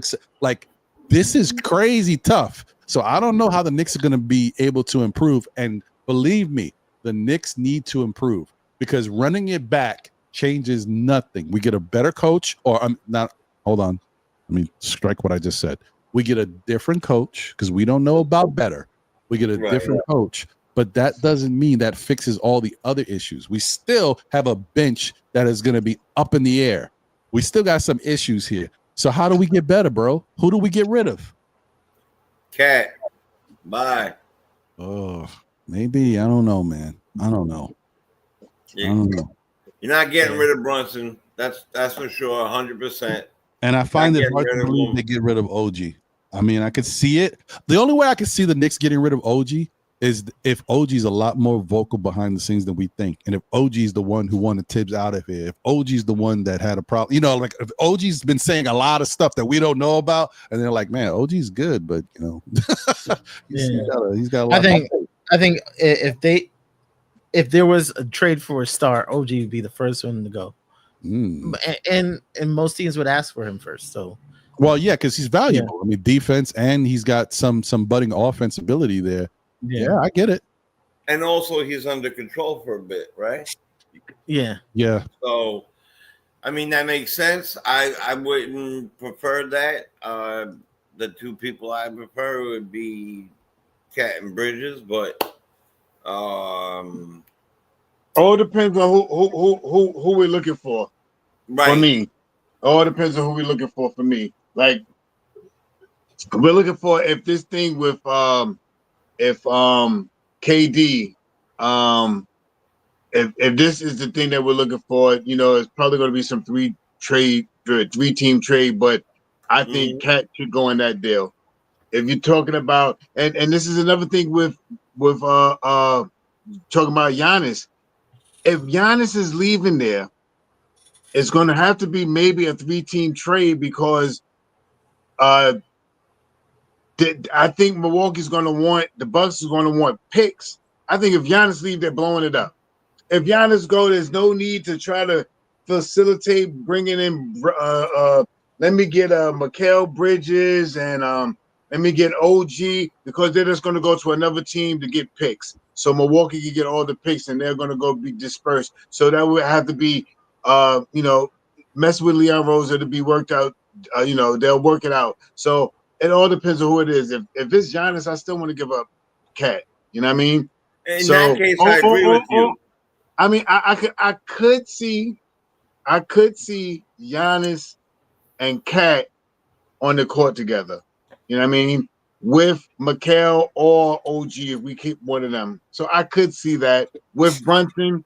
I can see that. Then we're filling somebody, but we take away so much because we already don't have enough right now. So we still gonna have to build. We gotta push to try to make sure that we get to 14 and still stay under the cap. So there's so many different things that you got. But that's why I think that this first year that we just ran it back, let's just fill up the roster in the second unit. Let's use every vet minimum that we can. This TPA, not TPA, mid-level exception that we can use. If we could use any money off our books, so we could get 3 or 4 quality players on our thing with some of the guys that we have on the bench, with some of the young guys, and maybe pick up one of those Bruce Champs or Kavan, the other guy that we had on the team, and get somebody else, and let's see where we could go from here. You know, and bring in a different coach that could probably run a 8, 9, 10-man rotation. But of course, as a Knicks fan, if we and I've been joking with this, but I'm going wholehearted. If we go and get Kidd, and then we go get Chris Middleton, we getting Giannis, baby. Let's go. Let's get it. Yeah, there it is. Yeah. There it is. Yeah. Oh yeah. Middleton is gonna take his. He's gonna take his money. Yeah. He has a clear option. NYC people, I could give a flying crap about that girl. Don't worry about it. Yeah, he got 34 million coming his way. Who, Chris?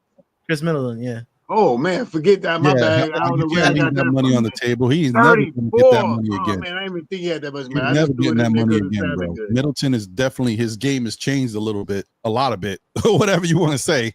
Like, yeah. So yeah, I'm not walking away from that money. If it's up to me, I'll be with you guys one more year. Yeah. Nah, I'm gonna take that 34. That's my last 34 more to get. Put me right on the bench. Mm-hmm. Oh, Giannis. Right. Yay! Yeah, definitely. Anybody want water? Yeah, exactly. What can I do to help the team? So we already talked about these guys for the most part. I mean, there's nobody. Kelly Oubre would be nice and Chris Paul, you know. Schroeder, I like the Schroeder idea. I like Schroeder too. What about Chris Boucher? What about Boucher? We talked about him earlier. Like Boucher. Oh, you did? Okay, all right. Yeah. I wouldn't be mad at Boucher, but I just don't know what his value is because I like his motor. I think he hustles. What about Is Yasabelli available? Yeah, right out of my mind. There you go, Jay Joseph. That's some real talk stuff. That's some real talk stuff right there, brother. Yeah, that's right there. What about Yasabelli? What about Yasabelli, Fritz? Because I know you guys.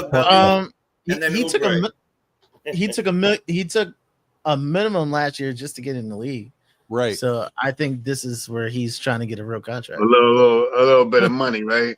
Yeah. I'm gonna tell you, when we played him, and I know whatever he played his heart out, and he had a heck of a game. He could rebound. He gets in the paint. What about Bismack Biyombo? He was on my list. Yeah, because I was trying to be realistic with my list. Right. And right. That's a realistic. And I don't expect Mitch to be on this team. So I'm like, okay, Bismack Biyombo's like, if you're gonna put 2 centers on the bench, he's probably one I could put on the bench. All right. Okay. Well, yeah.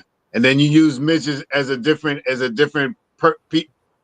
person to pick up if you trade him, right? Like if you trade Mitch, you get maybe two forwards or something like that, or small in a guard or something like that, right?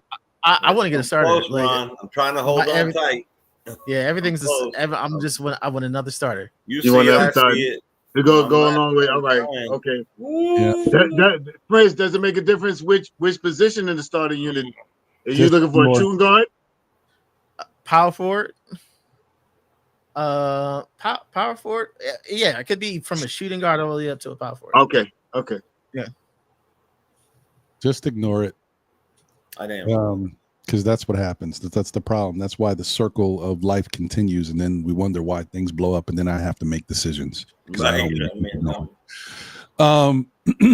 I only do that so you can see the deep ball. That was it. It was. No, I got you. You caught it in the good. Yeah. I'm always watching. I know. Sometimes I miss things, but I'm always watching. Yeah, so I would say, man, we're talking about like this Knicks team. It's really going to be interesting to see where they go. And unfortunately, all of this is speculative because we don't know what they can pick, but we can't even figure out what works for the team because we don't know what coach they're going to get yet. That's why it's really tough to say. We can't even say what guy looks like it would fit because we don't know who the coach is. We don't know what the style of game it's going to be. That's what's going to help us understand what players are going to work. So, unfortunately, guys, being that I'm saying that, understand that this is probably the last time I'm going to talk about free agents and stuff like that, or trade pieces that can really work until we get a coach. Because how do you figure out what's going to work until you know what you're dealing with? So it had to be done because we need to talk about some stuff, but I'm not going to continue to keep talking about something when, how about we get this guy and then they bring in a coach that will never play that guy? Like, come on. Right. This guy want to run and gun, get the ball and run up court. You talking really about all this is 2K. They want to play half court. Yeah, I'm talking about bringing in right now. the defender of all defenders that moves with slow plodding feet. Like I'm like, this guy wants to run. Cement shoes, shoes, dragging along. But being that I think at least we looked into it, and my point of this, like I said, my point wasn't because when you guys know when I'm really serious about putting together players, I do my little thing with the breakdown with their numbers and all this stuff and how they could fit. We're not there yet, so not doing that until we get closer to something. But I wanted everybody to understand, and like I said, once again, I can't thank you enough, Fritz. If you picked the day to come on the show, today was the day, buddy. Like it's so important to have you here so that people could understand that the money is not. It's bad, and it's even not what we think. So I thank you for that, bro. I think that outside of the coaching thing, outside of what players might fit, however we can get them in here, or what moves might be made, I do want to talk about one more big piece because I put him up there on the thumbnail last week, and I realized we were talking about so many different things. I didn't even get into it. I did not even get into it. Devin Booker. I think the thought here is that this is one of those, you know how we talk about how the Knicks, everybody thinks the Knicks are going to do something and then they wind up doing something you're not thinking about. This is my Knicks misdirection move. The Devin Booker thing is the guy that nobody's talking about to the Knicks, that the Knicks aren't talking about, but they have talked about it, just like Cat. They talked about Cat a long time ago, and we stopped hearing about Cat. Next thing I know, Cat's on our team. Devin Booker is that guy. Devin Booker is that guy. God. In the two spot on the okay. Man. I was there, and then certain things changed my mind. Oh, I know. I kind of moved away from it too. But I like to have that whole Leon we trust. Like no one's talking about Booker. That's just the type of thing that Leon would do when you know that they have those relationships. I just put it out there. And if you talk to me about what can really help this Knicks team, we talked about ball handling. We talked about having another scorer. Yeah, he's that dude that he's got so many different aspects of his game that would help us when we're down and we need somebody to get something. You talk about that inconsistent thing that we see sometimes with OG, but we really see with Macau. You talk about getting rid of that, like having a consistent guy out there with Brunson. What's his number? What's his number? I always say that we need that. He's a combo guard. We need another guy who gets the assist. Not necessarily people are talking about Giannis, and I get it. No, I mean, don't get me wrong. If Giannis is available, Giannis is your target. But people are talking about Kevin Durant, and I'm like, why are you talking about Kevin Durant and not talking about Booker, who's been linked to the Knicks because of CAA and all this stuff forever? You're not talking about Booker. Ain't that like his cousin, nephew, or something like that? Forever. Right. So now here's the thing about Booker. Forever. He is not the greatest 3-point shooter. That's not really his bag, but he can knock them down when he needs to. He, 33% from 3 last year, and on 7 attempts. Now he's a career 35% shooter, but remember, Booker has a bag that's undeniable. He's a mid-range assassin. 46% from the field for a jump shooter is great. You know what I mean? Averaging 25.6 points per game, 7.1 assists. He's Jalen Brunson from assist. And you don't even look at Booker like he's that guy because we're so used to him being the scoring guard. He gets 7 assists, guys. Nice little backcourt to have a Brunson and oh my God. The double Bs. What do they used to have? The wrestling, Killer Bees, wrestling, man. Killer Bees. Oh, they'd be the Killer Bees. We would be fine for the whole year. We wouldn't be able to make 14. We wouldn't be able to make 14 roster moves, would we? Oh my God. I mean, we would have to probably give up OG, McCall. How much the salary? Isn't he like 48? He's supposed to be making like 35 million next year. Around 53?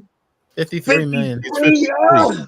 And he's gonna get a raise. Now he's gonna get a raise. And They're supposed to get like 75 million or something. One of the first players to get like 70 million or something like that. 53 is cat, guys. Just want to throw you out. 53 is cat right now. Just putting that out there. Right. But well, how much does he make? Hold on. Because in order to make it, we gotta give 3 people up. Could we? And then we still got no, because that's not under the books. We can't do. Could we do a combination? No, he makes more money, so we can't do a McCall and Robinson and something else for Booker. It would take more than that. It would, right? That's what I'm thinking. It would be a little odd. But Josh Hart, right? It would probably be Hart. Hart would probably. It would probably be McCall, Josh Hart, and Robinson or something like that, right? So that's the thing, guys. That might be too much for a lot of Knicks fans to give up McCall, Mitch, and Hart for Booker, but you keep Booker and you keep Cat. I mean, you get Booker and you keep Cat and Brunson. Ooh, boy. And you keep OG. You keep one of them. You keep one of those. You keep one of those boys, McCall or OG. You keep one of them. You don't give up both of them. You keep one of them, McCall or OG. So one of them you're gonna keep. One of them you give up. It'd probably be you give up OG because he's closer to the money. He's already at 40 million, right? But I don't think we would have to give up both.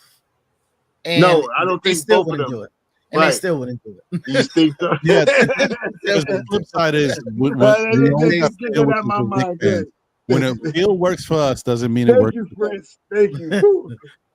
Like, I could see it working if they were good on Durant, but they want to get rid of Durant. So that's another reason why it doesn't work. They're not going to take these guys back and get rid of because if he go, they might want to because they're trying to get rid of Bill too. Yeah, they're trying to get rid of Durant. They're trying to blow it up. And let's keep in mind too, another thing to think about, and this is how I knew the Kevin Durant deal was dead, because apparently Phoenix doesn't want Cat. And when I heard that, I was like, you don't want Cat, then you don't. Nah, you ain't messing with us. No. If they don't want Cat, nah. Mm-mm. So yeah, I couldn't see it, man. But I'm gonna tell you something. If you told me I had to give up Hart, McCall, and Robinson for Booker, and I get to keep Cat and have Brunson and OG, nah, I'd do that. I'd do that. I would too. I would do that too. And then if you had a little bit left to go, pick up Bismarck. I would do it even bigger. I would give up OG and Josh. That's more. That's too much money. That's almost 60. OG and Mitch. You know what I mean? That's 6. That's about the same what they want. That's 40 and 12. That's 52. I mean, I don't know, Fritz. And I'd give up Kolick and Pattier and the 3 picks. Right, and like free seats for a year. Like man, come on. If you want to make it look like it's a package deal, you give them the 2 rookies. You give them Pattier and Tyler. Then you give them the 50th pick this year, two pick All right, spots, hold on. All right, calm two down. second rounds. Hey, open up the vault. Hold on. Wait, what's the combination you guys needed? Hold on. Right. Man,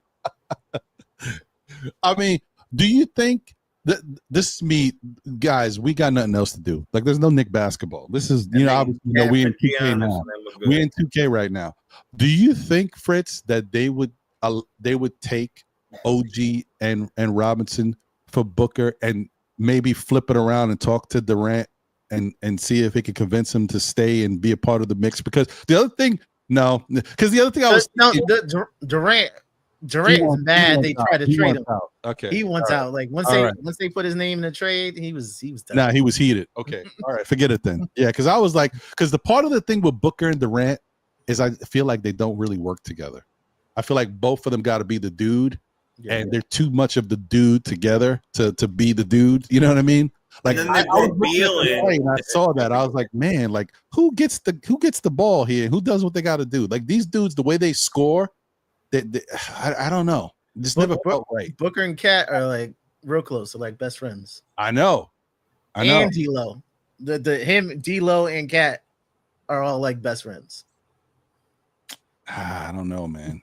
That's a tricky one. I mean, I always felt like there would be some way that to get, but the Phoenix is just in flux. They got a lot going on there, and having to get rid of Durant definitely moves things around. And I guess that's probably why people keep saying that Durant's coming to the Knicks, because I could see Phoenix taking OG and Mitch or something and whatever else they want to throw in there for Durant, but I don't want it. That's the thing. I don't want it. I know the Knicks, apparently recent things have said that the Knicks are out on Durant, but I wouldn't want that anyway.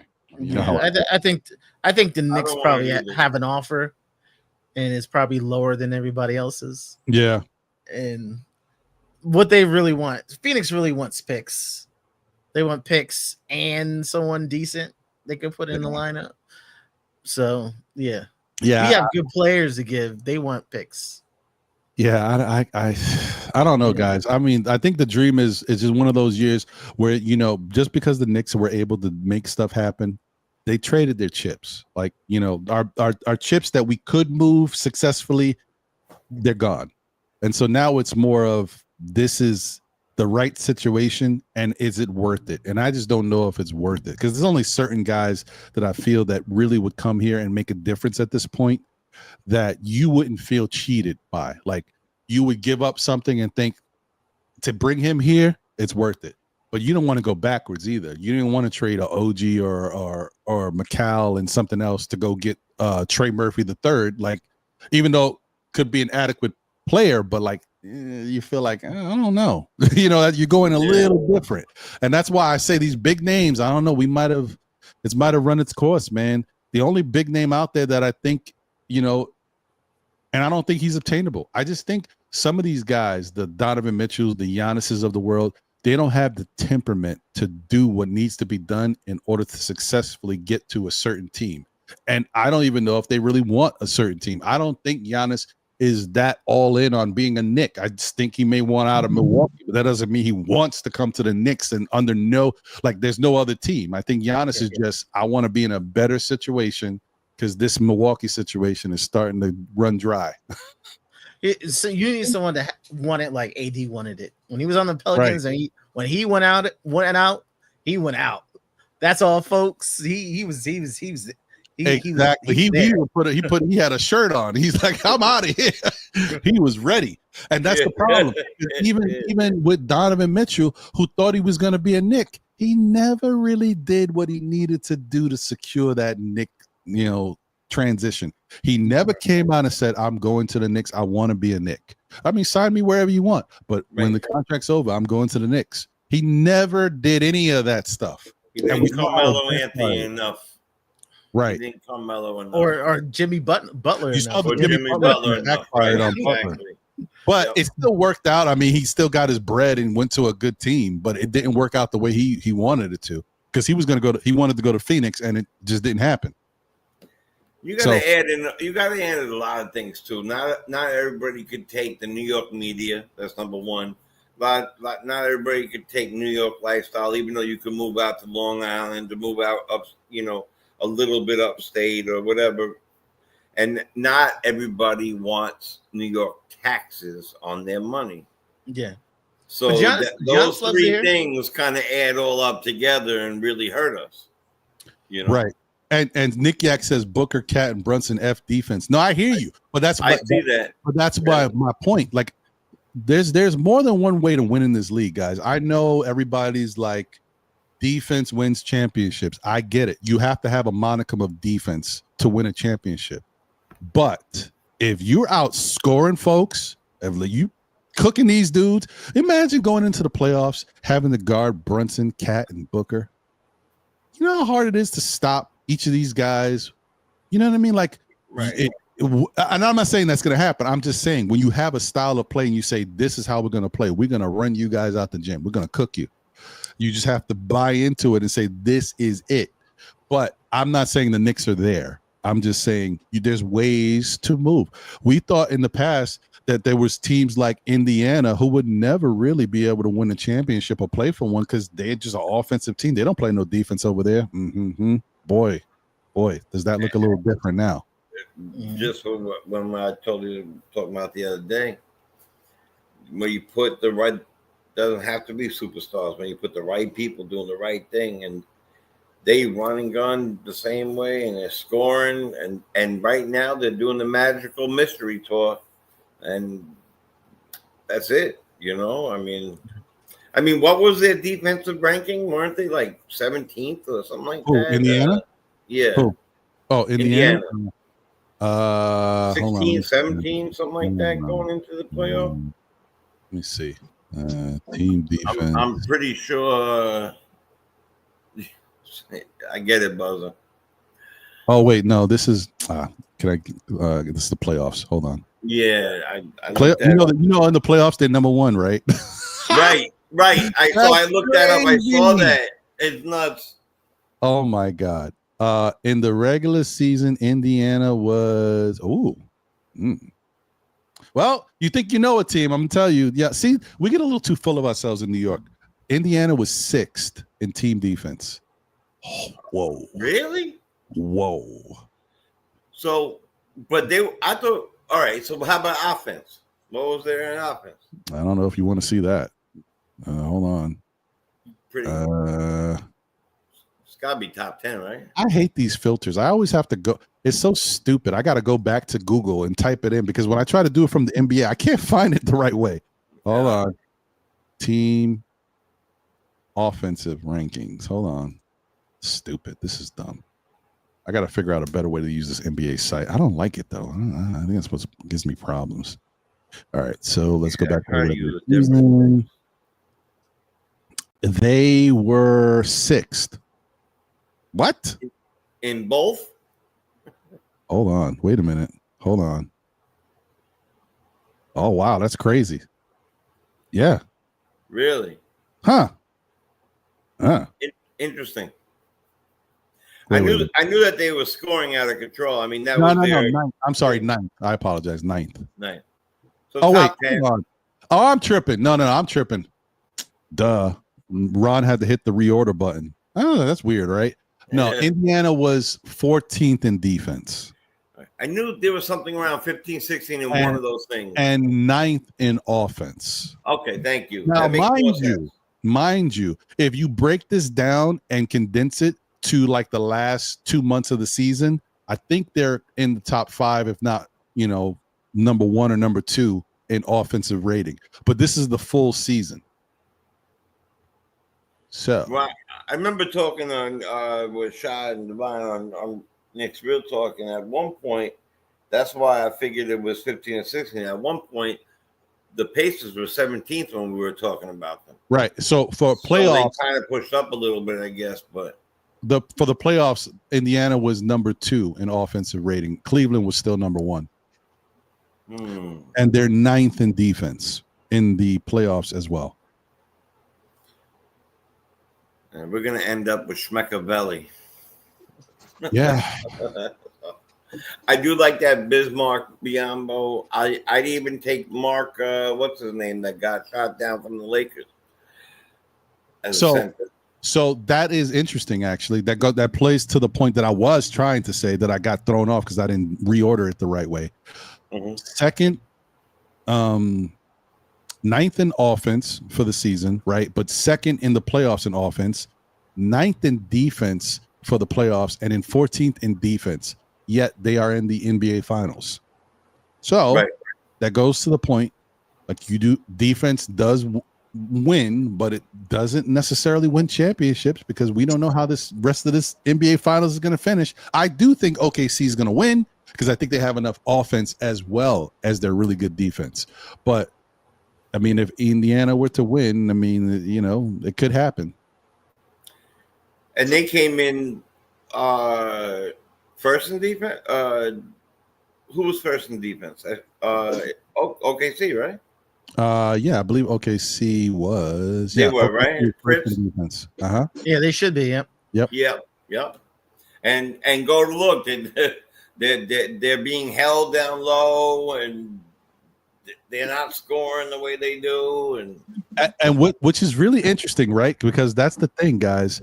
For whatever reason, even though Indiana is not a great defensive team, you know, we said 14th for the regular season, 9th for the playoffs. They have learned how to be physical defensively. They're getting away with stuff, and the refs are letting it go. And I'm like, this is interesting, guys. Like they learned how to use their hands and kind of, you know, make things happen. So I haven't watched a lot, but from what I'm hearing, there's a lot of 90s been complaining about stuff. It definitely looks very 90-ish. I did watch, me and you, Jay, we talked about. I haven't watched any yet. I did because I was trying to watch the Met game last night, and then I watched the end of it, and then they lost, and then it finished, and then there was nothing on. And I said, "Don't say that again." Let me turn ABC on and see what they got going on. So I watched. Funny. You and I think so much alike because that's exactly what I did. I watched the game with my cousin, and when I can't stand, just a quick side note, I can't not stand this fake Thor-looking dude, Stanek, Pranic, man, whatever. Yeah.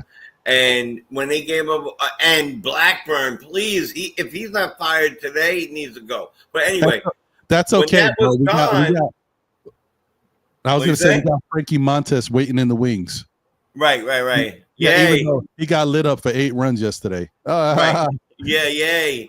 That's my whole point on that. And then Senga grabbed the whole thing anyway. Yeah, I know. Yeah, but funny that you said that. Right after that, I checked my phone. I was like, I wonder if the game's on. I haven't watched 1 ounce of the basketball. Let me just go check it. And of course, it wasn't. It wasn't the day. So right to the Netflix. That sucks. Yeah. All right, guys. Let me do this. Let me just open it up a little bit. And obviously, I mean, if you can hang, that'd be great. But if you got to go, I understand.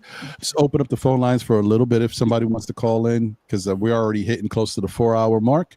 So just if anybody wants to weigh in a little bit with your thoughts. So before I get out of here, I do want to open up the phone lines. And I'm sorry, I apologize. I know I keep saying I'm going to open up the phone lines sooner, but my whole thing is I like the fact that the panel has been lit. You guys have been great. I want to give people a chance to talk. And you guys know I don't really open up the panel on the other shows during the week, but the phone lines can be open. So you guys get a little bit more love than the panel. So and I feel that what makes the difference of it. Yeah, I think so. I just like to even it out a little bit. You know, give guys a little.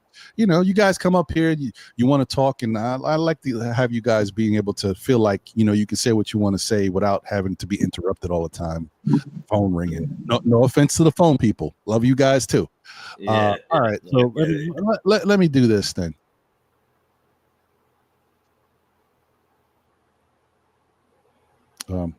Why do I not hear it?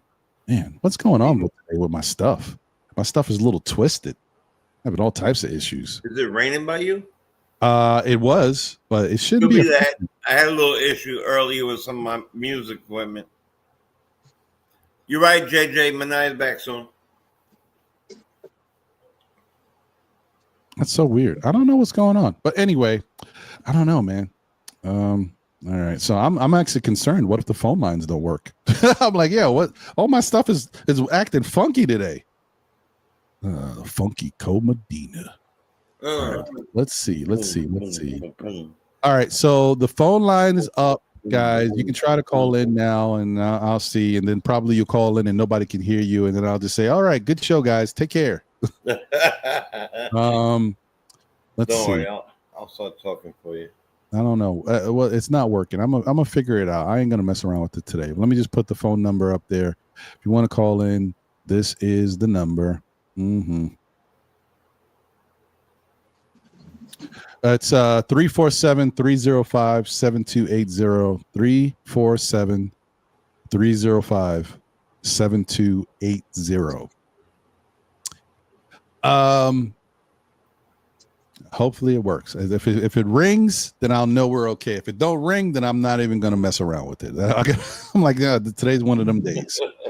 But hey, I wanted to ask you another question, Fritz, and I don't know if you guys have a thought about this. Do you think Dan Hurley is still in the mix?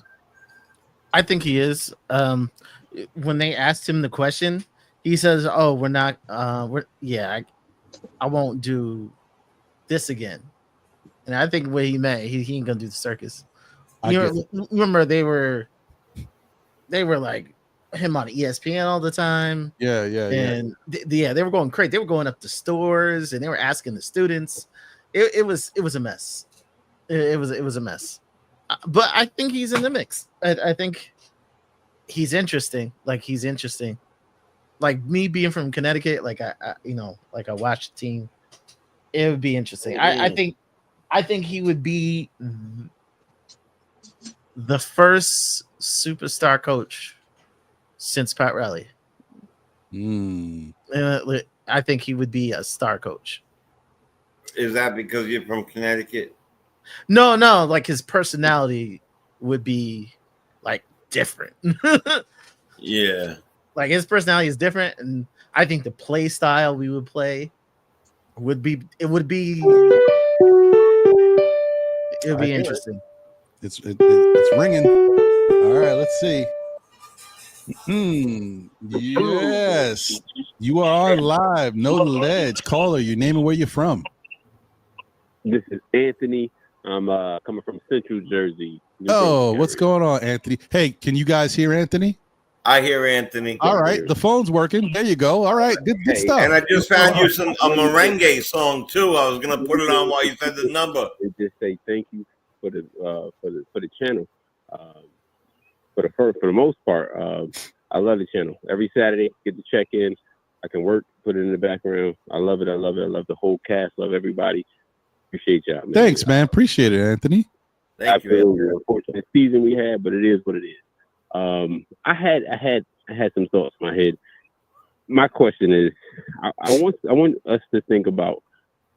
It was, to me, the biggest problem with Tibs was the development of the wings.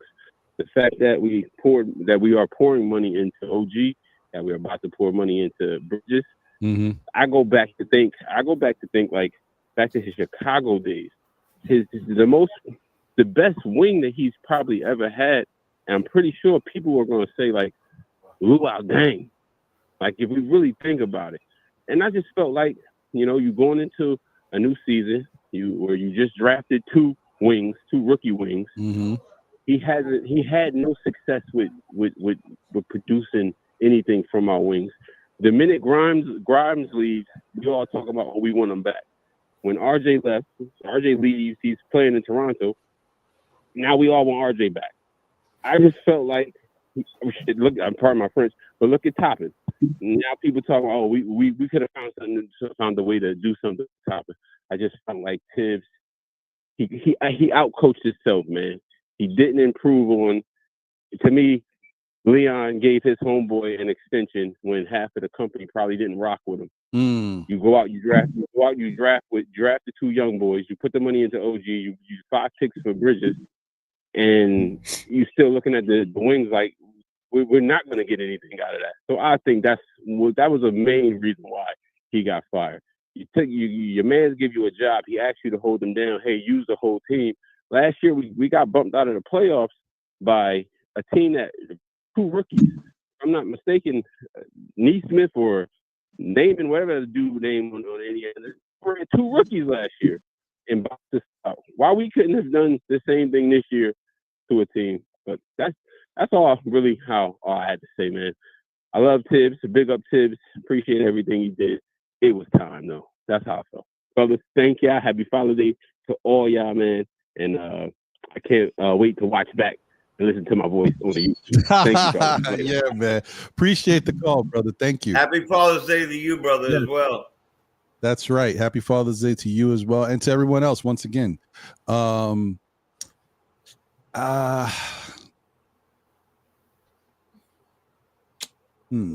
Interesting. He says some interesting things, and it does go back to Tibbs' inflexibility with regards to the roster. Once again, could we have done something similar if we had opened up? Like, would our bench have been as bad if we allowed Dadier or McCullers or Huck Porty to play? I don't know. Could they would have made mistakes, but does that mean they would have been? Could they have not given us something that we could have used? Yeah, but also how I viewed it is the Knicks went into the draft last year with 2 first-round picks, and we mixed it up, and we got 4 players instead of 2. And the thing the Knicks said after they picked those rookies is we got 4 guys we think who should have been in the first round, right? And we put them on the team and we got 0 return. Right. So I got 4 players I think are first round talent, and you say you don't got players and they're just sitting there. Yep. And another thing, and so the other thing too about that, Fritz, when the Knicks did that, because everybody, well, I don't want to say everybody, but I mean the people I was talking to, and myself included, I didn't think the Knicks were going to draft anybody really in that draft. I thought they were going to just keep punting picks and take more picks from somebody else like they normally do. And they surprised the hell out of us when they took all those players. But then I said, well, why would they do this? And I said, well, okay, they want to do this. And this is prior to them getting Macau and to them getting Cat. We didn't even know that was coming. But then, once that happened, then I'm like, man, the Knicks don't have any money. Wait, but they drafted these young guys. They knew they weren't going to have money. They still added Shamit and whatever they added to the bench. They brought back Precious. They know they're not going to have money. But look at the guys that they got that they don't even have to depend on. These guys have talent that they can use. So if you need depth for your bench and you don't have anywhere else you can go, you're good. And even if you're close to the second apron, if for some reason we get to that apron, you can look down the line and say, well, these guys have some value, some talent that we could use if we don't have anybody else. That's what I was thinking in my mind. I was like, maybe that's why they did it. But then when they don't use them, I'm like, I don't know. Well, go ahead, Fritz. Also, you can if you just look at them as investments, if you gave them a little time and people got to see what they did. If I needed a veteran at the deadline, I have a guy who's worth the first round pick over here. And of course you want a young 19-year-old over your guy. It should have been easy. If you played them and they played to how we thought, a young guy should have been easy to trade for a vet. Right. But if you didn't play them, so they're not worth anything. Or the caveat to that is, with the Knicks or us sitting here today playing the young guys that we would have played them, and without playing this year or very limited minutes, we got the 51 wins. Everybody would have been okay if we would have played the rookies, the Dadiers, the Koliks, and the Huckapurtys, and had 40, 46 wins. The Knicks fans would have been happy with that, with us dropping down to maybe the 6th position instead of having the 3rd position. You know what I mean? Not saying that they would have been playing that bad, but overall, they would have had their upswings and their downswings as being rookies. They would have had a real hot night one night and maybe 5 bad nights. And I mean, overall, usually a professional, someone that's been playing in the league like Brunson, will have 1 bad night and 6 good nights. You understand what I mean? Mhm. If these guys would have digressed, had one, good night and 3 bad nights, and the next thing, and we would have end up being 44 wins, 45 wins instead of 51 wins. How much would the fans? Because that's the only people that's really complaining. That's the only people who really complain is the fans that we had. Oh, Tom Thibodeau, that we had 51 wins. We're the third best team in the East. We're the Yep. third best team in the East. All That's year. fact. You know what I mean? All That's year. fact. You know what I mean? That's fact. So if we would have digressed and had 44 wins and been the sixth seed in the East, this narrative about Tom Thibodeau getting fired would have worked a little better for me, my opinion. Right. Makes sense. I mean, that's But I do agree with Fritz as both of them actually. But what Fritz said that now they're worth nothing because they were not shown. That's kind of what you were saying, right, Fritz? That their value was kind of shot down because of not playing. Yeah. And they don't have to play heavy minutes. Like you just, and they didn't gain experience either because they weren't practicing. So all they have is Westchester experience and doing drills with the NBA team. Like you didn't even practice. They didn't even practice against the big team. So and you know what? That leads me to believe that if you did top to bottom, right? If you had player exit interviews, I'm thinking maybe we all talked about this, that maybe it's OG or Macau, one of them. Some people even said it possibly was Cat because behind closed doors, you never know. But I think the rookies, them young players, they all spoke up. They all had something to say, like, hey, coach didn't play me. And I was like, I thought I did what he wanted. So I'm sure them young fellas definitely had a lot to say. Young fellas don't care. They don't get it. Or a no comment. Or what can I say? I didn't play.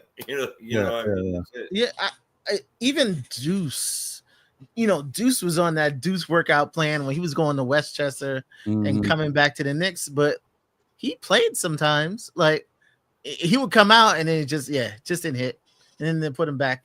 Like he didn't even do that with these kids. Yeah. It's bad when and I'm not saying, once again, I'm gonna say this again, that doesn't mean that there wasn't other issues that you have to think about and worry about, but it's bad when you know that there's certain things that the Knicks don't have and it's on the bench. Whether or not you think that that's the answer or not, whether or not guys can do what you need them to do given the chance, the point is it's on the bench. The fact that we couldn't play defense and stop Indiana, and then these guys played who were on the bench, we know that. We talked about. But the other thing is when we have an issue where guys can't really make great decisions with the ball on the court, they get blitzed, they don't know what to do. We don't have a lot of great ball handlers. And you got a really good ball handler sitting there on the bench. It's tough. Even if he may not play defense and you're like, is he ready for this stage? But just knowing that you brought in a guy that helps address a certain thing that you lacked and you didn't use him. And it's not even about the playoffs. In the playoffs, you get like a owner or a front office staff member, executive is going to say, well, I mean, I get it. I don't know if I would play these young guys in the playoffs either. We're trying to win and they need to be prepared. But the fact is, they should have played in the regular season so that you can know if they're prepared to play in the playoffs. You can make the decision and say, no, they're not ready. But when you haven't really given them enough, and to Fritz's point, like they haven't practiced because the seasons are different now, like it's hard to get a good full practice in. And the only way to use these guys is on the court during a game. And when you got a coach that is not willing to do that, I think that's a part of it too. That's also the fact that we can't get practices anymore, and that all these games, there's so many games that happen in a short amount of time.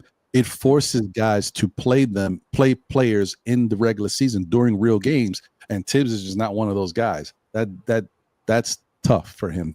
Two things real quick. One, if you see what Keith just said, I would agree with that in a lot of things. The way it happened so fast after making the ECF and winning one more than we did last year, rising. It doesn't matter 110, whatever, rising from what we did last year. That's one point. And games like the Charlotte game, not Brunson hurt, not that Spurs crap, my Master Lavelli kill games, but like games during the year, I really thought that it would have been really great to see like them be willing to say, you know what, win or lose, today's starting lineup is going to be Kolek, Bennett.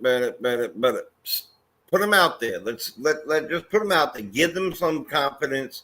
Give them some rhythm together, and be willing to even take the loss on that. You know what I mean? And then also give one full day to these guys to not even play. Not one full game where they could just even do that. You can bring in, I don't know, maybe Hart would stay.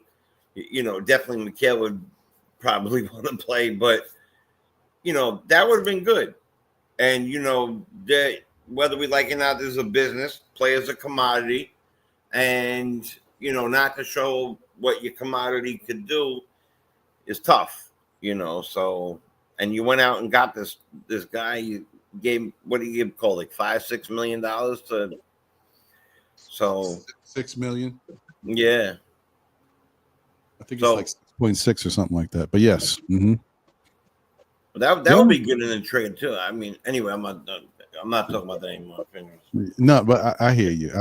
I mean, first off, let me say real quick, shout out to Kareem Grant. I put it up before, but I didn't really address it.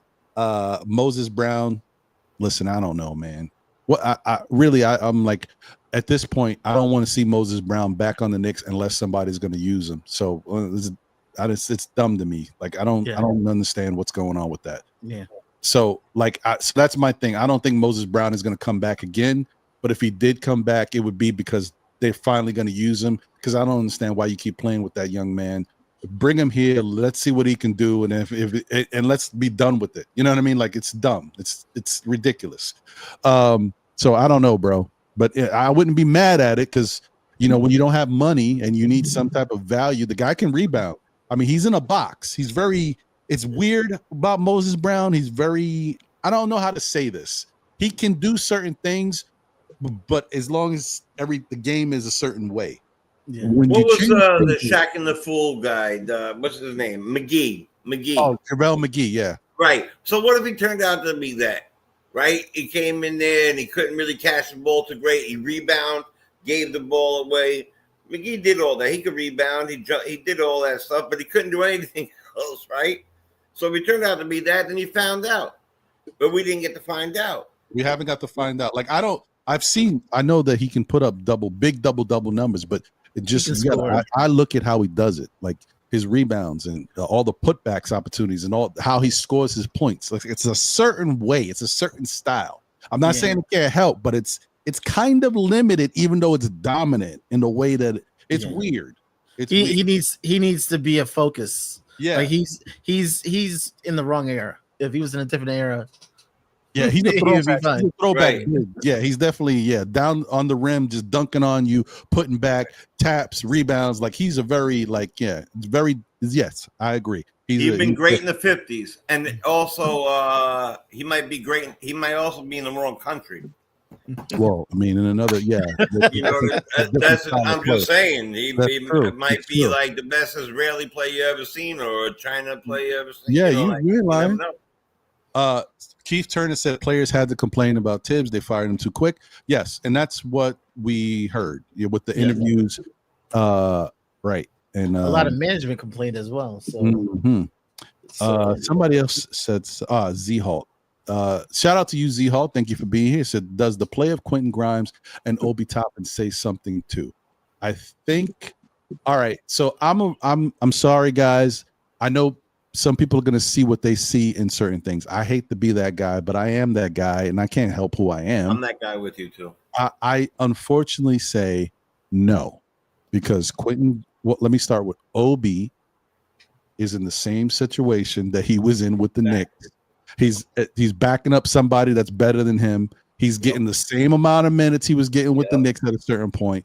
It's just he's in a better offensive system, and he's happy with his coach because his coach is not Tibbs, and Tibbs is not on him about his defense all the time. That is the difference. Obi's just going out there. He's playing basketball. He likes the guys he's around. That's no big deal. He liked the Knicks too. But he's in a good offensive system for what he likes to do. And they play, in a way that benefits Obi. That's it. That's the only difference. So that's Obi. And when you talk about Quentin Grimes was on a Philadelphia team. First off, he was on a Dallas Maverick team where guys were hurt. He had to fill in and he had to score for them because they were lacking scoring. Okay, so he got his first taste of that. Then he goes to Philadelphia, and Philadelphia all of a sudden has nobody. They don't got their rookie of the year type pick. He didn't win the rookie of the year, but at the time he was going to win. He got hurt. Then they lose him. Maxey? I'm talking no, not Maxey. The guy who paints his fingernails. I'm sorry, McCain. I don't remember his name. Oh, right. Yeah. Okay. Sorry. McCain is a really good basketball player, but he got hurt, and he was killing before he got hurt. McCain's out, and he was also, once again, let me say this again. He was leading the rookie of the year charge. He got hurt. He's out. Then Embiid goes down, right? Then Maxey goes down. He comes back, but then he's out again. Grimes is there. They don't got no offense. Then George goes down. Then Grimes is the only one, and he's cooking, but he's getting all the shots. So when you shoot 45 shots, you can get 25 points. I'm sorry. I like Quentin Grimes, but I can't look at that and say this is who I'm getting because he's never going to get that on a contending team with players because there's going to be guys ahead of him. So, and we know when Quentin Grimes don't get that, sometimes he gets lost. He don't step up. That's my reason. That's the issue I had with Quentin Grimes. When he was with the Knicks, there was a certain point where we started to depend on him, and he went silent. Then he goes to Detroit. He averaged 3.2 points per game with Detroit. I mean, come on. I'm not looking at this guy. Come on. Yeah, I mean, look, man, I felt like I wrote everything you just said. Now, don't get me wrong. If he would come back to the Knicks, I wouldn't be mad at it because he's a talented player, and I could see how they could use him. I'm just telling you, don't think when you go out and get you a Quentin Grimes that you're getting the Quentin Grimes you saw with Philadelphia because he's going to be used differently, and it's going to affect his game. And he has shown, until he proves otherwise, that he doesn't thrive in those situations. He's still a good player. He's made some really good defensive plays and all that stuff, even in those. But offensively, he's like he's a turtle. He goes back into his shell. Yeah. That's it. That's all I got to say about Quentin Grimes. Love the guy. Good guy. But I don't know. JJ, and I agree, JJ. I'm just saying that what Ron said. It's he had an opportunity there that was completely different than any of the other opportunities when people went down. But I highly doubt, it is what it is. Adios. And shout out to everybody. Shout out to everybody who's hit the like button today. If you have, I think we had about 80 likes. I don't know if we can get to 100. If you haven't hit the like button, I would appreciate it if you can. If you don't know what it looks like a little something like this. Appreciate you. Thank you, guys. That needs to come with a picture of you like this. Yeah, sure.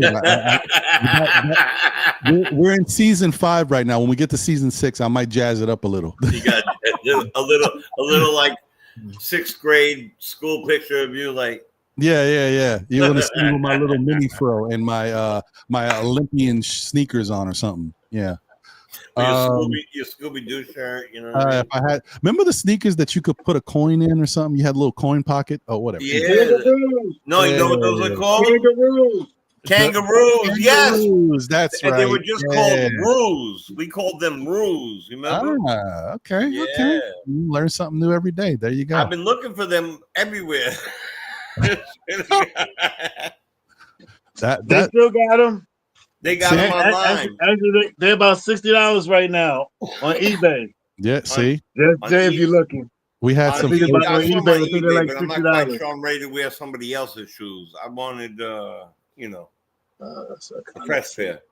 Well, All right. Well, let me do this because we've been rocking, and I appreciate you guys being here and rocking with me in these long shows. I know it's kind of gloomy outside. There ain't much to do, but I want people to be able to enjoy their lives and do something with yourselves. Once again, thank you guys for being here and rocking. Please smash the like button if you haven't already done so. We're on the road to 10,000 followers. Time has been good to us, and I can't be mad about it. I expect a lot of growth in this off season because usually in the offseason, when there's no Knicks basketball, that's when the numbers start to go up. I'm the only one who notices that, but I can't wait. So I'll take it.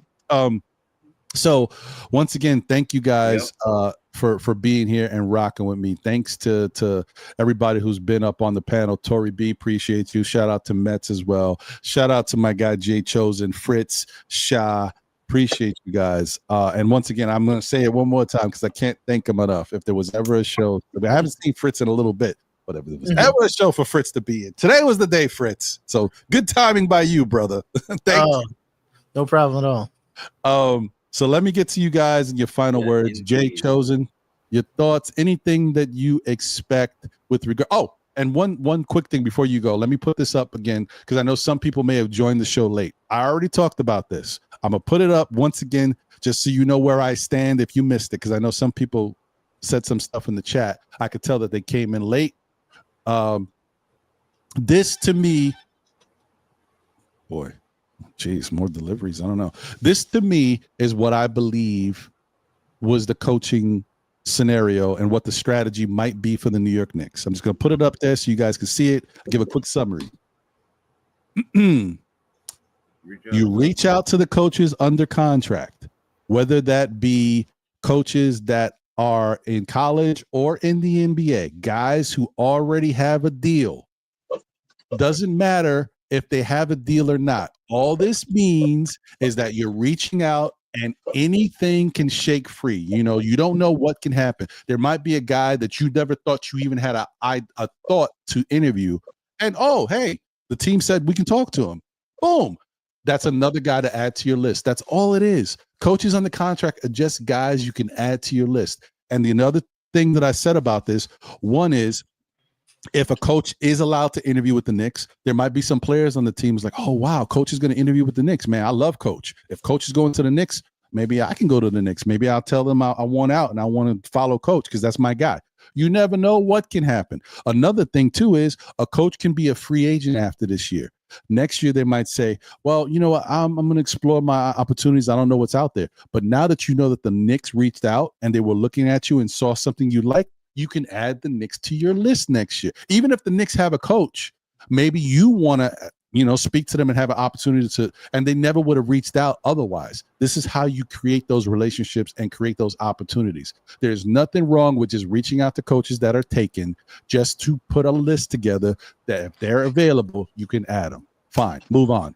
Contact available NBA coaches, the guys who don't have jobs that you know are good, that you might, we talked about that, the Taylor Jenkins, the Mike Browns of the world. There's a bunch of them out there. Same thing with available college coaches that have been coaching programs that are just not coaching this year that are available. There's plenty. You never know. So reaching out to those guys as well.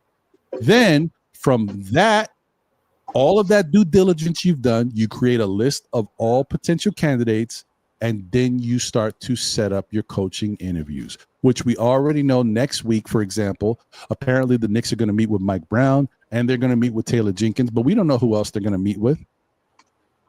So this is strategy, guys. That's all it is. So don't freak out. Don't start thinking the Knicks are inept or don't know what they're doing, that they have no plan. What they're doing makes a lot of sense. It's very smart, very calculated, and there is nothing you can lose from reaching out to a coach that already has a job. At least the coach knows you're thinking of him and that they're high on your radar. There's nothing wrong with that. Facts. So that's it. Now let me get to Jay and his final words. Sorry. Damn it, I'm old and forgot. All right. No, but that was a good breakdown of it, 100%. I noticed that Rick was on there. Rick is on there, guys, because Rick probably deserves an interview. And I feel like because I these are just rumors and speculation, because there might have been a little bit of resistance between Rick and Tibs. You know, Tibs does what Tibs does, even if you suggest it, and maybe, you know, Rick might have felt a certain way. I was saying this before. I even gave an example. For those who may have tuned in late, there might have been a moment where Rick said something that could help the team, and Tibbs didn't do it. And then later, the players, man, you know, we could have done that. So that puts points in Rick's favor, just to at least get an interview. I'm not saying he would be the guy, but you never know. And not for nothing, his son, you know, they talk, right? And he might be like, yo, I see something right here. And yeah, but Tibbs would never go for gets it. the telephone game going. You know that telephone game when you start saying something and it goes around? That's the thing. Like, that's the conversation. Rick might say, hey, son, you know, you guys could do this. Or, Dad, you know, I was thinking, could you know, we do something like it? Yeah, but Tibbs would never go for it. that's that type like, of thing. Yeah, crap like that. Exactly. First and foremost, as always, a privilege and an honor and a lot of gratitude for you giving the platform for us up here. Fritz, if you could put your thing back up, your link back up there, if that's all right with Ron. I know he's big on that, but I would like to go check it out. I'll do it. I'll put the link to Fritz's thing. Yeah, I mean, because I love the numbers. I thought today's show was fantastic. Having, you know, Fritz, you were excellent with the numbers and the money. Shah's always big on following the money. I've been looking at that. I really thought this was a very in-depth conversation about you know, like really what the finances are, not just like the 2K dreams that we all have. And, you know, and we all have them, right? We really all have them. I don't want KD at all. KD might end up here. That might mean that I have to root for somebody I totally don't want to have on my team. You know, it's just what it is. The fact of the matter is that if you come to the Knicks, and I know you hate to say this too, Ron, it's not like I'm going to be like, boy, God, this guy just hit a three, damn it. You know, like, you know, it is what it is. But I did like the names. I like Schroeder. I like Obre. I like the Bismarcks and the Mark Williams, if he's available, type guys. I like them. And, you know, I think this is the best, you know, besides, I don't even want to talk about the season anymore, but you want to win a championship. The second best part of the season to me is this. Talking about how you build a team, where to build a team, who to put on it, and then we see what the product is during the year, and that's exciting. So it was very fun show today, and I learned a lot. And you know what? We don't all have to agree, but definitely we, you know, respect should be in the building. So I do my best to respect anybody's platform I come on to. So thank you again. And happy Father's Day to all the fathers out there. Same to you, man. Same to you. And the rest of the fellas, you already know. So the link is in the chat for Fritz's NBA Economy show. Please check it out. Subscribe. You won't go wrong. He definitely does a great job. And obviously, you know, you can also find him on the Nick of Time show and doing what Fritz does, because Fritz be doing the damn thing. Appreciate you, Fritz. Shout out to Rasul in the building. Appreciate you. APAP is here. Salute to you, AP. Juan B in the building. Wiz BKLA in the building. What up, Wiz? And also shout out to Nego Stormy. He said, yo, I love this team. I don't want Cat or Macau to leave. I have sentimental value. Shout out to you. Thank you for being here. I think this is my first time seeing you in the chat as well. Appreciate you. Thank you for being here. All right. So let me go to Fritz. Your final words, my brother. Yeah, exciting for the off season. I think the most important person for the Knicks in the offseason in the World Wide West, and his connections and his relationships. Hopefully he can get people to come for less than they can get elsewhere. So I think he's the most important guy this summer. Coaching search, I'm not really worried as long as they have someone who's willing to try anything, who's willing to listen, and who's willing to, if something not working, he gonna figure out a way to make it work. So that's most important thing. I'm with you on that, brother. I mean, like I said, this coaching search, we don't know how wide it's going to extend. I'll tell you one thing, the Knicks are going to do their due diligence, and anybody that they think could be a good coach for the Knicks, they are going to try to interview that person.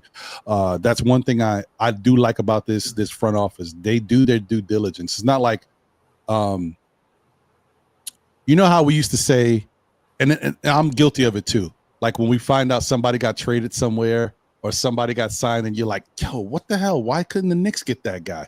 Mm-hmm. You think they didn't look? No, the Knicks looked. It's that either the people didn't want what the Knicks had to offer, or the Knicks didn't have much to offer, so they couldn't even, go forward with it. But the Knicks aren't out of play. I remember when Halliburton got traded, I was like, how the hell? You know what I mean? Right. This obviously, and we know the Luka thing. That was something else going on, so you can't really look at that. It is what it is. But and there's certain things. Even when the Lakers decide to go out and get certain guys to fill out their roster, the relationships that they have are just different from some other teams, and that's what puts them in a situation to get favorable assets.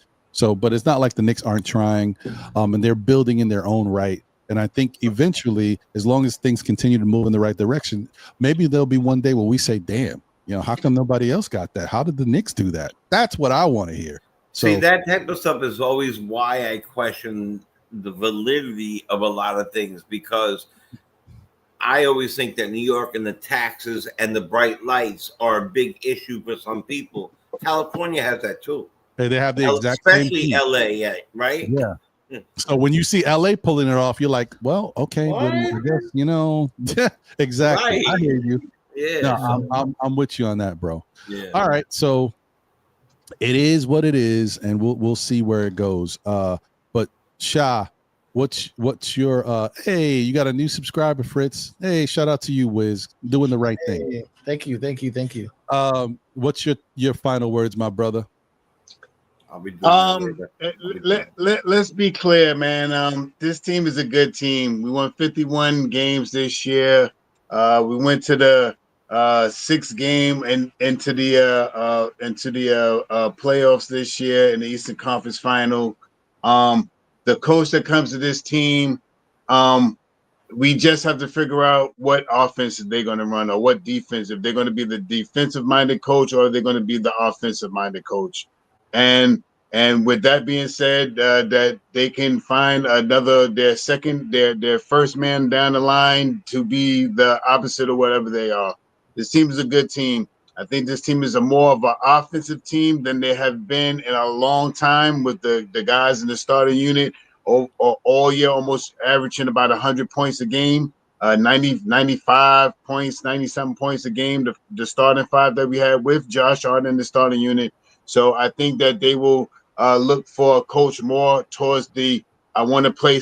I could play really good offense, but I still got stand down defense. Names out there. My number one pick, I think it'd be Jenkins. Jenkins looks like the guy that can maintain the offense and also can control the defense. He did that very well with Minnesota.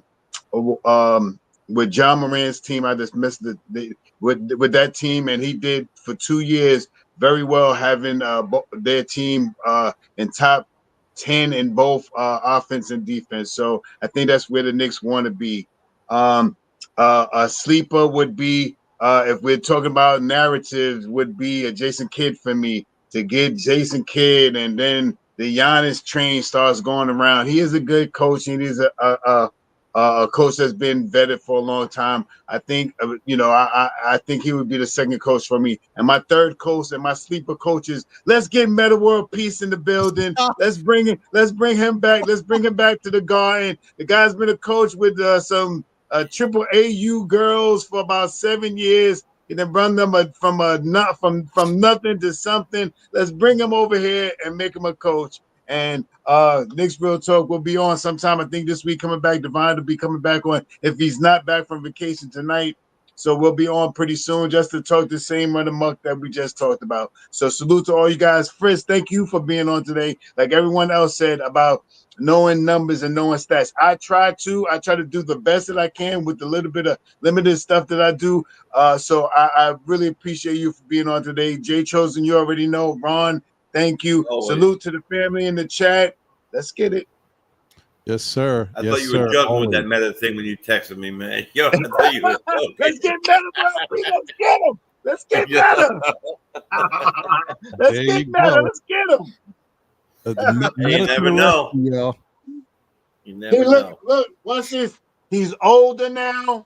He's more his mental is not as Queens Bridges as he was when he first I came was in the gonna league. say that. You know what I mean? Bridges, He is not from the hood. I don't want to say hood. You know, I'm from the hood, from LG. So anyway, so he's from that environment. He has went to became a Buddhist. He learned to change his mindset and his way of thinking, and I think he's been coaching this female team for the last couple of years. Let's see what happens. I'm not saying that he's going to be there. They'll probably pick up Hurley before him, but I mean, you know, he's a New Yorker. He played with New York. What, 15 games? How many games he played with? 35 games. He's from New York. Let's get it. hey. You know, You know whatever what? works. You know what? It's very interesting. Whatever works. Right. And you know what? You made me think of. I wanted to ask you guys, but Sha already did it. So I'm gonna ask Fritz and Jay before I get out of here because I was gonna say something real quick before I left, but I wanted to ask you guys this. So he already did it. If you guys had a coach, a dream coach for this job right now, who is it? You can have a second coach too, but Jay. Oh damn! I wish you would ask Fritz first. All right. No, I'll come back to you, Fritz. Do you know who would you be your dream coach for the Knicks? And if you had a second one too, I would say Dan Hurley. I'd love to see it. After that, I would like a rookie coach, like a brand new coach. Mm-hmm. Someone new ideas who's willing to look outside the box. So okay. So the second coach would be somebody who never coached. You said before. yeah, so like hopefully if we got back from Cleveland, I'd be totally okay with that. Mm-hmm. Got you. Okay. What right. you thinking, Jay? What happened with Johnny Bryant? I'm sorry. Bryant. Yeah, what happened with Bryant? Nothing. He's still there. It's just that I think the Knicks are going to do what anybody would do. Like, first off, Johnny Bryant hasn't proven anything as far as being a head coach. You don't owe him anything. You interview him and put him in a situation where he might get a job, but you have the ability to go out and look at all types of candidates, but you got Johnny Bryant there. I don't know if they've already talked to him and, behind the scenes, because they have a relationship. They could easily talk to him. And the point is to also interview all these other coaches that you might have in mind and see how they stack up to what Johnny Bryant has said, or does Johnny Bryant stack up to what you'll be hearing from them? And that makes you understand he's on the right track. We can trust a guy like Johnny Bryant. Right. Okay. So the one thing is that when I've been thinking about Johnny Bryant was my first pick, but I'm thinking about how many of the players were here while he was here. Like, and that kind of gave me a little pause in that. I like to see. This is gonna sound crazy. I want to see Mark Jackson. That's crazy. Look, there it is.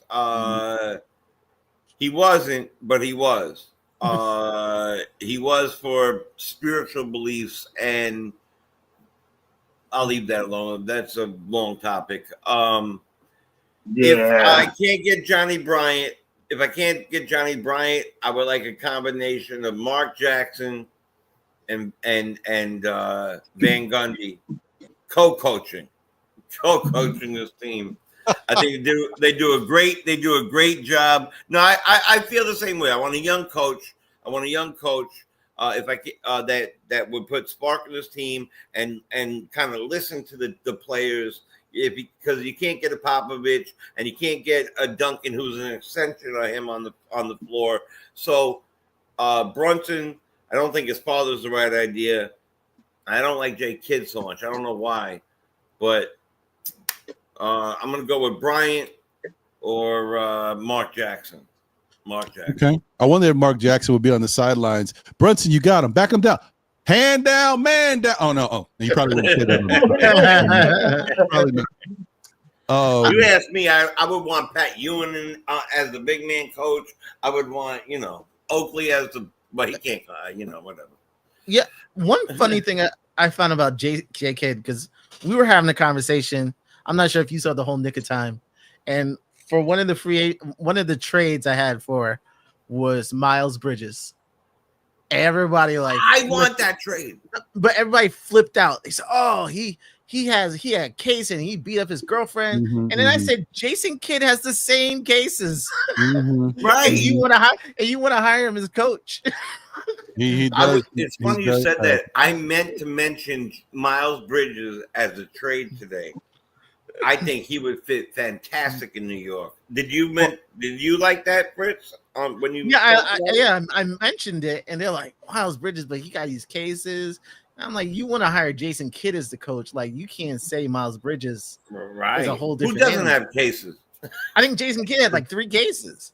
I mean, listen, Jason Kidd was a wild boy back in the day. He had a lot of stuff. Yeah, he got some drunk driving. Didn't he have a drunk driving too? Him drove on the lawn up in the house, bro. Yeah, Jason Kidd was a wild boy, man. Yeah. And he used to be a womanizer. Remember when he got into that fight with his own teammate, when he got into the fight with Jim Jackson, when they were both on Milwaukee? They were fighting over, I think it was Halle Berry. I think it was Halle Berry or somebody else. I think it was Halle Berry. I think they were both. I fight over Halle Berry too, so I'm not, I don't know. I remember they got into a fight over a woman. I think it was Halle Berry. I just can't remember. But yeah, that was wild, bro. I was like, these guys going in. Anyway, yeah, Jason Kidd was out there. AP says he remembered Jason Kidd's mugshot. I do too. That's funny. Yeah, I seen it. I seen it. Yeah. I sent it the other day, actually. Yeah. So Jason Kidd is interesting. He definitely brings it. So I mean, in that case, that's New York. So maybe I'm thinking backwards. Yeah. Maybe he works. I don't know. But so yeah. And speaking of Mark Jackson, Mark Jackson did weigh in on this. So that's what. Mark Jackson always has a way of letting you know how he feels without letting you know how he feels. So if you think, does Mark Jackson want the job as a Knicks head coach? He was asked about what Rick Pitino said, because Rick Pitino said Mark Jackson should be the coach. And Mark Jackson says, that guy has great taste. That's his comment. So that just tells you how Mark Jackson feels if he would consider being the coach of the Knicks. So there you go. But remember, don't forget, there was a point which I think the Knicks would move on from if they really considered him. But remember, there was a point where Mark Jackson was supposed to call Knicks games, and then he got into something, and they banned him from the Garden. So Mark Jackson be making his bed, bro. I don't know what's going on with him. Yeah, but, I hate to say this stuff, but James Dolan is a donkey too, man. But why, like, if you're Mark Jackson and you already have this blackball type thing going on, and ESPN fires you because ESPN started firing all their top talent to save money and all that, and then MSG and the Knicks jump on it right away. Hey, Mark, we'd love you to call like half the games this season. So basically, he was going to get the Jamal Crawford package in essence. Maybe a little bit more because he's Mark Jackson, but he was going to get that package. And he did something, and he got banned from MSG. I'm like, what the hell happened here? Oh no, he got banned from the team. Actually, what happened is the Knicks. Remember when he was on Golden State? Mm-hmm. That went south. Mm-hmm. So remember there was some like back and forth with him and the assistants. They were like spying on each other. One of the assistants he fired. That assistant was on. That's right. Went to work from. Yeah. That assistant was on the Knicks. On the Knicks. And they didn't want them two on a team playing together. Yes. Now it's all coming back. What are the chances of that happening, man? Oh my God. It's crazy. Well. So I guess not Mark Jackson and Charles Oakley. They're not going to be. No, but if the Knicks really felt like Mark Jackson was the answer for coach, then they would hire Mark Jackson. And I'm not saying they won't interview him. They might, but if they really feel like he's the guy, like he would have to wow them. Like after they have these interviews, I would think he would have to wow them, and they could see, damn it, man, he just gets it. Like we got to look at him a little differently. He gets it. So we'll see if they give him a shot. So just for my, my first pick, my dream coach, and I said it on my Walking and Talking, it's Dan Hurley. I just think Dan Hurley, he's got New York in his veins. He's a little wild. He can get a little crazy. They might have to throw him out of a couple games here and there. He might get fined. Really? I didn't know. Yeah, no, he's got spunk. He's Dan Hurley's gonna. Yeah. Basketball wouldn't be the same again. I think if he came to the NBA, like till everybody catches up for a year, I think we would be a spectacle in the NBA. Yeah, like, we would be playing hard for 48 minutes. We'd be a fun team. Yeah, but Dan Hurley's a firecracker. I gotta look into it. All right, good. Yeah, so Dan Hurley will be my number one because he's also very, very smart, and he commands a lot. And my whole thing is, can that translate to the NBA? Because he gets so much out of his college basketball guys. I'm just wondering, do the NBA players want to work? Because he's gonna make them work. That's my only question. So I like him.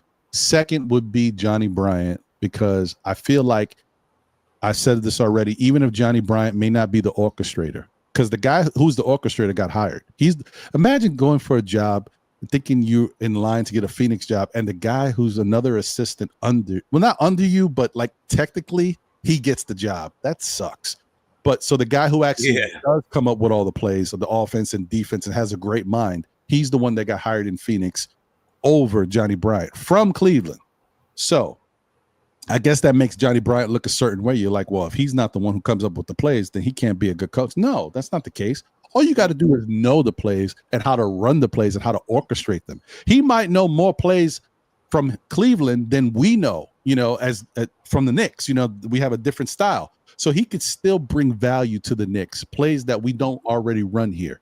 He just may not be the type that creates them and cultivates them the way that other dude does. That doesn't mean anything to me. As long as you can understand plays and you can draw up plays off of what you learn, that's fine. So he would be my second pick. I would need them to do their due diligence to talk to other coaches to see how they stack up with Johnny Bryant, if he sounds like them. But if he does, then I'm cool with him. And then my third pick. Oh, you didn't know we had a third. Okay. Yeah, well, you could always come up with a third pick. To me, my third pick is Taylor Jenkins. I like Taylor Jenkins. I thought he did a great job. And I thought the fact that when Ja Morant was out, sometimes Memphis looked better with him not there. I was like, wow, that shocked me. So I think that is a coach who knows how to win games. When your best player is there, you win. When your best player is not there, sometimes you win more. I'm like, oh, okay. Yeah. I like that. Yeah. I think he's also a victim of circumstance as well, because Ja Morant is just like a walking injury. And they're like, okay, he can't be smacking the floor every time. So we're going to change the offense. And it's not what they wanted. It's not. It just didn't look like the old offense. Mm-hmm. And Ja Morant wasn't happy. He getting less minutes, right, Fritz? What was that? He was getting less minutes or not as many touches, and they were still winning, right? Mm-hmm.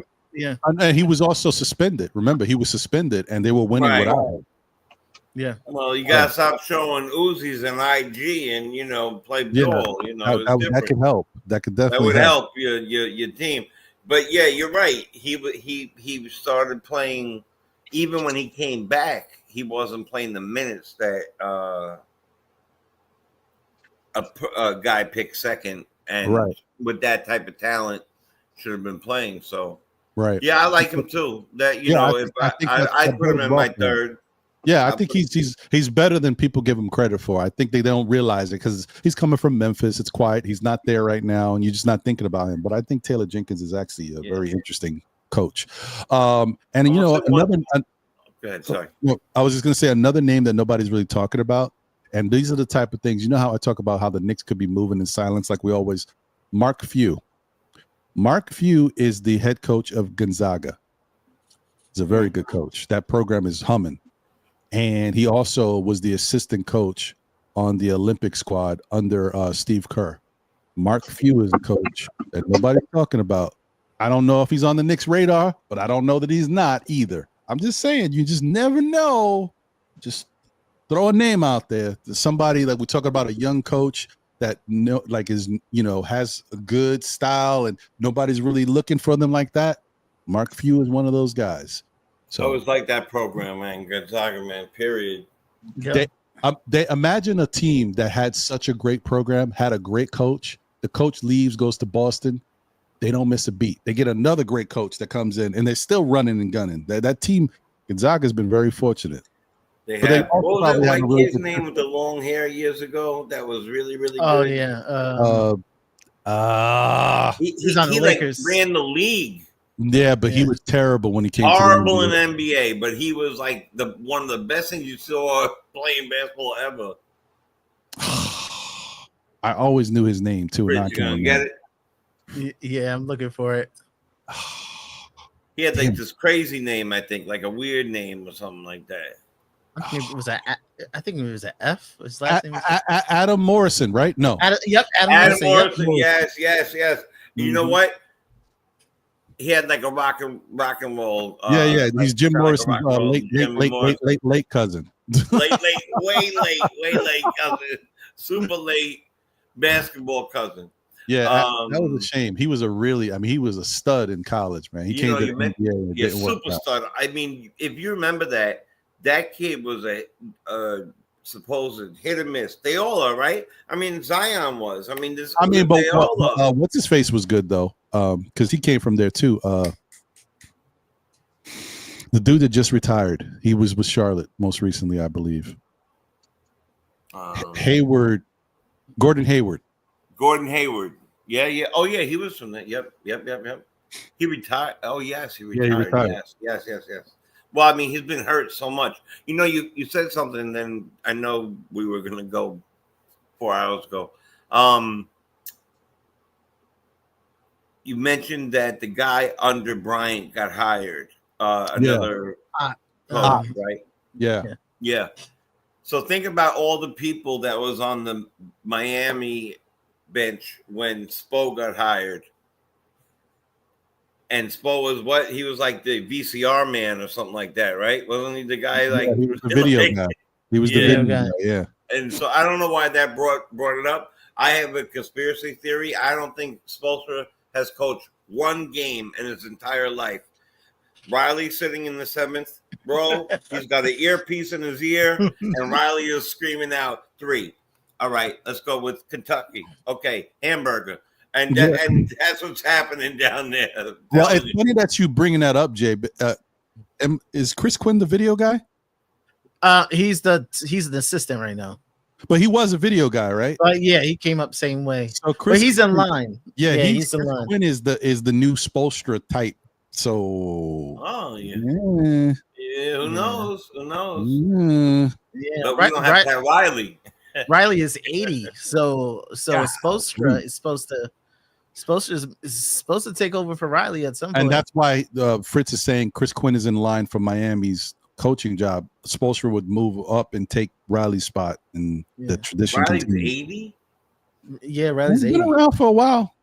Oh my God! And I'm 21 for the 29th time. That's crazy. That is so crazy.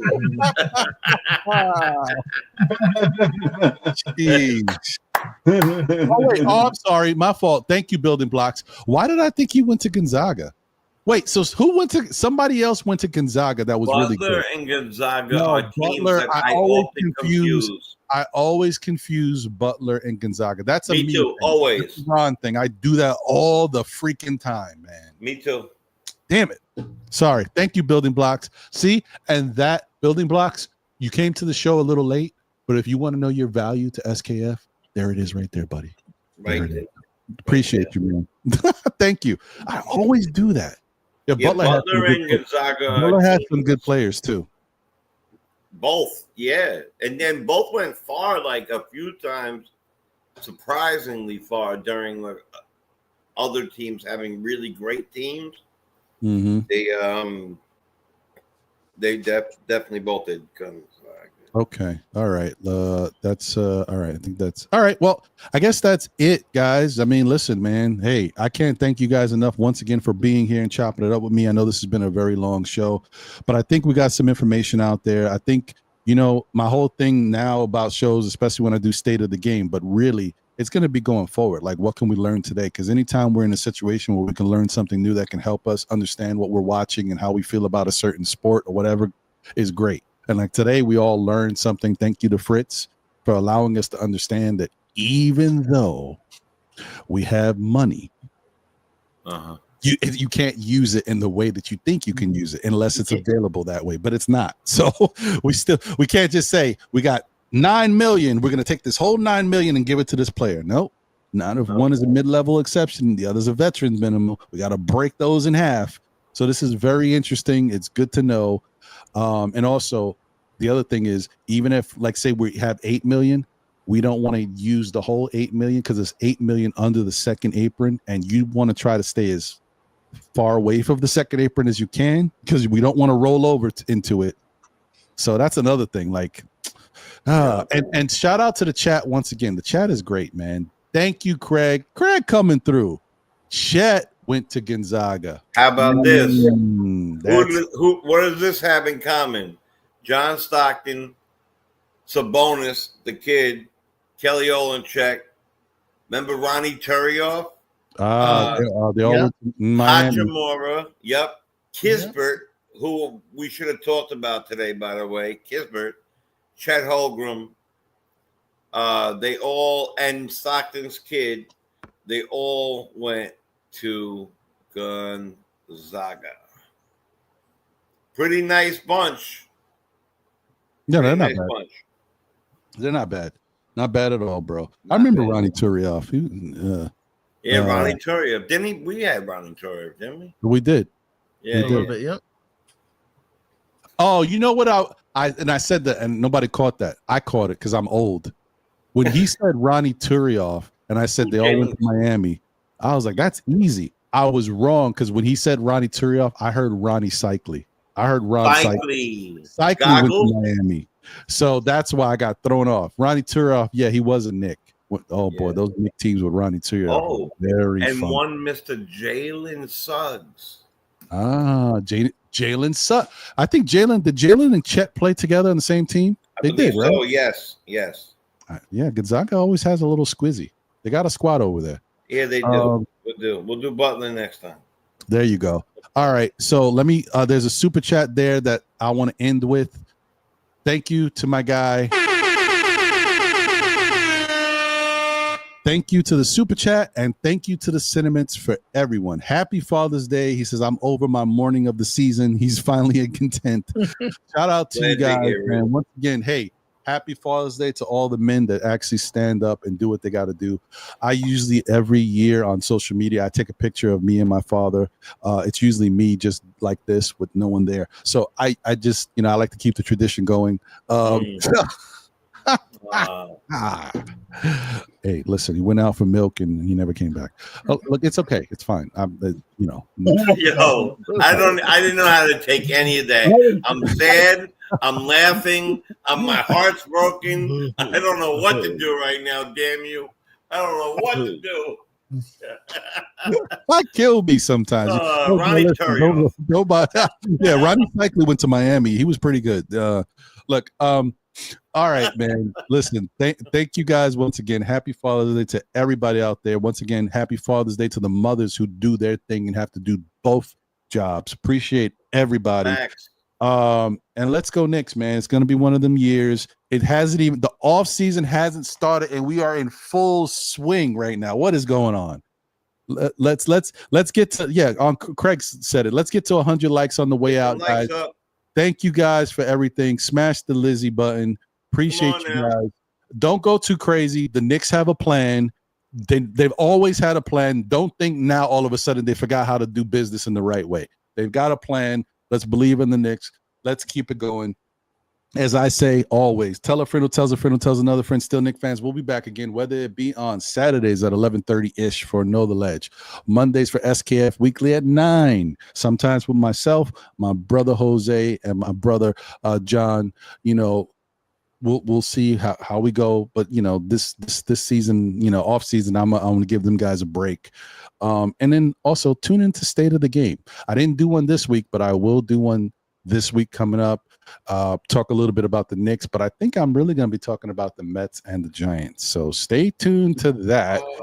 That should be interesting. Give me a buzz. Give me a buzz. So stay tuned to that.